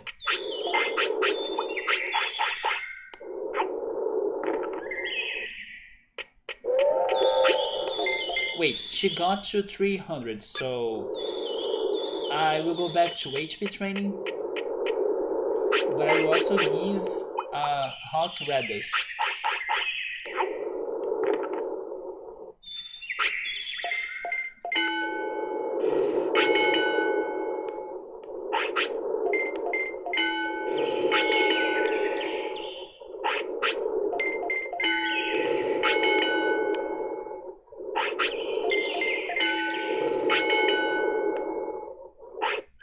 Oh!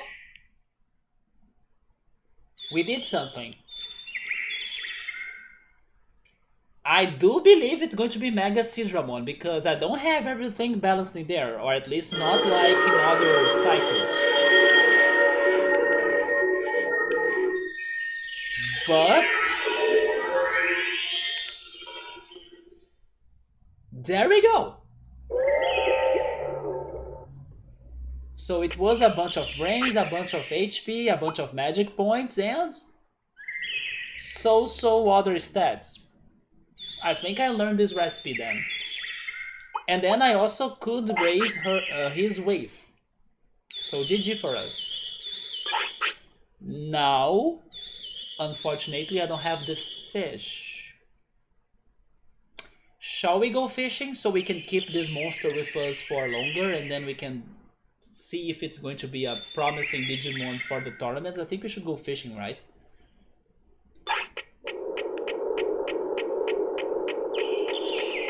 If someone disagrees about going to fish, say something on the chat because I do think it's a good chance for us to go fishing.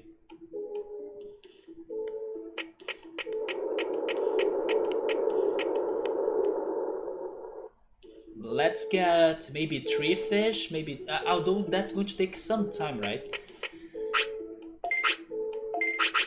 But the last time I think I used 2 fish on Piximon.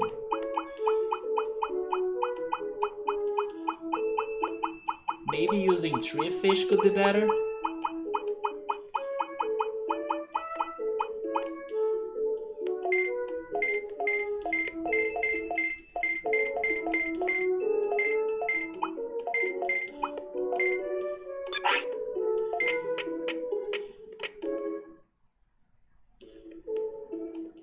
But this is a very good recipe, like, if I wanna get this guy, I can get Palmon first, then I train brains on Palmon a lot, then Palmon will turn into Wamon, and then Wamon will now know how to turn into Mega Sidramon.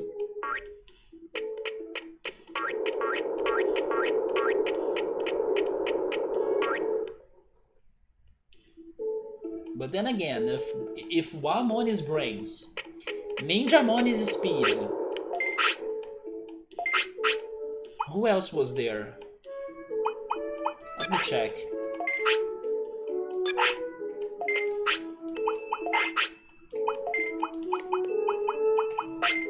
Wamon is brains, Ninjamon is speed, Vegemon is when things go kinda bad.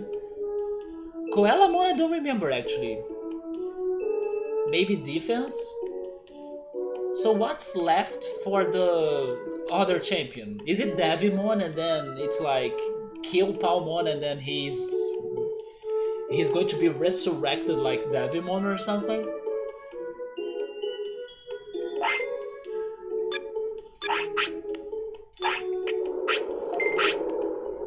One day I will know for sure.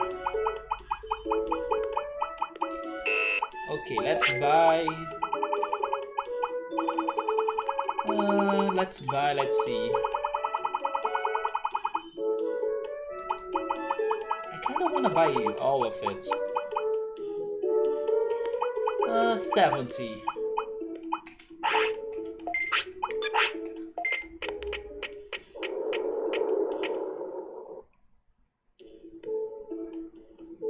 Before anything else though, let's check the tournaments, because maybe there is a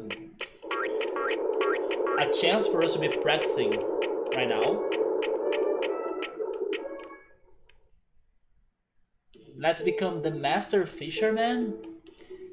I hope it won't take too long though. Because getting those DGC bass, it's not easy. They have a rank A and top version 1 Digimon.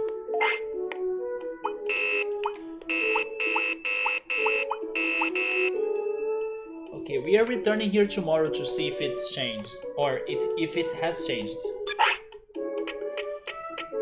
Let's go fish. Hey, at least something worked out in here, right? I did not get Kunemon.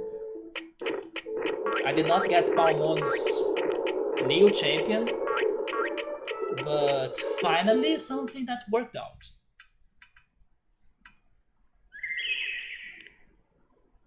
So not going for Vademon was a good decision.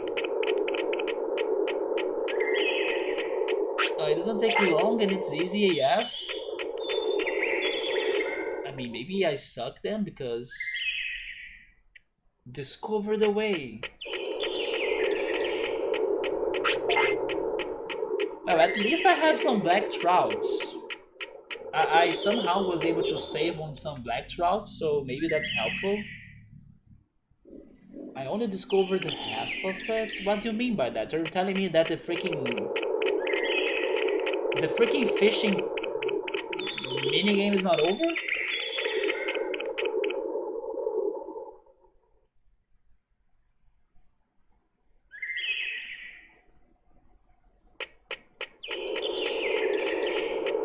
Here we are. Let's go for the black trout. The black trout is what catches them, right?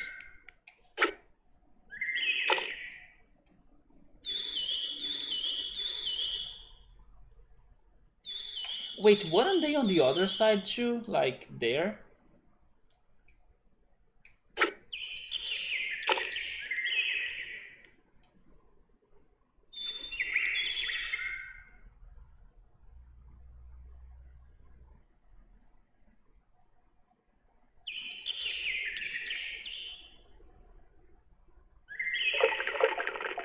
Oh yes, I forgot about this. I forgot about that freaking, intense action on the hook or on the bait. I forgot it was not only like it's dropping or sinking and then I can reel the line. No, it's more complicated than that. Oh, there we go.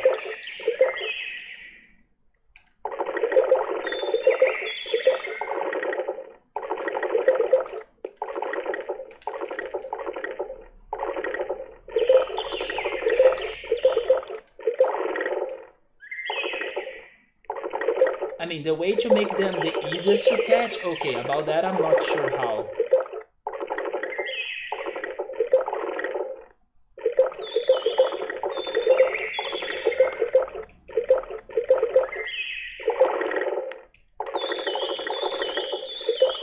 Would you say it's something easy to learn? Something simple?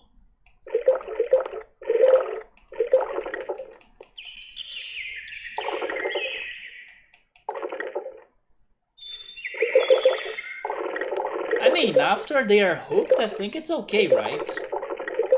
It is, of course, possible for them to run away, but...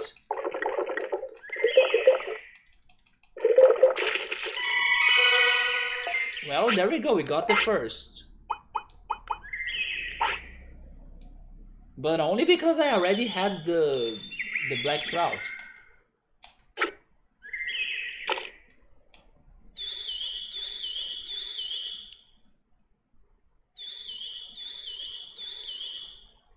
Let me throw that again.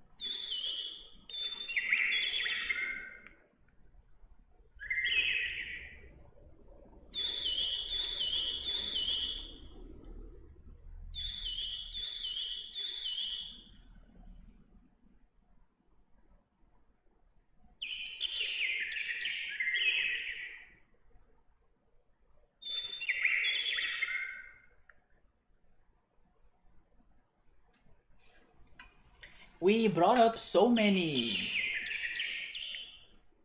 sports ideas for the Olympics, but now I'm thinking, what about fishing? Would that be too crazy for like an Olympic game? Because some people consider fishing a sport, right?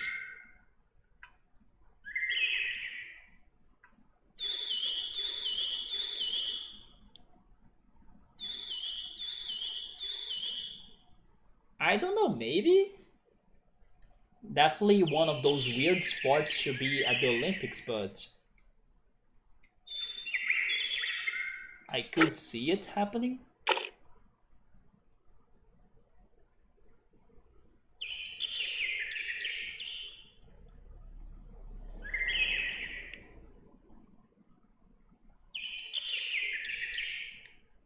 They all disappeared.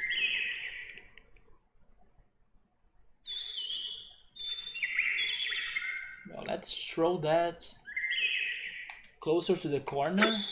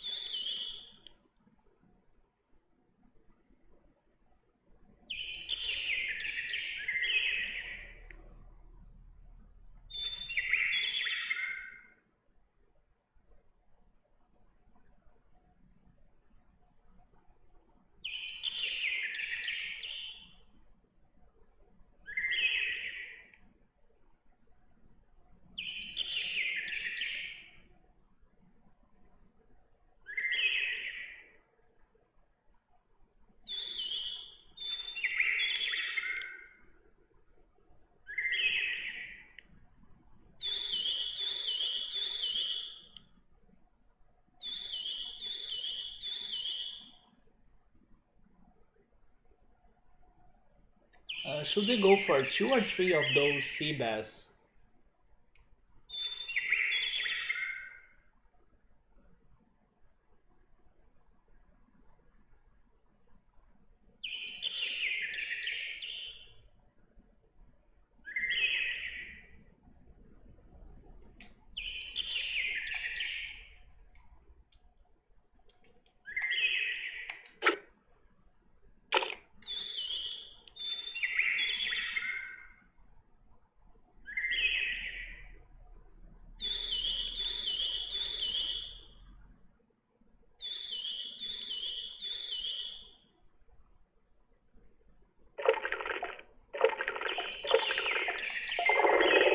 Maybe the patterning here is like to wait for them to sink the bait three times.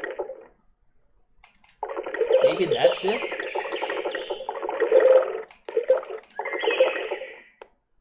It's either three or four times, but maybe three is the magic number.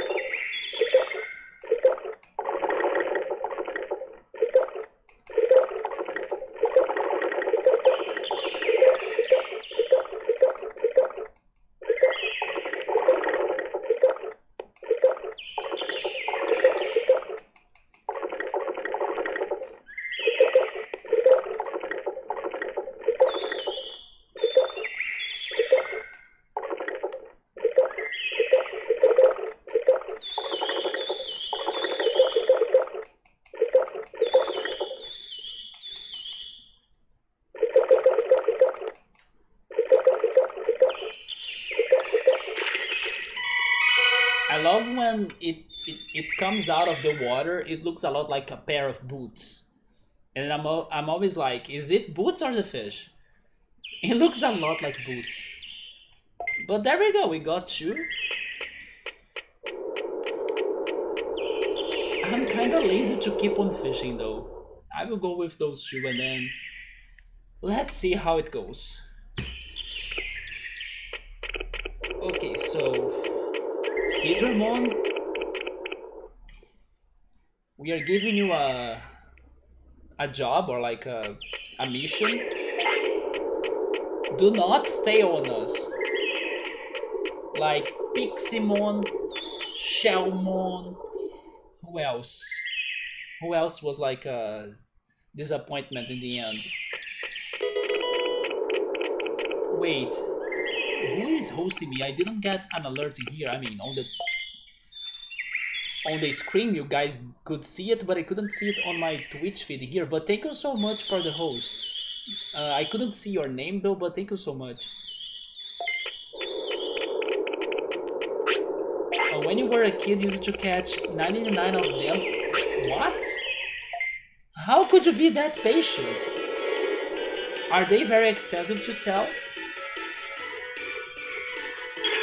You know what? You made me curious. I'm going to check that out. Oh, hey, Bookmark. How are you? Twitch is crazy today. Like, I mean, it's kind of always crazy. Because, first of all, the server has been horrible. We have been having some frame drops. Second, there was somebody that followed in here. I could not see the person following at all. I just saw it like 2 hours later. And then now it's not updating my feed with people that are hosting me. So I'm sorry for that, but thank you so much for the host. That's a lot, right? I mean, Alza's choices are always debatable, but why to get so many? Like, I mean, he said that he has a technique. So maybe there is a very easy, quick way, bug glitching way of getting those fish easy and fast. So like he does it in like 5 minutes or something. But casual players me way of doing things, no. I felt tired to get those two. And I had the black trouts already. So imagine getting them all, like 99, without the black trouts. Oh boy. But I can't say I haven't joined or made some choices of like attempting very slow things. Maybe the worst or craziest decision of us of this channel to like, let's embark into this journey of like this super slow event that's going on in the game is the freaking infamous marathon from the Tiny Toons Wacky Sports Challenge game. That's like a button mash that lasts 2 hours and you can't stop mashing the button A. So we were here for 2 hours mashing A. Maybe fishing 99 fish or 99 black or DGC bass would be better than like a marathon of 2 hours long mashing the button A like crazy. So that's why I'm saying all of those things, but I can't really judge Alza that much because I also have been into some weird decisions, debatable decisions, interesting choices into my gaming adventure. So yeah. And there will be more. Oh, there will be more. The day that I decide to play like Banjo-Tooie and I can try fulfilling my dream of getting all of the jiggies of that game, I can see myself like spending a month, 2 months, more even, just trying to get one jiggy or maybe two. That's like the race against Canary Mary. That's like the curse of that game to so many people. Or trying to get this one jiggy that you have a somewhat one... how is it called? One? First person, there we go. You have this one first person shooter minigame in Grunty Industries that you need to get rid of the poop. I could never win that freaking mini game when I played that game myself years ago. But the day will come, the day that I will play Banjo Tooie on stream and then I will try getting all of the jiggies. I will stay there for hours. Well, Alza was a kid, so he was very patient. I mean, good for you, because I can't say many kids were that patient. But if you would do it now, probably would only get 20 or 20 is still a lot in my opinion. Also, hello, Pucho Train. Is there a game like this available today? You loved playing this back in the day? Okay, people are already answering him. Next order. Next order is the sequel slash remake of this, right? But then next order, what was the console for it again? Is it a PlayStation 2 game or something? Because it is not on Steam, right? On Steam you can only find Cyber Sleuth, at least as far as I know. And then Cyber Sleuth is something else. It's a different take on Digimon or a different RPG game.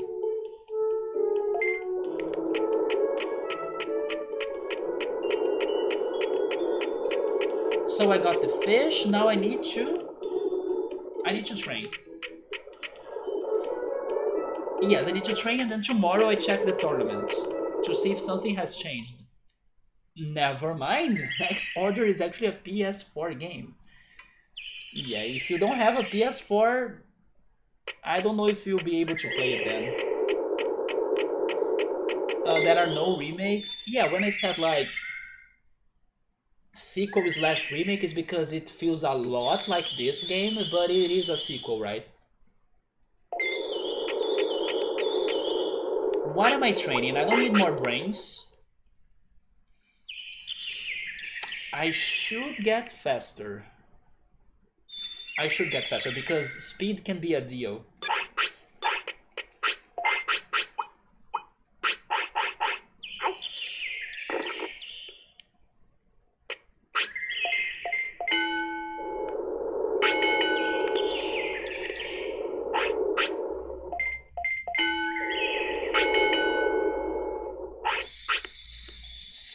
Okay, I will feed him. Because also if he gets unhappy, he can die, so no. Get your food.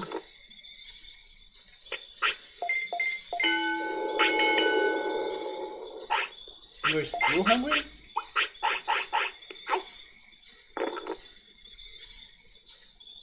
Okay, now you can go to bed. Was he still hungry though? Because he was not celebrating, right? Maybe this was another mistake.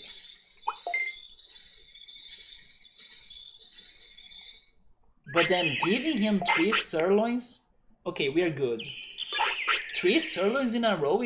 He's not a Tyrannomon, come on.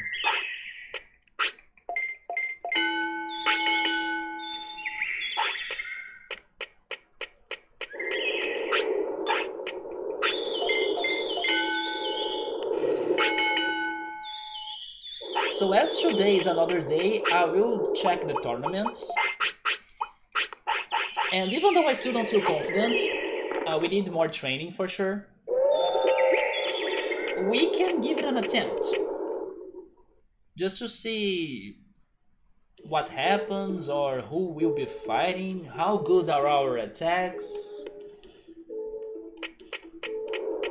I don't know. Sometimes the more hopes I create on this game, the more disappointments I get, and when I don't expect anything out of it, I get the greatest surprise ever. So yeah, even if you're not like super buffed, you wanna go for it? Go! Who knows, right?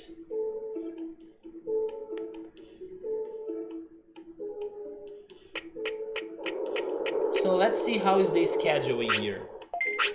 We have... There is a Rank S tournament, but I can't join. Is it tomorrow? No. Okay, so... No secret tournaments. We need to come back again tomorrow.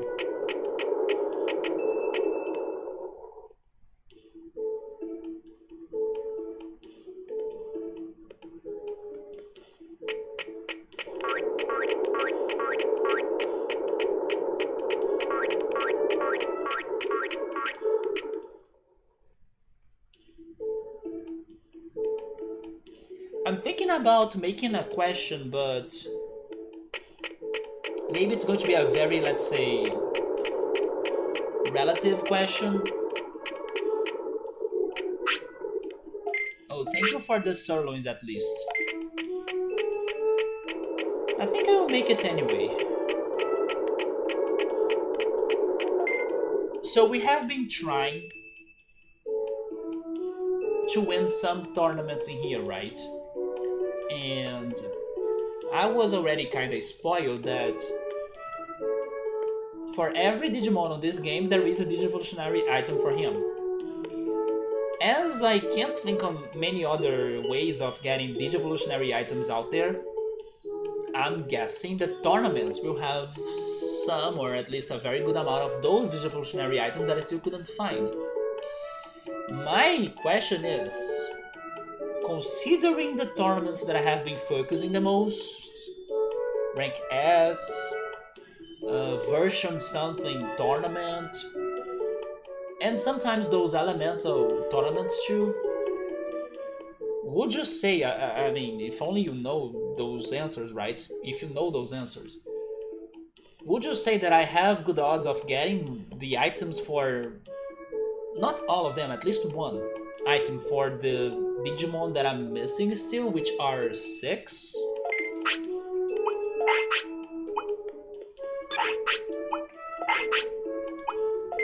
I forgot to mention the Beetleland tournament, but I think I will not consider it on this batch because it's its own thing, right?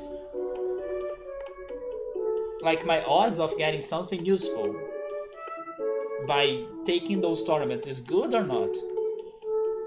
Because the worst will be like, we did it! We won rank S tournament, and then my reward is, I don't know, here's your Metal Momemon item.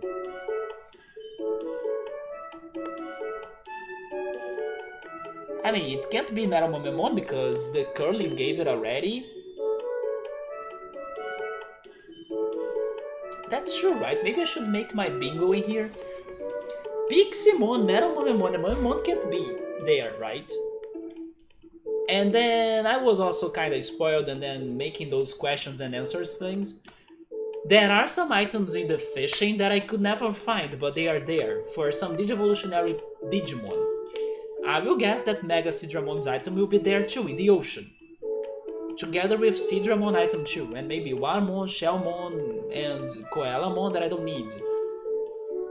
Vademon's item is also in the alternate dimension that Analog Man creates. Itimon's item, we got it from him. Digitamamon's item was in the first dungeon of Analog Man. Monsaimon's item was in Toyland.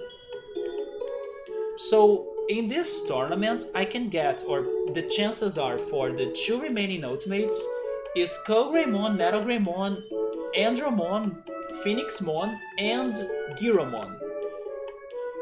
That's okay, because it seems, or it looks like, half of that list can't be as a reward for the tournament, which is 50%. It's a very good, I mean, not 50.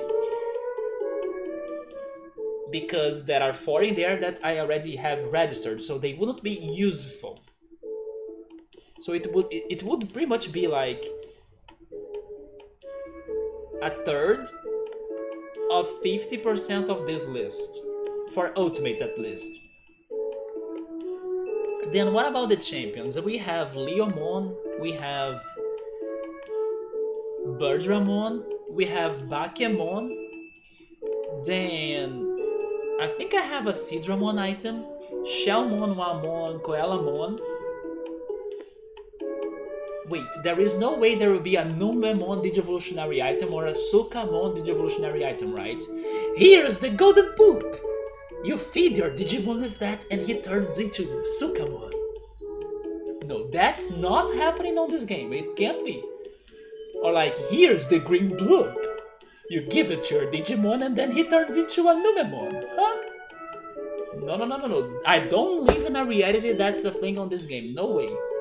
You can bring like 100 army of analog men, they will not change this reality into something like that. But then I think that Frigimon has an item in Shogun Gakomon's shop too. Oh yeah, Air Dramon as well. Okay, maybe there are more items hidden in the tournaments for the champions, because I haven't found many of them so far. The odds of the item being the ones that I'm missing, maybe, but odds for winning, 0. Yeah, there is that, right? But then it's going to be disappointing if I finally win and then the reward is like a golden poop for you to get a Sukamon. Thanks, game. But at least for the ultimates, as half of those ultimates I kinda found their items elsewhere, the odds are not too bad. The champions are bad, but you get what I mean? Half of those ultimates we know they may not be a reward, so that's good. We are back to training, right? We'll be training more HP because I don't want you to die. You gotta survive as you're using your ice attacks. And actually, I should check that out. What are your moves? Do you have the whole water list again? It does. And he gets some... Oh, okay, wind attacks too, but those are not that great. We are going with Ice Statue. It's our best attack. Man, look at this difference. Then... I do like the Ice Needle, but...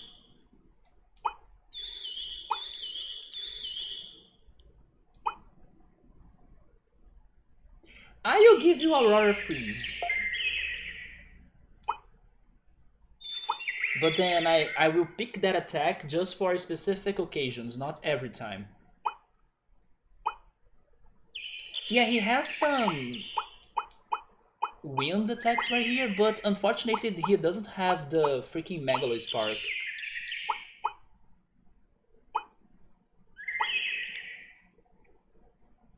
I do like the Ice Needle though. It is a bit fast, right? And we can stun.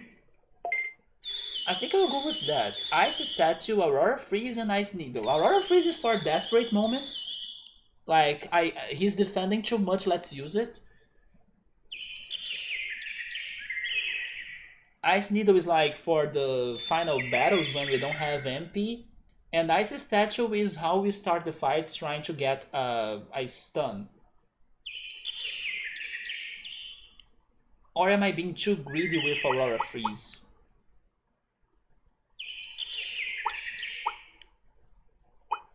I mean, I could also stun them and then go for Aqua Magic to get buffed.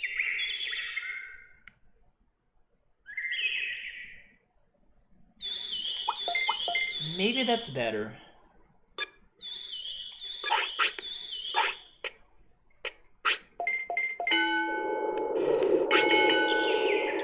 How old are you, by the way? We're not dying tomorrow, right? Maybe he is actually. I will hope he can survive another day, and then I will use the fish.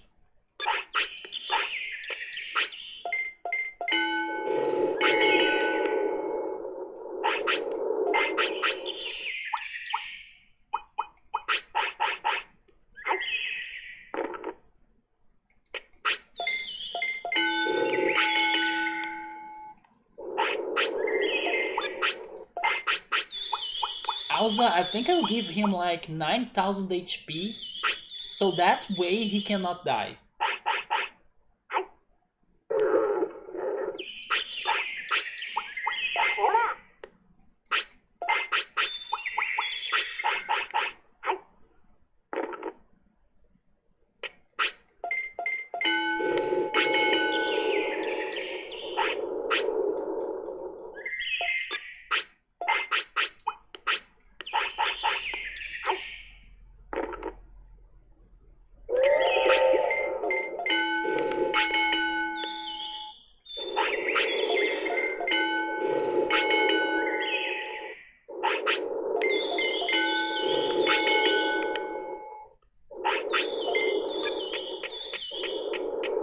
I did attempt that, but my champion couldn't get into an ultimate. He died as a champion.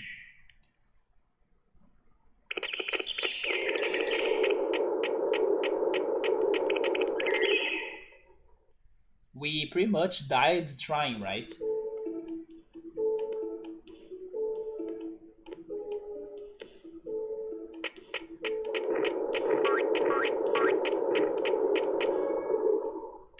Because yeah, if we face enemies that will use shenanigans like poisoning on us, it's HP.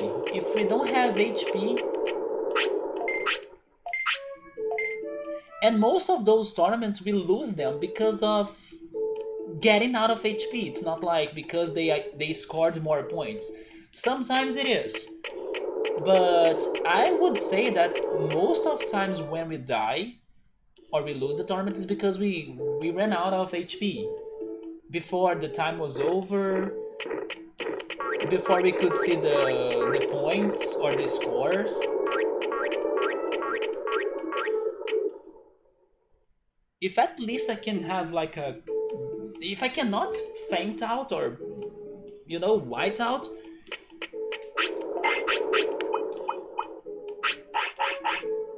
then maybe I have a chance. And how is a champion with 9k HP is weaker than an ultimate with 6k HP? Wait, a champion? I thought the more HP the stronger you are.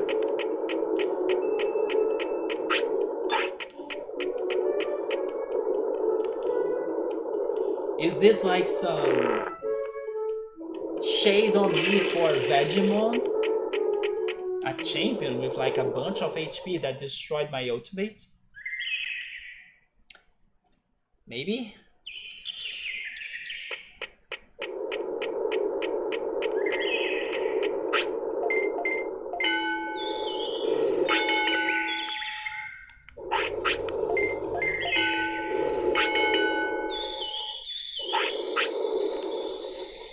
So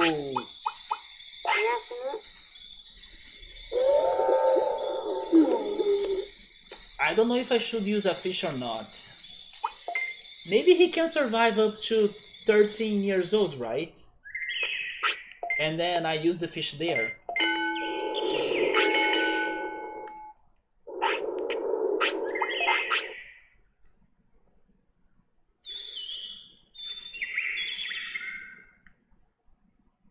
I kinda wanna risk it. Digimon was only 4k HP though. And like what? Max defenses? When you say it like that, it sounds like Digimon is an easy foe to beat. Digimon took the place of the Pink Fluff as being the scariest monster in this game. Pink Fluff days are no more.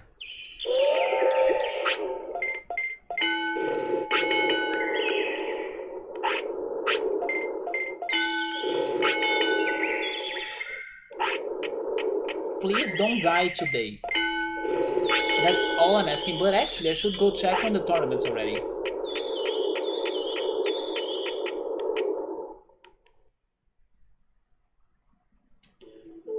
Am I losing all of those tournaments because, or not losing, but like missing the time limits to register myself on them because of my Digimon's sleeping schedule? Because now it's past midday, right? So maybe I won't be able to join the tournaments because they have started. But does this have something to do with the sleeping schedule of my Digimon that's waking up like very closely or very close to the starting time? Can I still join? Oh my god, maybe I lost.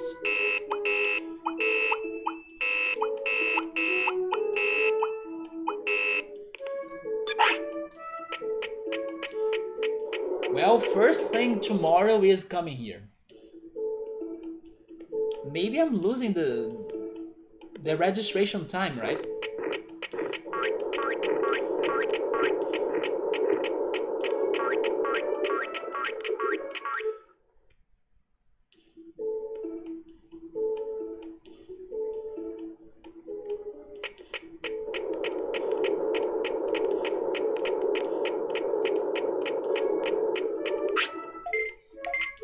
Dreamojimon here?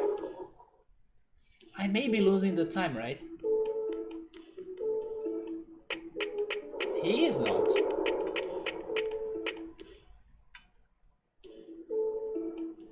Oh man, I just got an idea for dinner. I think I will fry some sausages so I can make some cheese and sausages sandwiches with lettuce, arugula, mayo ketchup, and mustard. And cherry tomatoes. Yes, I'm frying the sausages. I would just go for a cheese sandwich, but I will fry the sausages. Okay, we are back to HP because I will show Alza that HP is the answer.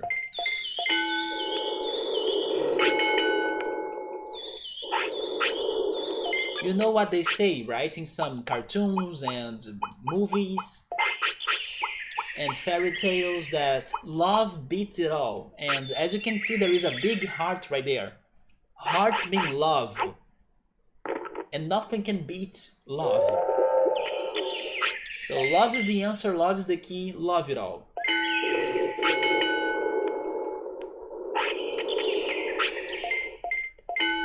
So we're saying that the idea is to enroll one day earlier, yeah, but as you could see, they were not available today for tomorrow, but I will stop by there again. When he asks to sleep, I will see if I can do something.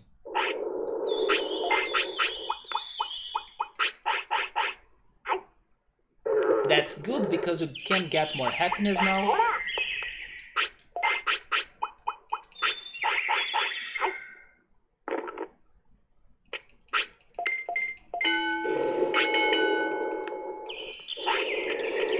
He also managed to get to 500 of offense.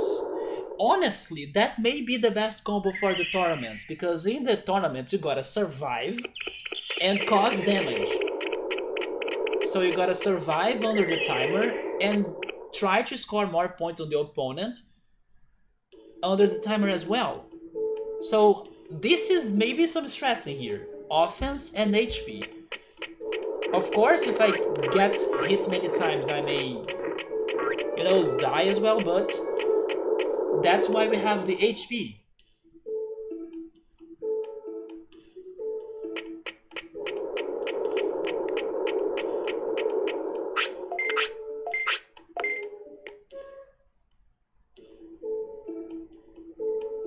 Not to mention the times when they freaking shoot a finisher at us.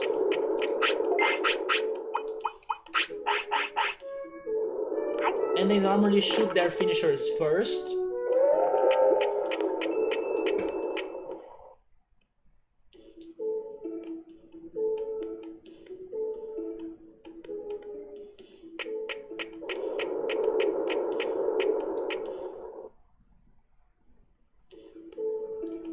You guys still haven't told me what you had for dinner, right? Maybe it was like something simple, that's why nobody said anything. Because when it's something delicious, people like to show it off. Yes, it's the same as earlier.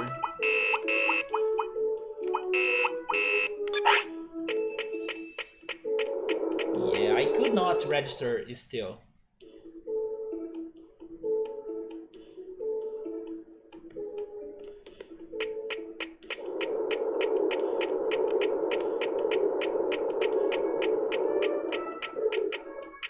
But honestly, I think I could think on this idea now that may be helpful for the future. HP and offense. The best defense is to break them all.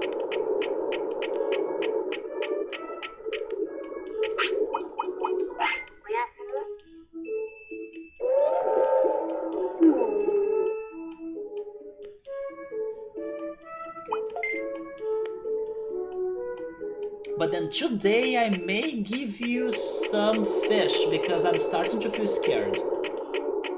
Oh, Subber had sausage with rice. That's good, it's simple but good. Also had 4 pieces of banana and 4 cups of tea. Dude, I can only eat banana if it's prepared in a certain way, if it's cooked basically. Like grilled bananas or fried bananas, even cooked bananas. But raw banana, I'm not a big fan of. Banana milkshake is okay, especially if it gets either mixed with apples or if you add some chocolate mix. So I can go for a banana milkshake, but raw banana, I'm not a fan. I'm not saying that I hate it, I can eat it, but I'm not a big fan. I also don't like when you have mashed bananas with oatmeal or like some cereals. My dad loves it. For example, he likes mashed bananas with powdered milk, but the texture is a bit weird for me.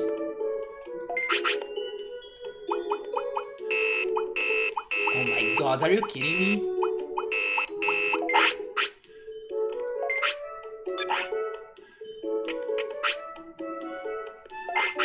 Well, I will use my first fish, I guess.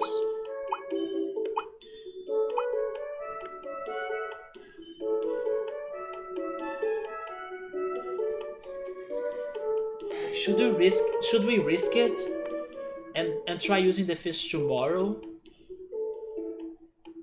No, I'm using it today because he's not very happy, so maybe he can't survive that much.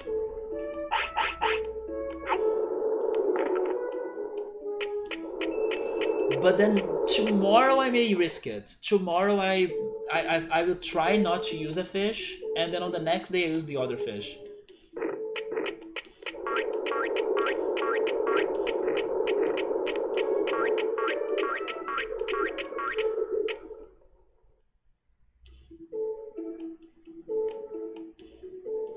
But you know what? I think I will be eating bananas in the end because my dad did make a fruit salad. So there will be bananas, there will be mangoes, there will be melons. Um, I'm not sure if he used an apple, maybe not.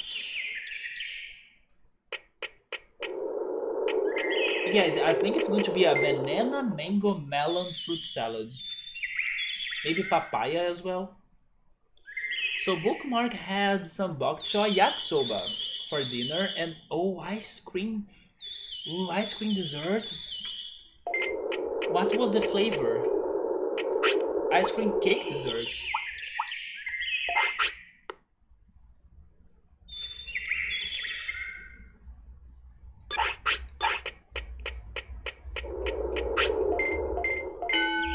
The fruit salad? Yeah, fruit salad is great.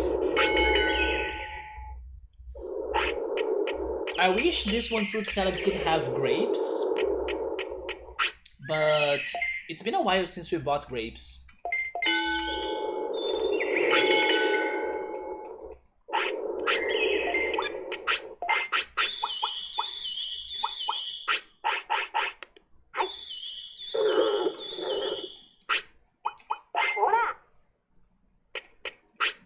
Wait, don't forget the potty.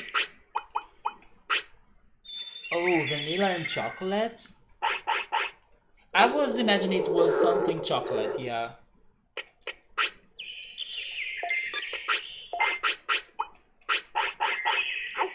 Yesterday I went with my dad to a grocery store. Wait, what the heck is going on here? Is this a cycle of life? You eat and poop and poop and eat and you eat and poop and poop and eat? Are you guys seeing this?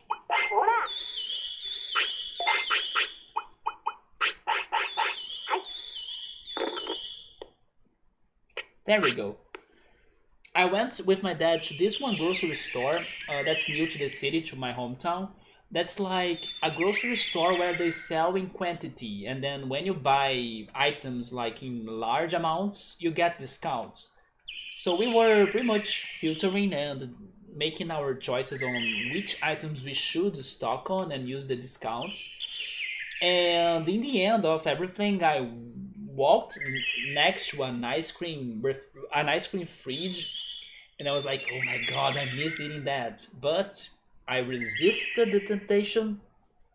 But I still remember when I was like regretting not getting an ice cream. A friend bought you. Oh, Happy birthday or happy late birthday bookmark. Congrats. Phil's birthday, man. So that's fantastic. Like that's a good gift. Like getting somebody a freaking birthday cake or an ice cream cake.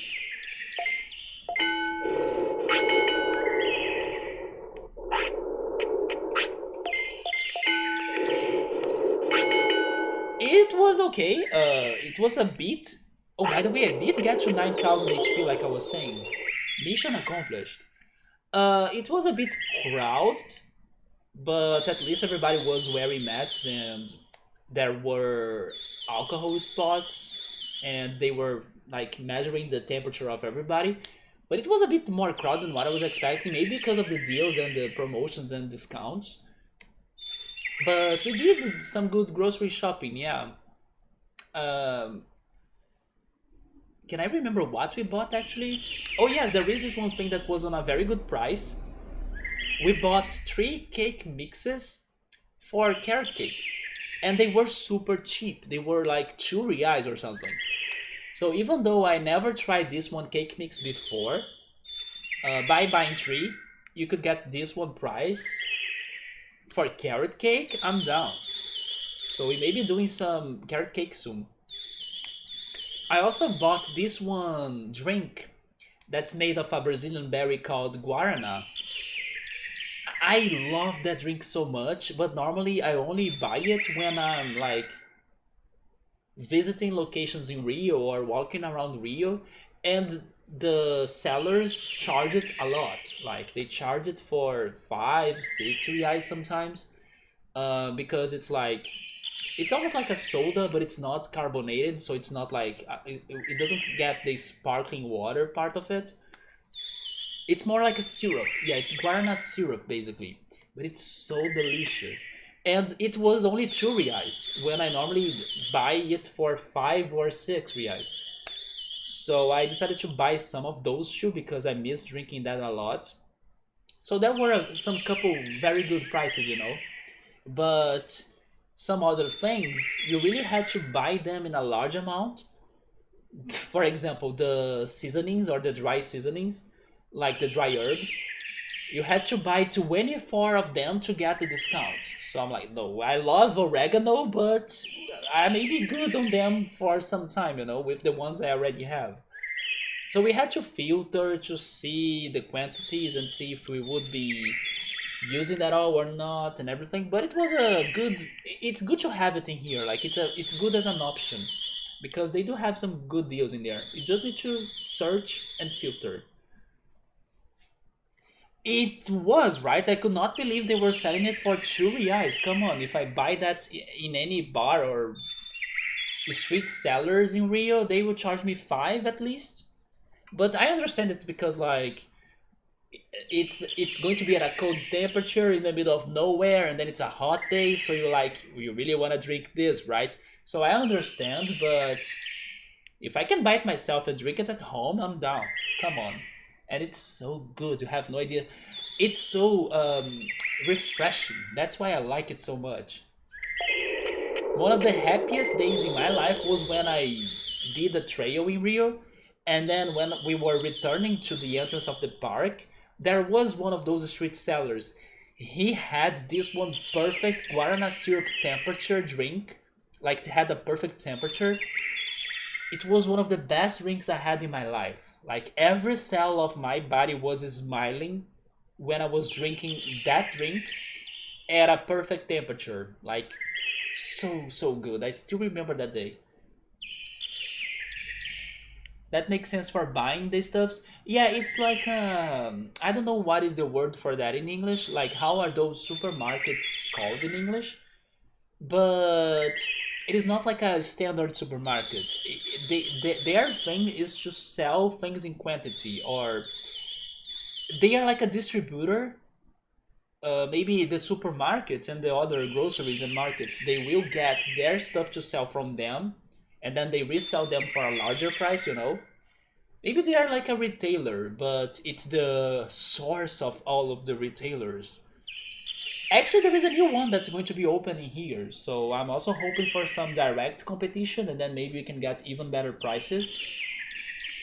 But it was good to go there and see what they had to offer.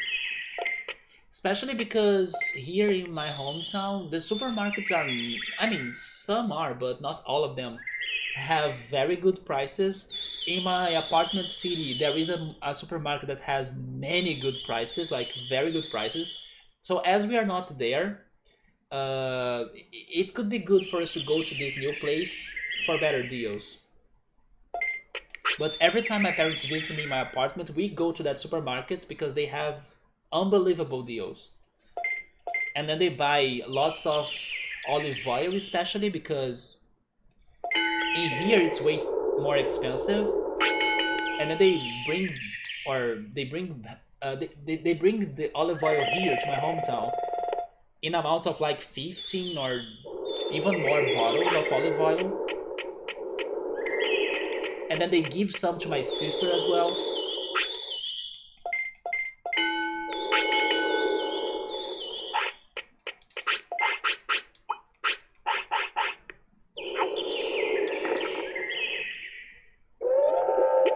But then, like I was saying, we got a filter. The olive oil in this retail market or something was very expensive, so we did not buy olive oil.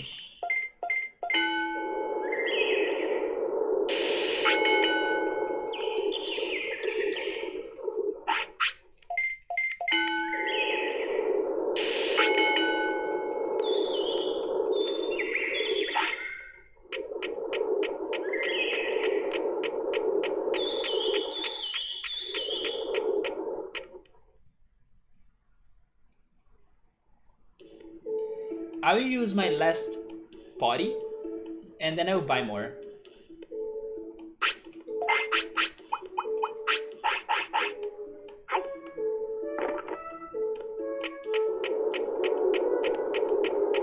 It does sound cool. We don't have anything like that. I never heard of anything like that in there, but I would expect something to be like that in there.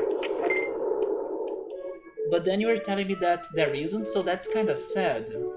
Although I would also say that some regular supermarkets in the US, I do think they sell some items in quantity, or at least in like huge bottles, right? Or like huge containers, way greater than most items we have in here. Although on this place I could see some huge containers for some items. For example, there was like this one flour that was a huge sack of flour, like enormous. And of course, it's targeted for bakeries, people that, use flour a bunch, mostly bakeries. But in the US, I think at regular supermarkets, you can find those extra sized or extra large products more often. Where you live, there are fixed prices, that's very good.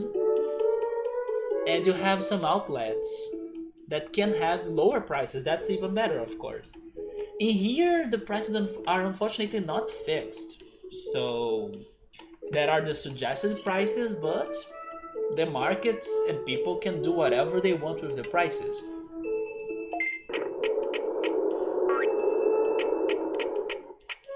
The other difference we have is that in here the taxes are already in the prices. I know in the US the tax isn't separate, right?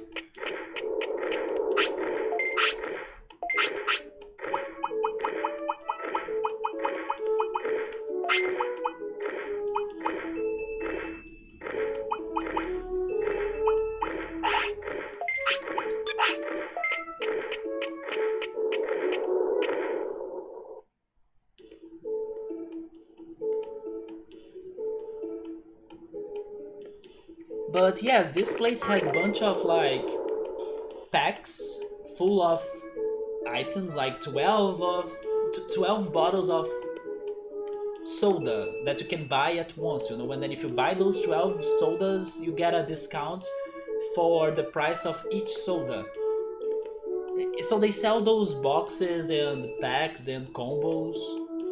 Of course, you can also get the singular items or individual items, but then not all of them will have a specific discount for buying them in quantities. We have places like that out of town. Oh, okay, yeah.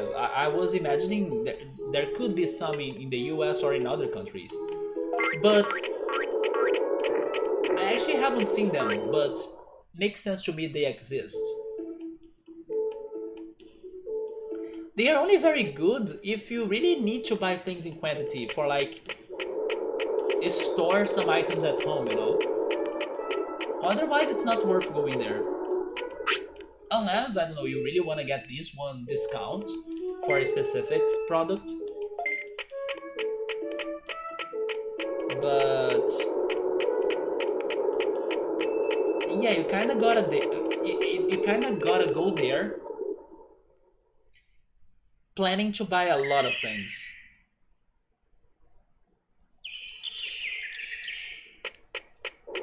We also bought many of those cleaning products, both like house cleaning and clothes cleaning. Let's go. Let's go for magic points.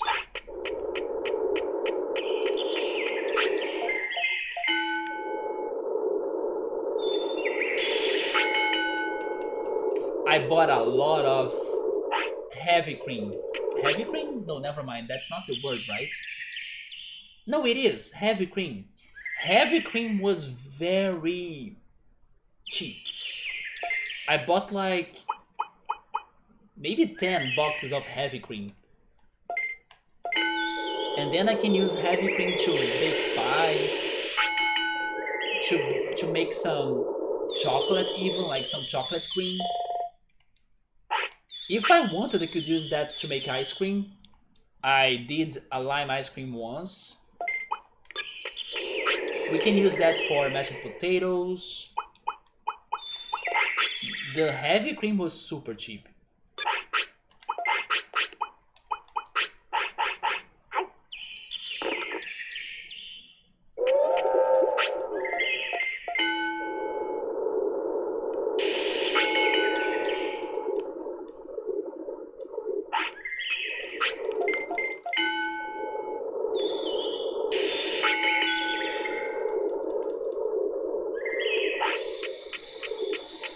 So before he sleeps,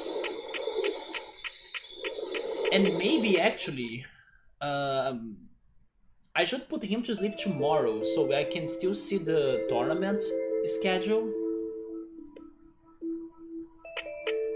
Because yeah, his sleeping schedule is not helping me out.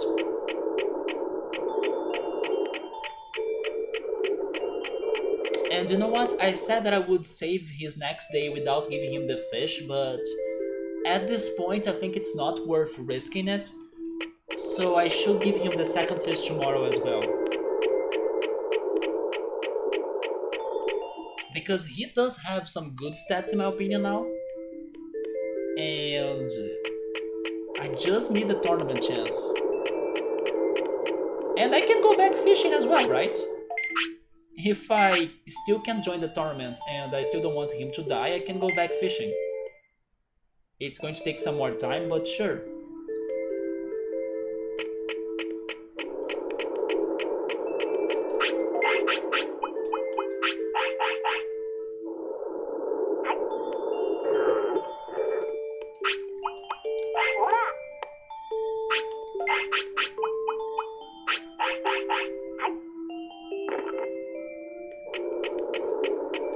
So I will check the tournaments and then I will put him to sleep and then second fish.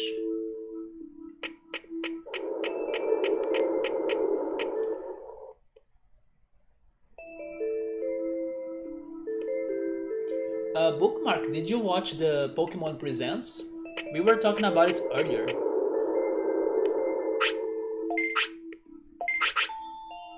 Are you freaking kidding me? Okay, let's wait for the next day to come. Do they update it like that quick?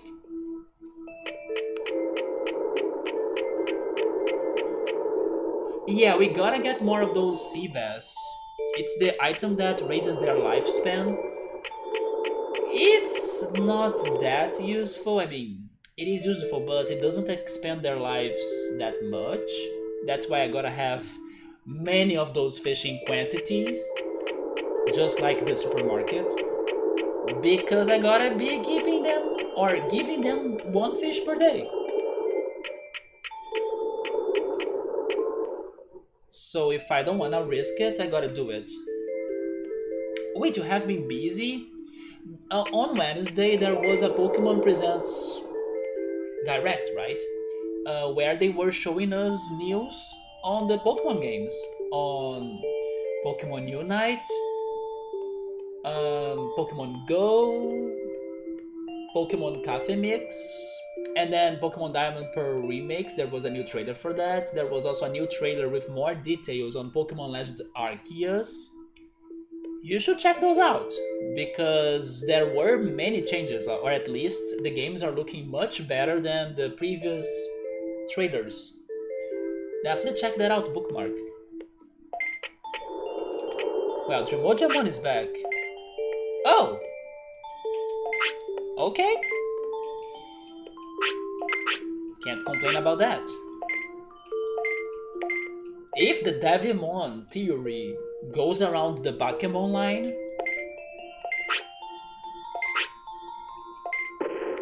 Dreamojamon right here is helping me out. Okay, let me give you some sirloins. Do you still want to sleep though? Please don't tell me that you're going to have insomnia.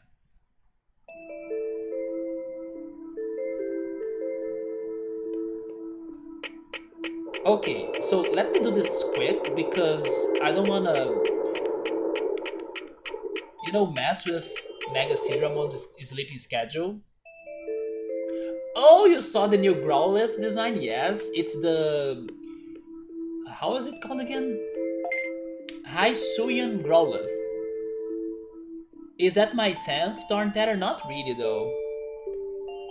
The freaking Arcanine, we still don't know how he looks like, but I do think he's going to look very great. There is only one complaint that I have about this. I think that the Pokemon Company is kinda, you know, making a ripoff of what Rockruff was in Gen 7, which was like a rocky doggo. I understand now it's a very cool reference into the Chinese less Japanese Asian deity that protects the temples and shrines. That's like a dog, it's Shisha or Shisa, I'm not sure how to say its name. So I love the reference, but when I saw it, I was like, is this them using the success of Rock Ruff into, another rock doggo? But that's fine. Wait, your co-worker did tell you about... Oh yes, it's Weird Deer. It's the evolution of Stantler, actually. I did like its design a lot. Even though, once again, it does remind me of one of the Deerlings. Not Deerlings, Sawsbuck, right? Sawsbuck, the evolution. The winter one. But, is Stantler getting attention? We can't complain, because it's like one forgotten Digimon. One forgotten Pokemon that now got more love. You see two more of those new changes on Pokemon bookmark, but I will save them for you to watch the trailers. Okay, so can I finally enroll myself into something? Wait!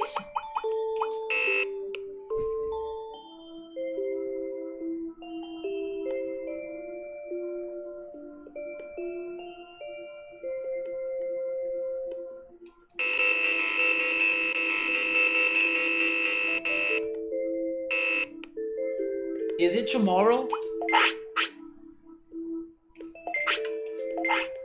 God bless. So tomorrow you'll not die. Sleep? I have a fish for you. Delicious fish is not. It's not shark meat though. Maybe it is, but it's not because it's a bass. Here's your fish. Do not die right now. Don't you dare die right now. Thank you very much. Hi, Greymon. Good morning, isn't it? Tomorrow, isn't it today though? He said tomorrow. Okay, we are waiting until midday to see if it's today or tomorrow or to never. But if it's not today, I'm fishing. It's settled, decided, nobody can change my opinion. Because this Sidramon right here cannot die. Digimon, I don't like your shenanigans on this game, but you do not get this one. My Digimon won't fall into your temptation, Digimon.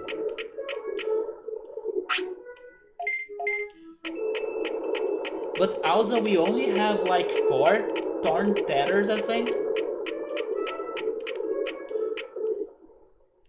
Alza was there laughing at me? Don't worry, man. I know this game. Sometimes the answer lies on the next day. Because of... I don't know why. Let's not show or reveal them all of the tournaments, right? On this freaking chart.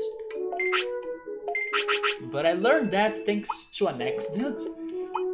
That happens in here, so... You can't fool me anymore, game. Oh, we only have 3 actually, so... Less than what I thought. I was not really planning to stream this long, but... Since I have some positive vibes going on... I wanna see this guy on the tournament, so we are going for it. And I gave you the fish, so that negates any possible death for tonight, right?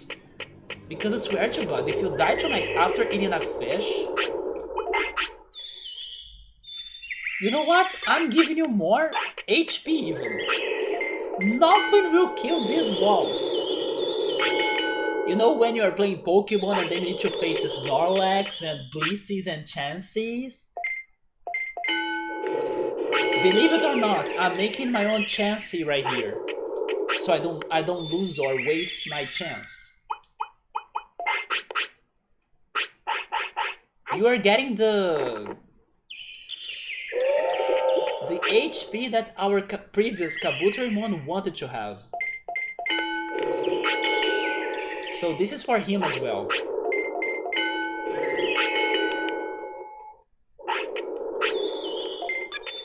You wanna poop, but don't poop the fish, because the fish stays in your veins up to tomorrow.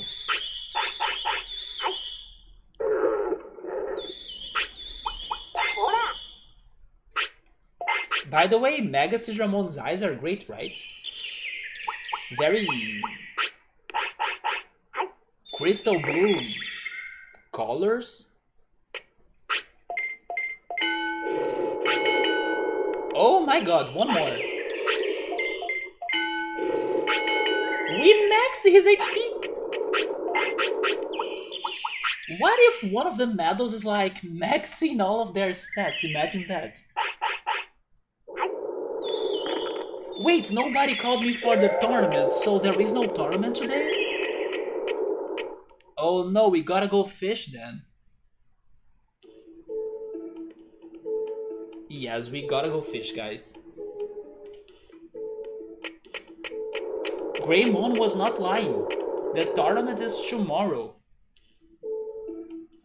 Isn't there a Gorillaz song called Tomorrow Comes Today or something?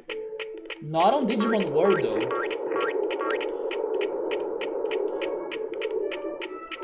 There is no way we are going to lose this time. Not for a knockout. Maybe for point scoring, but not for knockout.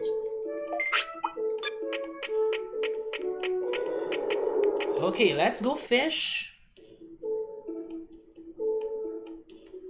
And if I still get some extra time, I can train his magic points again.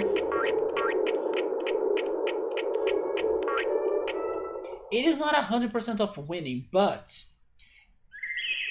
it negates one of my possible chances of losing, because there is no way I'll get knocked out. So they will not thank me. I may lose for not scoring more points than my opponent, but unless they really come up with like a very broken Digimon, and then it is possible to happen though. But like a broken Digimon that, I don't know, loads his finisher so many times that there goes all of my life points. But Mega Sidramon is not trash. Mega Sidramon has very good attacks. Mega Sidramon can stun my enemy. Mega Sidramon can use a 400 plus attack with only 100 MP. So let's be positive. And also he has brains, so I can pick on my strategy. Also he has Aqua Magic that I can buff myself a little bit too. Dude, it's today. If freaking... Was it Piximon still? I think it was Piximon, right? Piximon had a good chance. He got to the finals against Mamamon.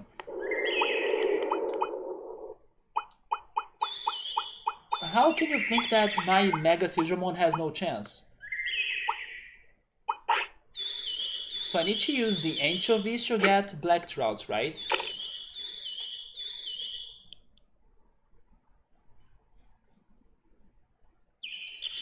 What can destroy the hopes and the dreams and, you know, a brighter future right now is my Mega Sidramon dying. And then that's all regarding Gigigod. If Gigigod has some pity on us, then we'll be able to continue this. If not, then RIP F. See you next Sunday, basically. But once in the tournament, I will only leave that place with a trophy. Remember my words in here. No. No, I can't raise the stakes that high because this is a karma game. The more I expect, the less I get. So you know what? Also, you are always right, man. Yes, we are going to lose. We are losing in the first round against Mega Vegemon. And then it's going to be a surprise fight because they will also add Vademon in there. It's going to be 2 against 1. So it's like 2 Digimon against me. Vade and Veggie, the V team. That's how is it going to happen? Because they will come up with this rule that like, oh, you have 9,000 HP. That allows us to have 2 Digimon that sum up to 9,000 HP too to fight against you. Yeah, that's the outcome. So that's what we need to expect. You know, we need to expect the worst, like the most devilish solution and answer and reality ever.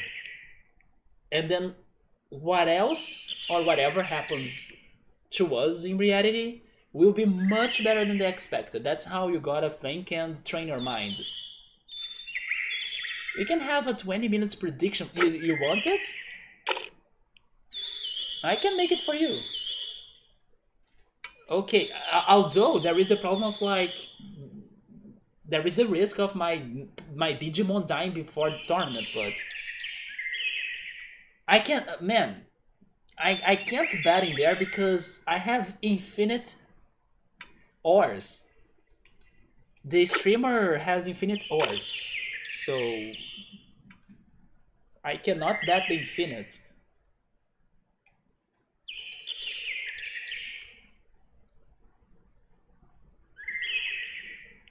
But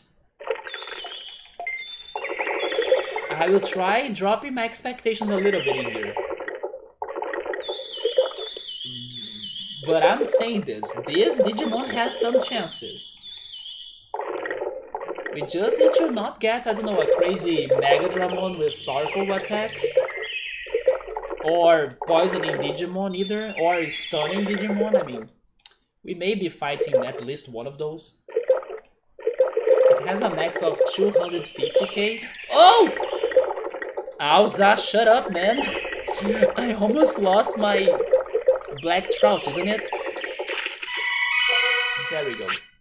So with a wait, with a black trout I can get. Oh my god, this is fast. I was Oh. Oh my god. I see what's going on. This is what we're trying to kind of point out, right, Alza? Once I have a black trout, I can get a sea bass instantly. Because I'm skipping the freaking catfish. I was getting the catfish before and using him as the bait. I don't need to.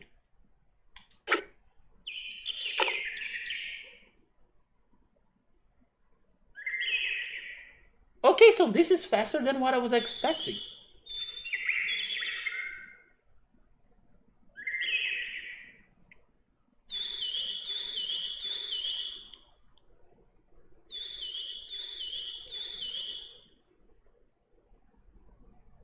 I just remembered something that I don't know if I brought it up so far.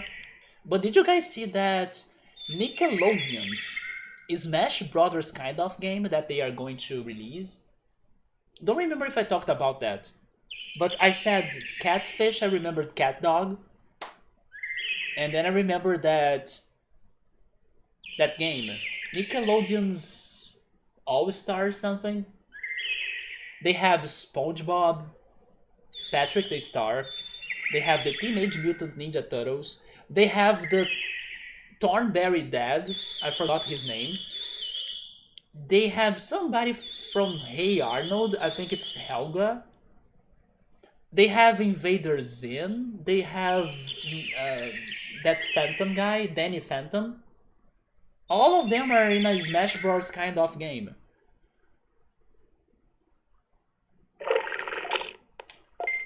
Wait, let me concentrate a bit in here.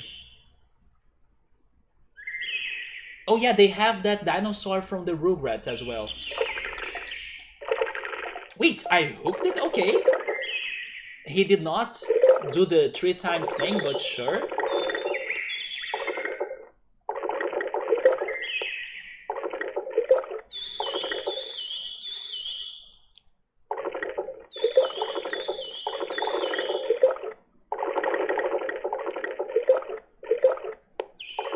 Nigel Thornberry, you remember his name? Bookmark? What? Bookmark needs to get updated, but thankfully I'm here to update you all. It's Nickelodeon All-Star something. Let me get this fish and then... Raptor, yes, that's the dino. I will show you some pictures or give you the name.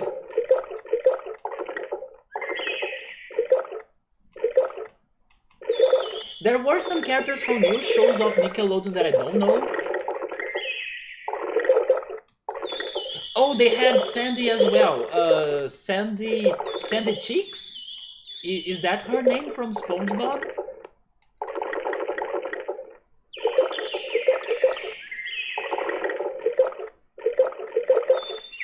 What really surprised me in there was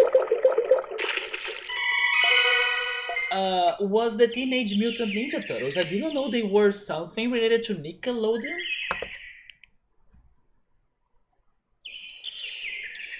I always felt they were, I don't know, from another company. But they had them all, the 4 of them. Sandy Cheeks, isn't it? Nickelodeon. Man, I'm now getting flashbacks of Nickelodeon. Do you guys remember those advertisements? Nick, Nickelodeon. Oh my god, good days. Oh, bring back Global Guts. Bring back Legends of the Hidden Temple. Come on, we need more shows like those. Nickelodeon All Stars. What? All Stars Brawl. Yeah, Nickelodeon All Star Brawl. They they have they have a character called Oblina. I forgot This character is cartoon, but here are some of the characters. I don't know if you can see it well, but most of them I mentioned, but there is this one Oblina right here.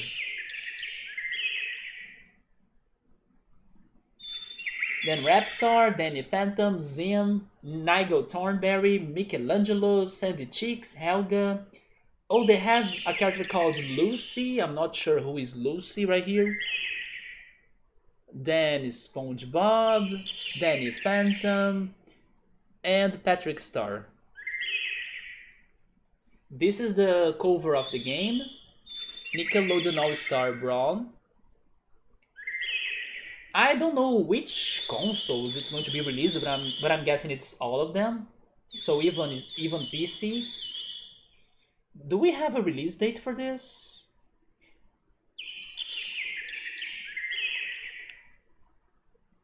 They should have those freaking, how are they called?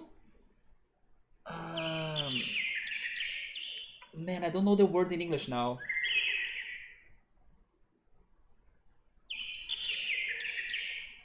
It's fairy something. Um,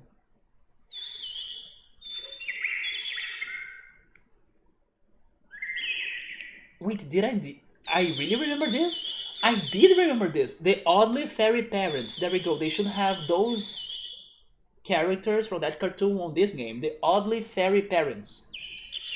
I'm surprised I remember that. So it's called Fairy Parents in English, huh?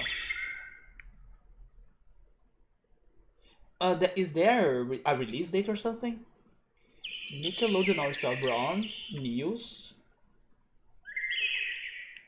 Oh, it is planned to be released this year.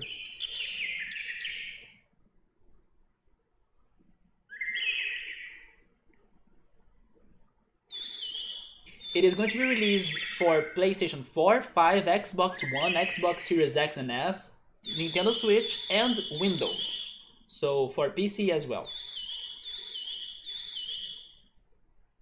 It only says Q3 2021, so I'm guessing it's like at the end of the year.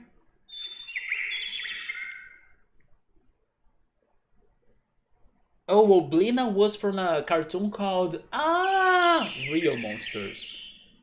Danny Phantom, Helga, Zim, Lincoln Loud, haven't heard of him. Lucy Loud. From the Ren and Stimpy show, you have the Powder Toast Man. Raptor, SpongeBob, Patrick Star, Sandy Cheeks, Leonardo, Michelangelo, Nigel. Oh, they don't have all of them? I could swear I saw all of the four turtles. And Nigel Thornberry, but probably they will have way more characters than that, right? Yeah, the Very Odd Parents. Or the Oddly Fairy Parents. I was hoping for them to be in there. But guys, we got the fish. Now we have some spare hours to train. And tomorrow will be the day.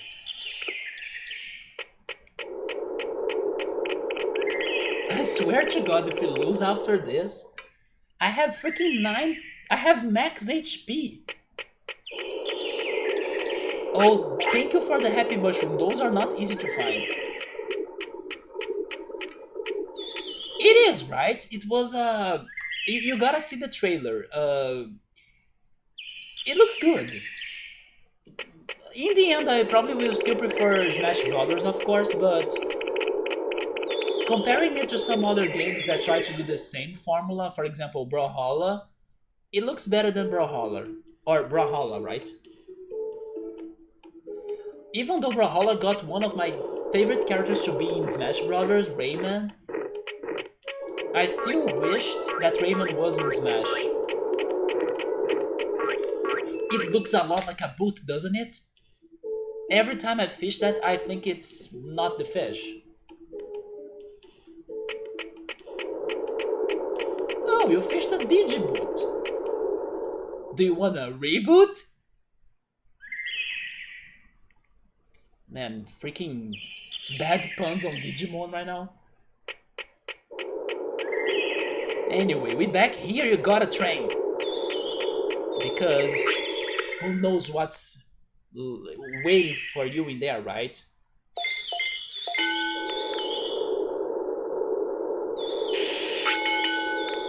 Man, I have 6,000 magic points. How could I get this buff though? Wasn't this a regular, normal, depressing cycle? Why is my Digimon looking so buffed?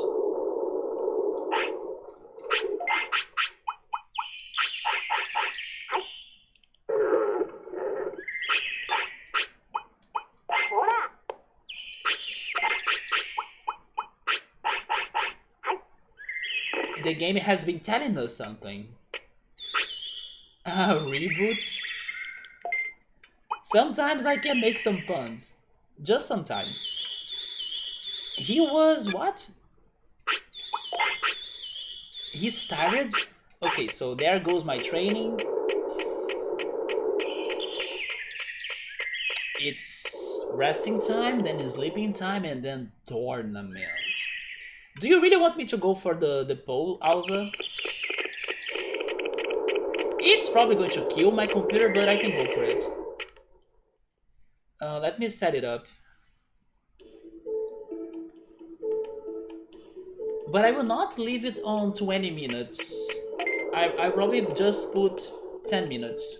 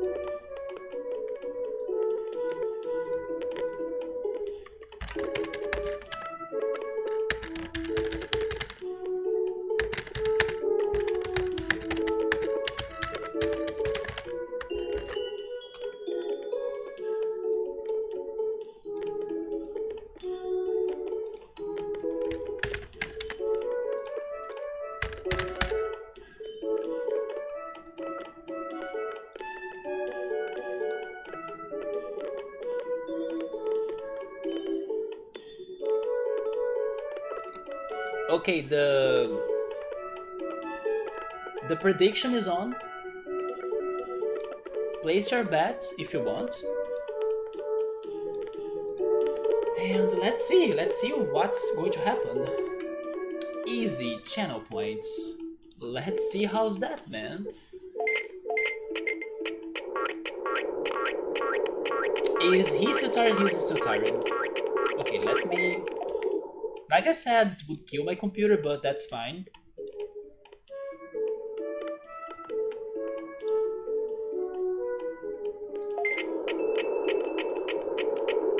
Okay, it's a bit better, so I can keep on going.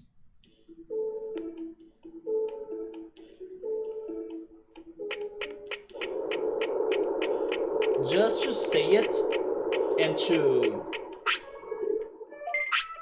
consider the possibility. If we die, that's a no, right? For the result of the guessing right now, or of the prediction. But you won't die, Sidramon, right? Not today, not like this. Not after everything we did. Go to sleep.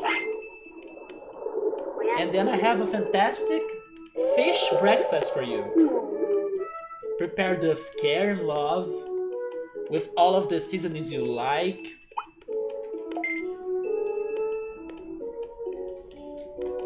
There is no good morning, it's like fish time. Do not die today. Now I feel relieved. Oh my god, the freaking beatings right there. My own bet? There. I can't bet, but do you want me to guess what I think what's going to happen?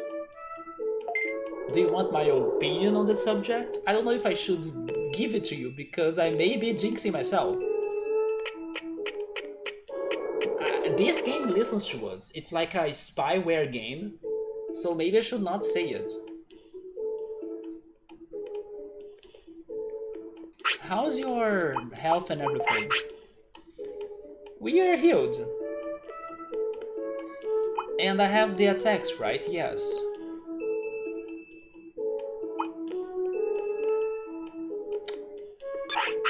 Maybe I should get a little bit more of speed because I'm scared.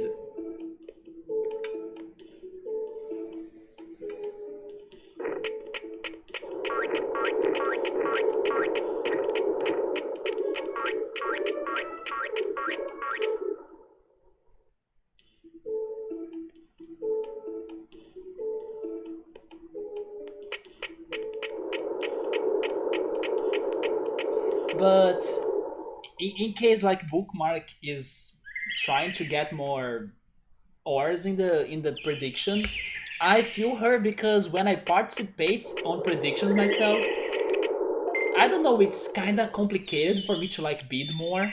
I was saying there is a customized option. If I had to do it myself, I don't know if I would find it. So I kind of keep on adding more and more and more every time, but it's kind of slow.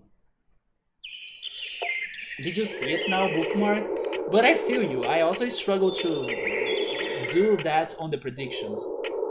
And then sometimes I only just go for, a small number of ores or channel points, which is good as well.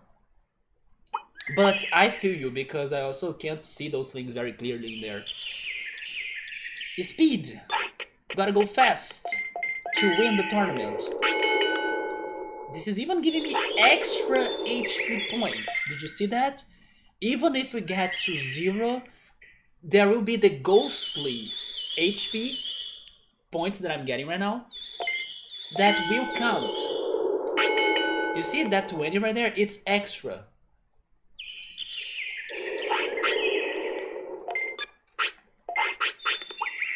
Imagine if we really win this tonight, man.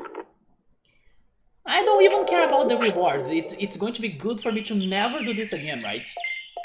And then I can focus on other tournaments, other side quests.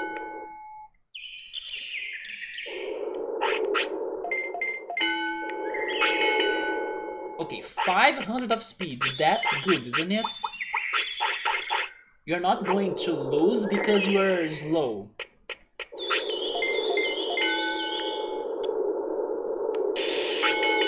Some extra magic points for you as well to give us that final clutch.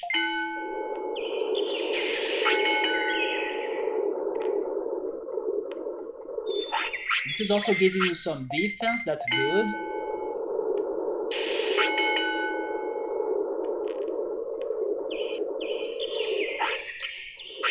Wait, where is the tournament, by the way? What the heck is going on here? Where is my tournament? Greymon, what the heck? Guys?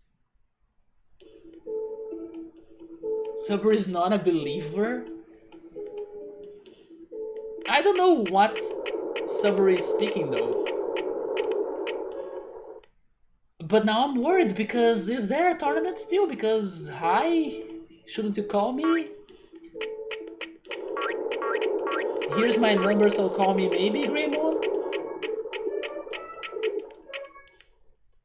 Greymon, are you sleeping? Are you playing Pokemon sleep?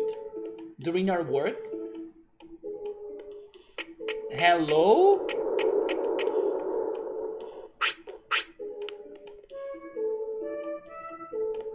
What?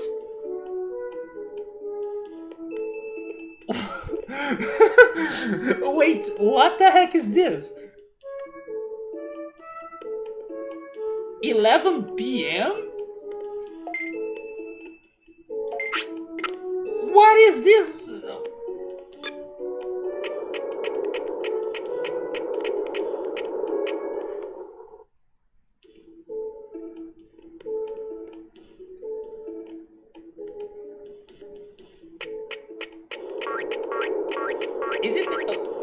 Is it because I registered very late in the night? That's how it goes?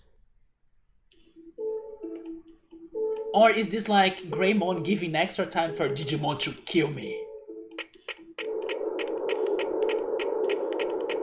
It's like Digimon had a busy day, he went grocery shopping, he spent some time at the beach, so he will only be available to kill me at 11 p.m. So that's why they are doing this to me.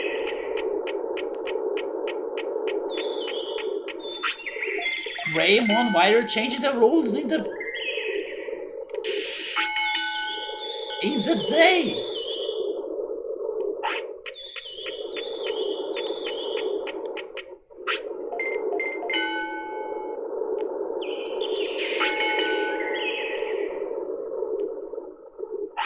Freaking 11 p.m? Who am I fighting?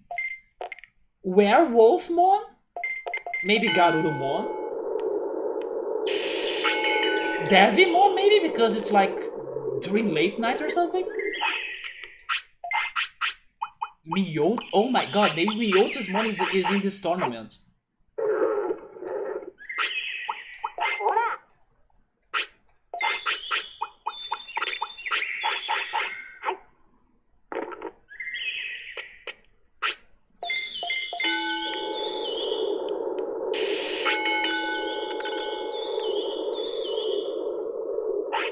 Okay, now I have a feeling I have enough magic points. There is no way I need more. I will give him more defense. Yes! Is it finally the time?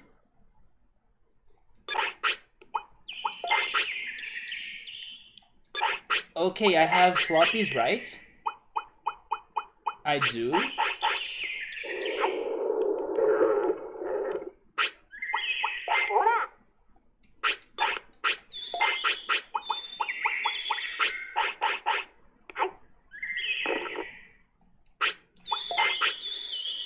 I need one more.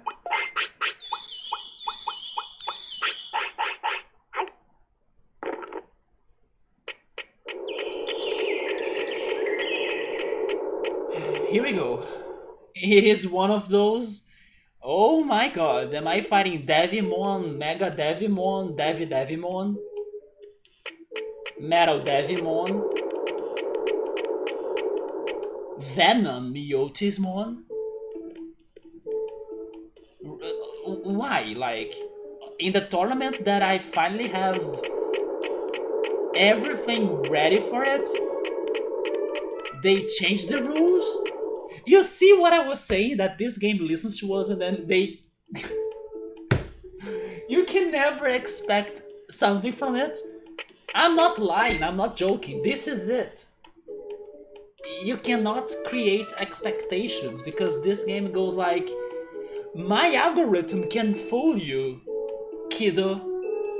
Let me show you how rules are made in here. It's all random. Every freaking cycle, every freaking day, every freaking minute.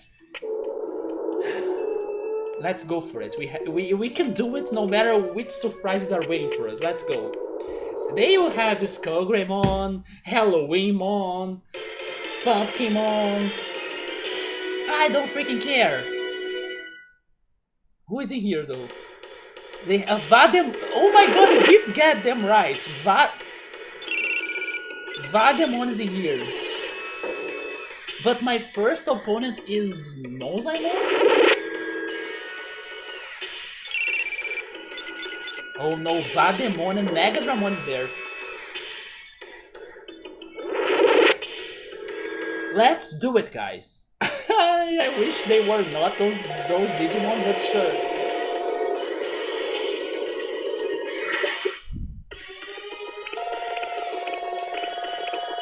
Are you kidding me, Mozaimon? Look at that! No way! You shitting me? Okay, he's using Tremor though. Tremor is fine. Nice. Aqua Magic. Ice Needle.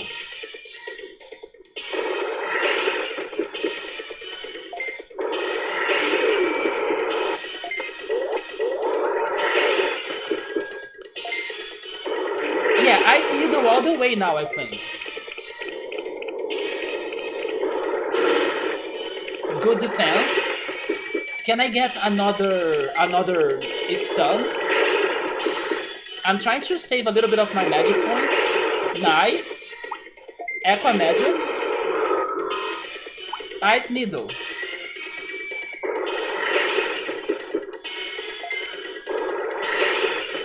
Finisher, finisher, please.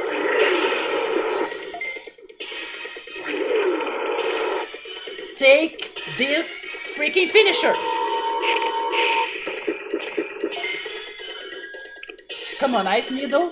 Ice Needle, don't stop. Never stop. That's fine. It's stronger now, but it's okay. Nice. Oh my god, he's defending. I have a Digimon.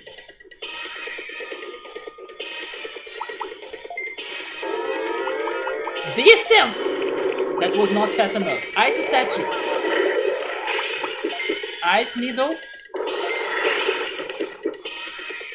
One more. Okay, I won, right? There we go! We took him down. We saved magic points. They are going to fill our HP a little bit. But we were lucky because he was not using very strong attacks, right?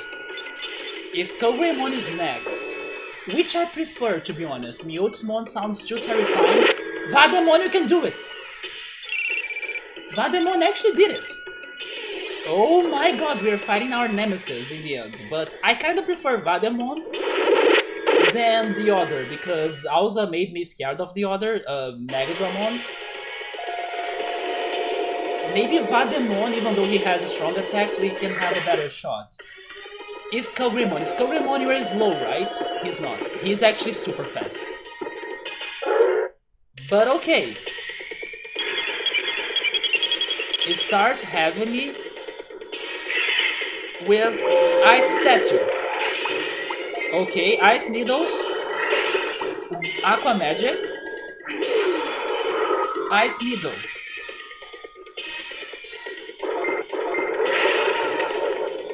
Keep on going. Nice, be faster than them. 40 damage only? That was weak. Okay, can you do another Ice Statue?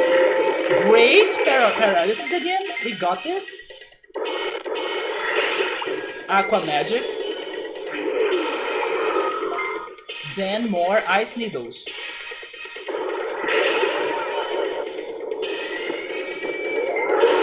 Do not stop Sidramon, come on. Nice.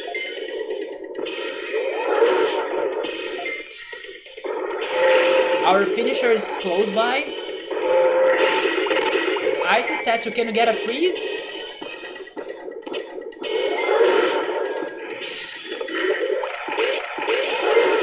I think he defended, right? Nice! Now it's our time. Yes! We could use our finisher and we avoided his. Man, this is it. This is the urn. Alza, take that, man. I mean, Vademon is next though, but look at us.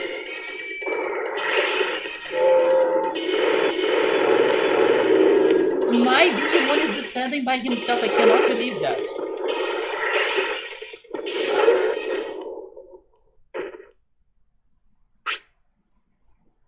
We humiliated him.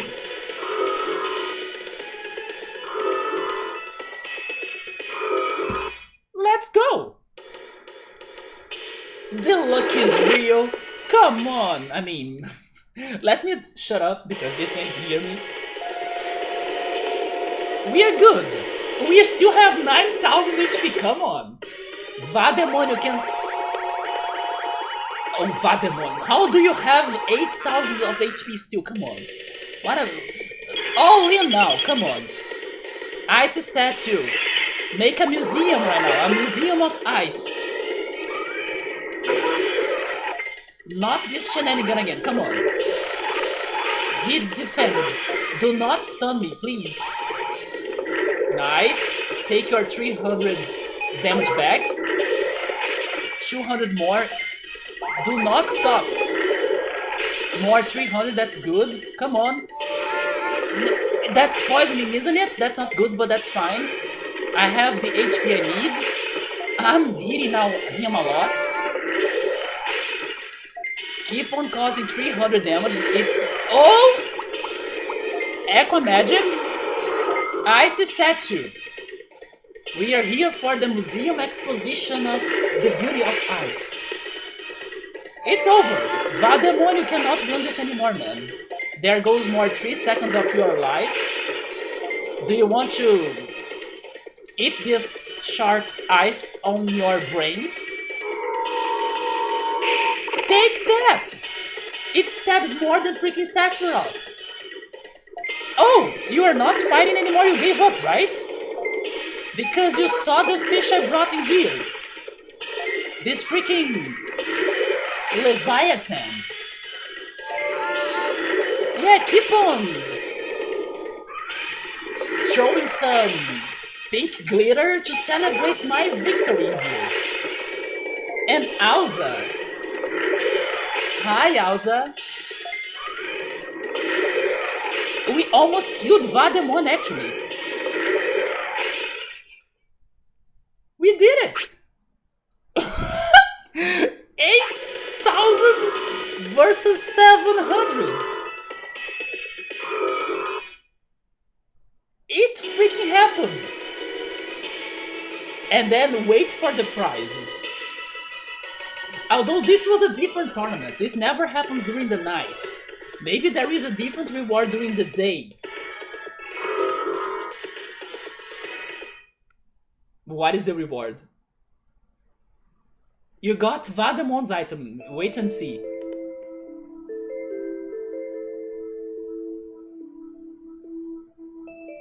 Wait, a metal part?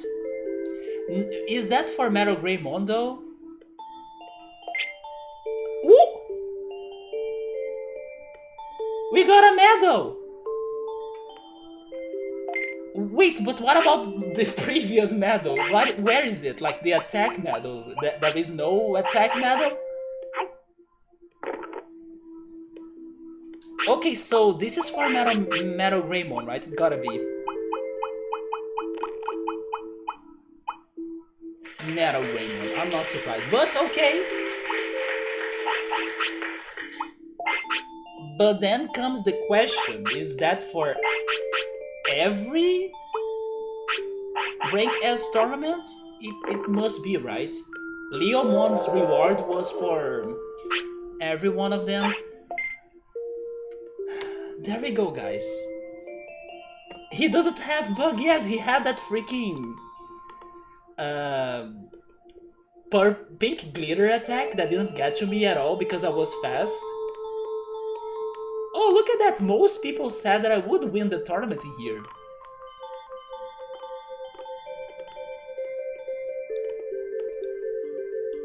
So great job, Subaru and Bookmark, I guess.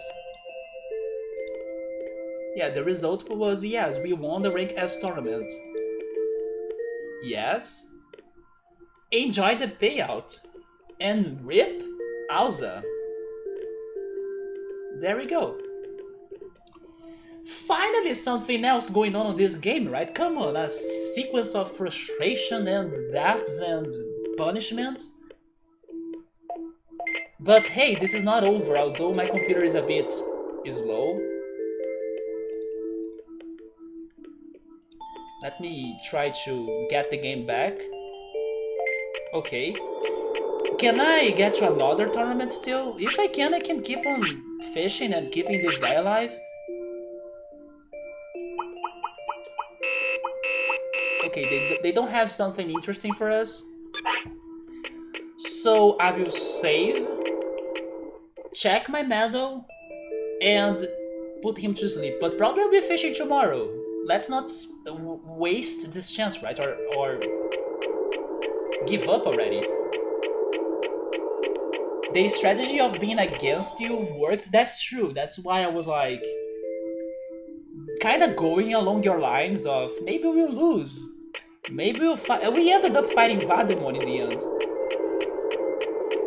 But I was not expecting this big difference. Like, that felt like a kid's game, you know, or it felt very easy. And I did not buff my Digimon on the defense or the other things that much.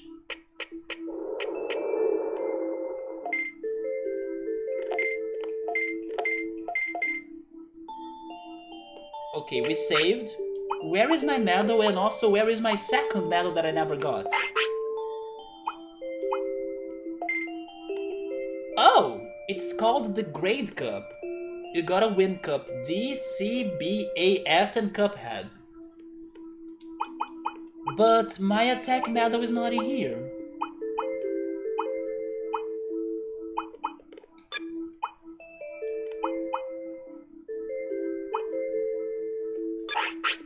Digimon! Oh!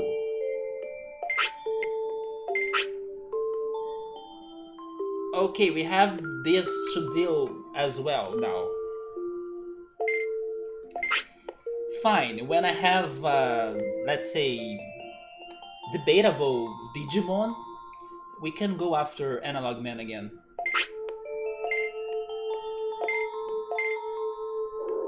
Yeah, I have the feeling we will never get the attack medal anymore. Oh, Sabri saying that he was not the one that beat? Well, congrats for the second bidder. You got it right. Maybe it was, I don't know, Meowser or someone else? I gotta guess forget one attack then learn it again?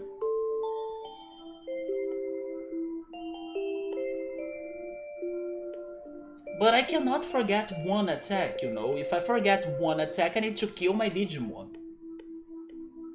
There is no other way for me to forget attacks, right?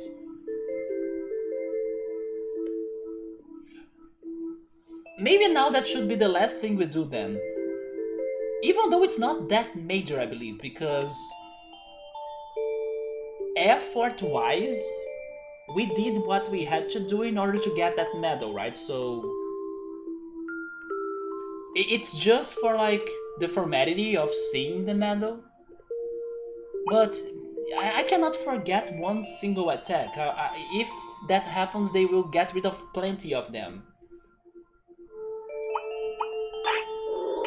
But right now, he deserves to sleep with good reasons. But I gotta confirm this with you all now, though. That's the Rank S tournament, right? There is not like a daylight and nighttime difference for the rewards. Especially because of the medal. The medal said I won the Rank S, so that's the reward for Rank S, just like Leomon was for Rank A and all of the other previous ones. Just to confirm what seems to be obvious to me, that's the case, right? You guys can answer. I don't need to go to Rank S anymore looking for a different reward, because that's the reward, just like the previous patterns.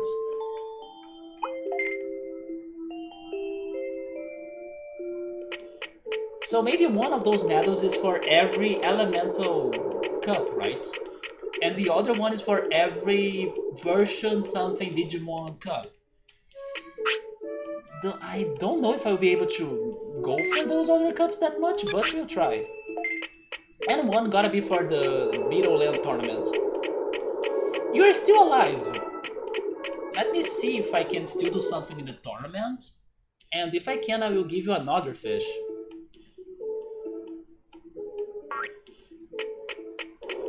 Sabri's saying that as far as he knows, there is no daylight tournament or nighttime tournament. Also, he's actually saying he thinks there are 3 different rewards for rank S. This is not over?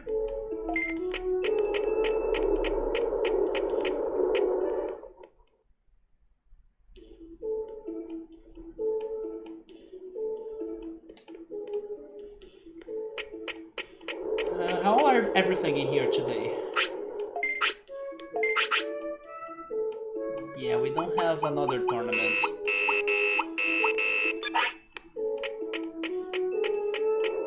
Also, can you confirm that information? Because in case there are 3 different rewards, I should keep on trying the Rank S tournament.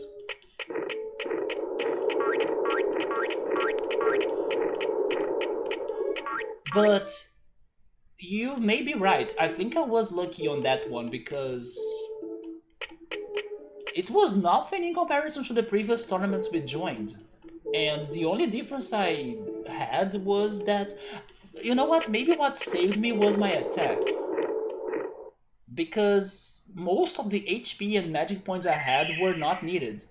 It's really the freaking stun that gives it to you, because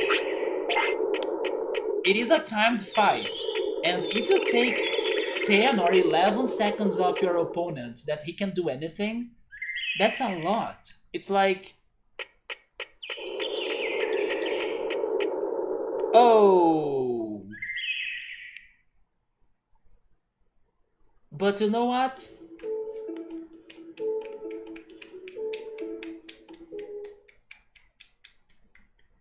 He did what the others could not do. And did it like majestically. So thank you so much for that. Even though I got a Metal Greymon, which is not a new ultimate, that was very good learnings. Very good learnings. Oh, you are 100% sure it has more than one reward? We're not sure on how many. Could you tell me if one of those rewards is for a new Digimon? Because if it is not, then I should not go for them, right? Because I already accomplished the mission of winning the tournament. They even gave me a medal. So if it is like, quotation marks, a waste of time, we should not go for that. But if there is at least one possible item for a new Digimon in there, then I should keep on trying it. Now I will go again for Palmon's egg. Yes, thank you so much for your hard work, Mega Sidramon. Sidramon saved us many times during this playthrough. Remember Piximon's fight and also Mamemon's fight as well?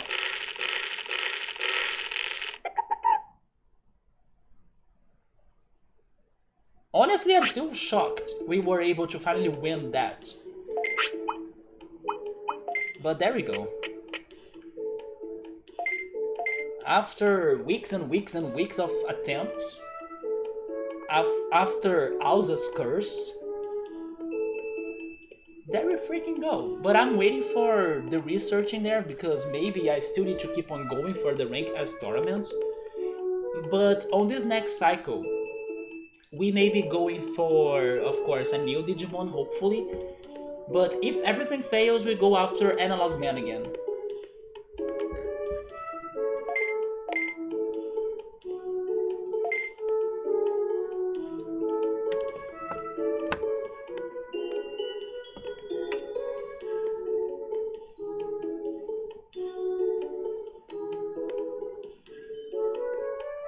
I will do what I planned earlier. I will be having my sandwiches with fried sausages because I now deserve it since I finally beat this Rank S tournament, this pain in the ass tournament, pain in the Rank S tournament.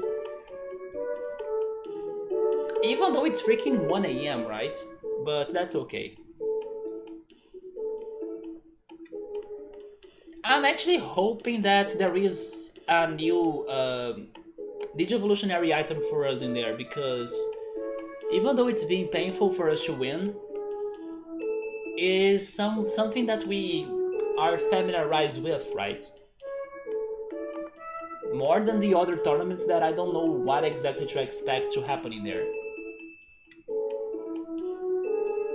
Yeah, I will also do that. No, I will not. I will save it for when I'm cooking pasta. Because... Oh! Alza is actually saying there is one that I don't have yet. Remember the curling? Now it's Rank S tournament time.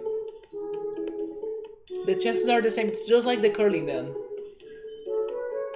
Okay, so maybe this game works on this one idea of like the hardest challenges can give you more than one reward. Like the curling had 3, rank S now has 3 as well. Probably Battle Land Tournament may have 3 too, but then I don't think they will have 3 Insectoid Ultimates items. Maybe they will have Hercules, Kabutorimon, and then Kabutorimon and Quagamon in case those are in the game. But okay, that's some pattern to pay attention to, that they may have 3 different rewards. There is one that I don't have yet. It is worth keep on going then. But guys, that's all for us tonight in here. Thank you so much for stopping by. Once again, sorry for the frame drops. It was Twitch servers being odd, but thankfully at least we didn't get a disconnection. And next time, it's what I just said, we'll be going for a new Digimon hopefully. And probably Analog Man, maybe we can do some more fishing, even though today it felt easier than what I thought. And let's see if we can keep this good rate of achievements going on, right? But Digimon, give me my attack medal, man. Come on, where is it? Where you're hiding it? Don't leave it inside your shelf right there. But guys, have a great week. Take care. Bookmark, go watch the trailers for Pokemon and the Nickelodeon game. They look very good. We'll talk again more next weekend. Saturday I'm probably back with Roller Coaster Tycoon as well. Have a good night, take care, and goodbye.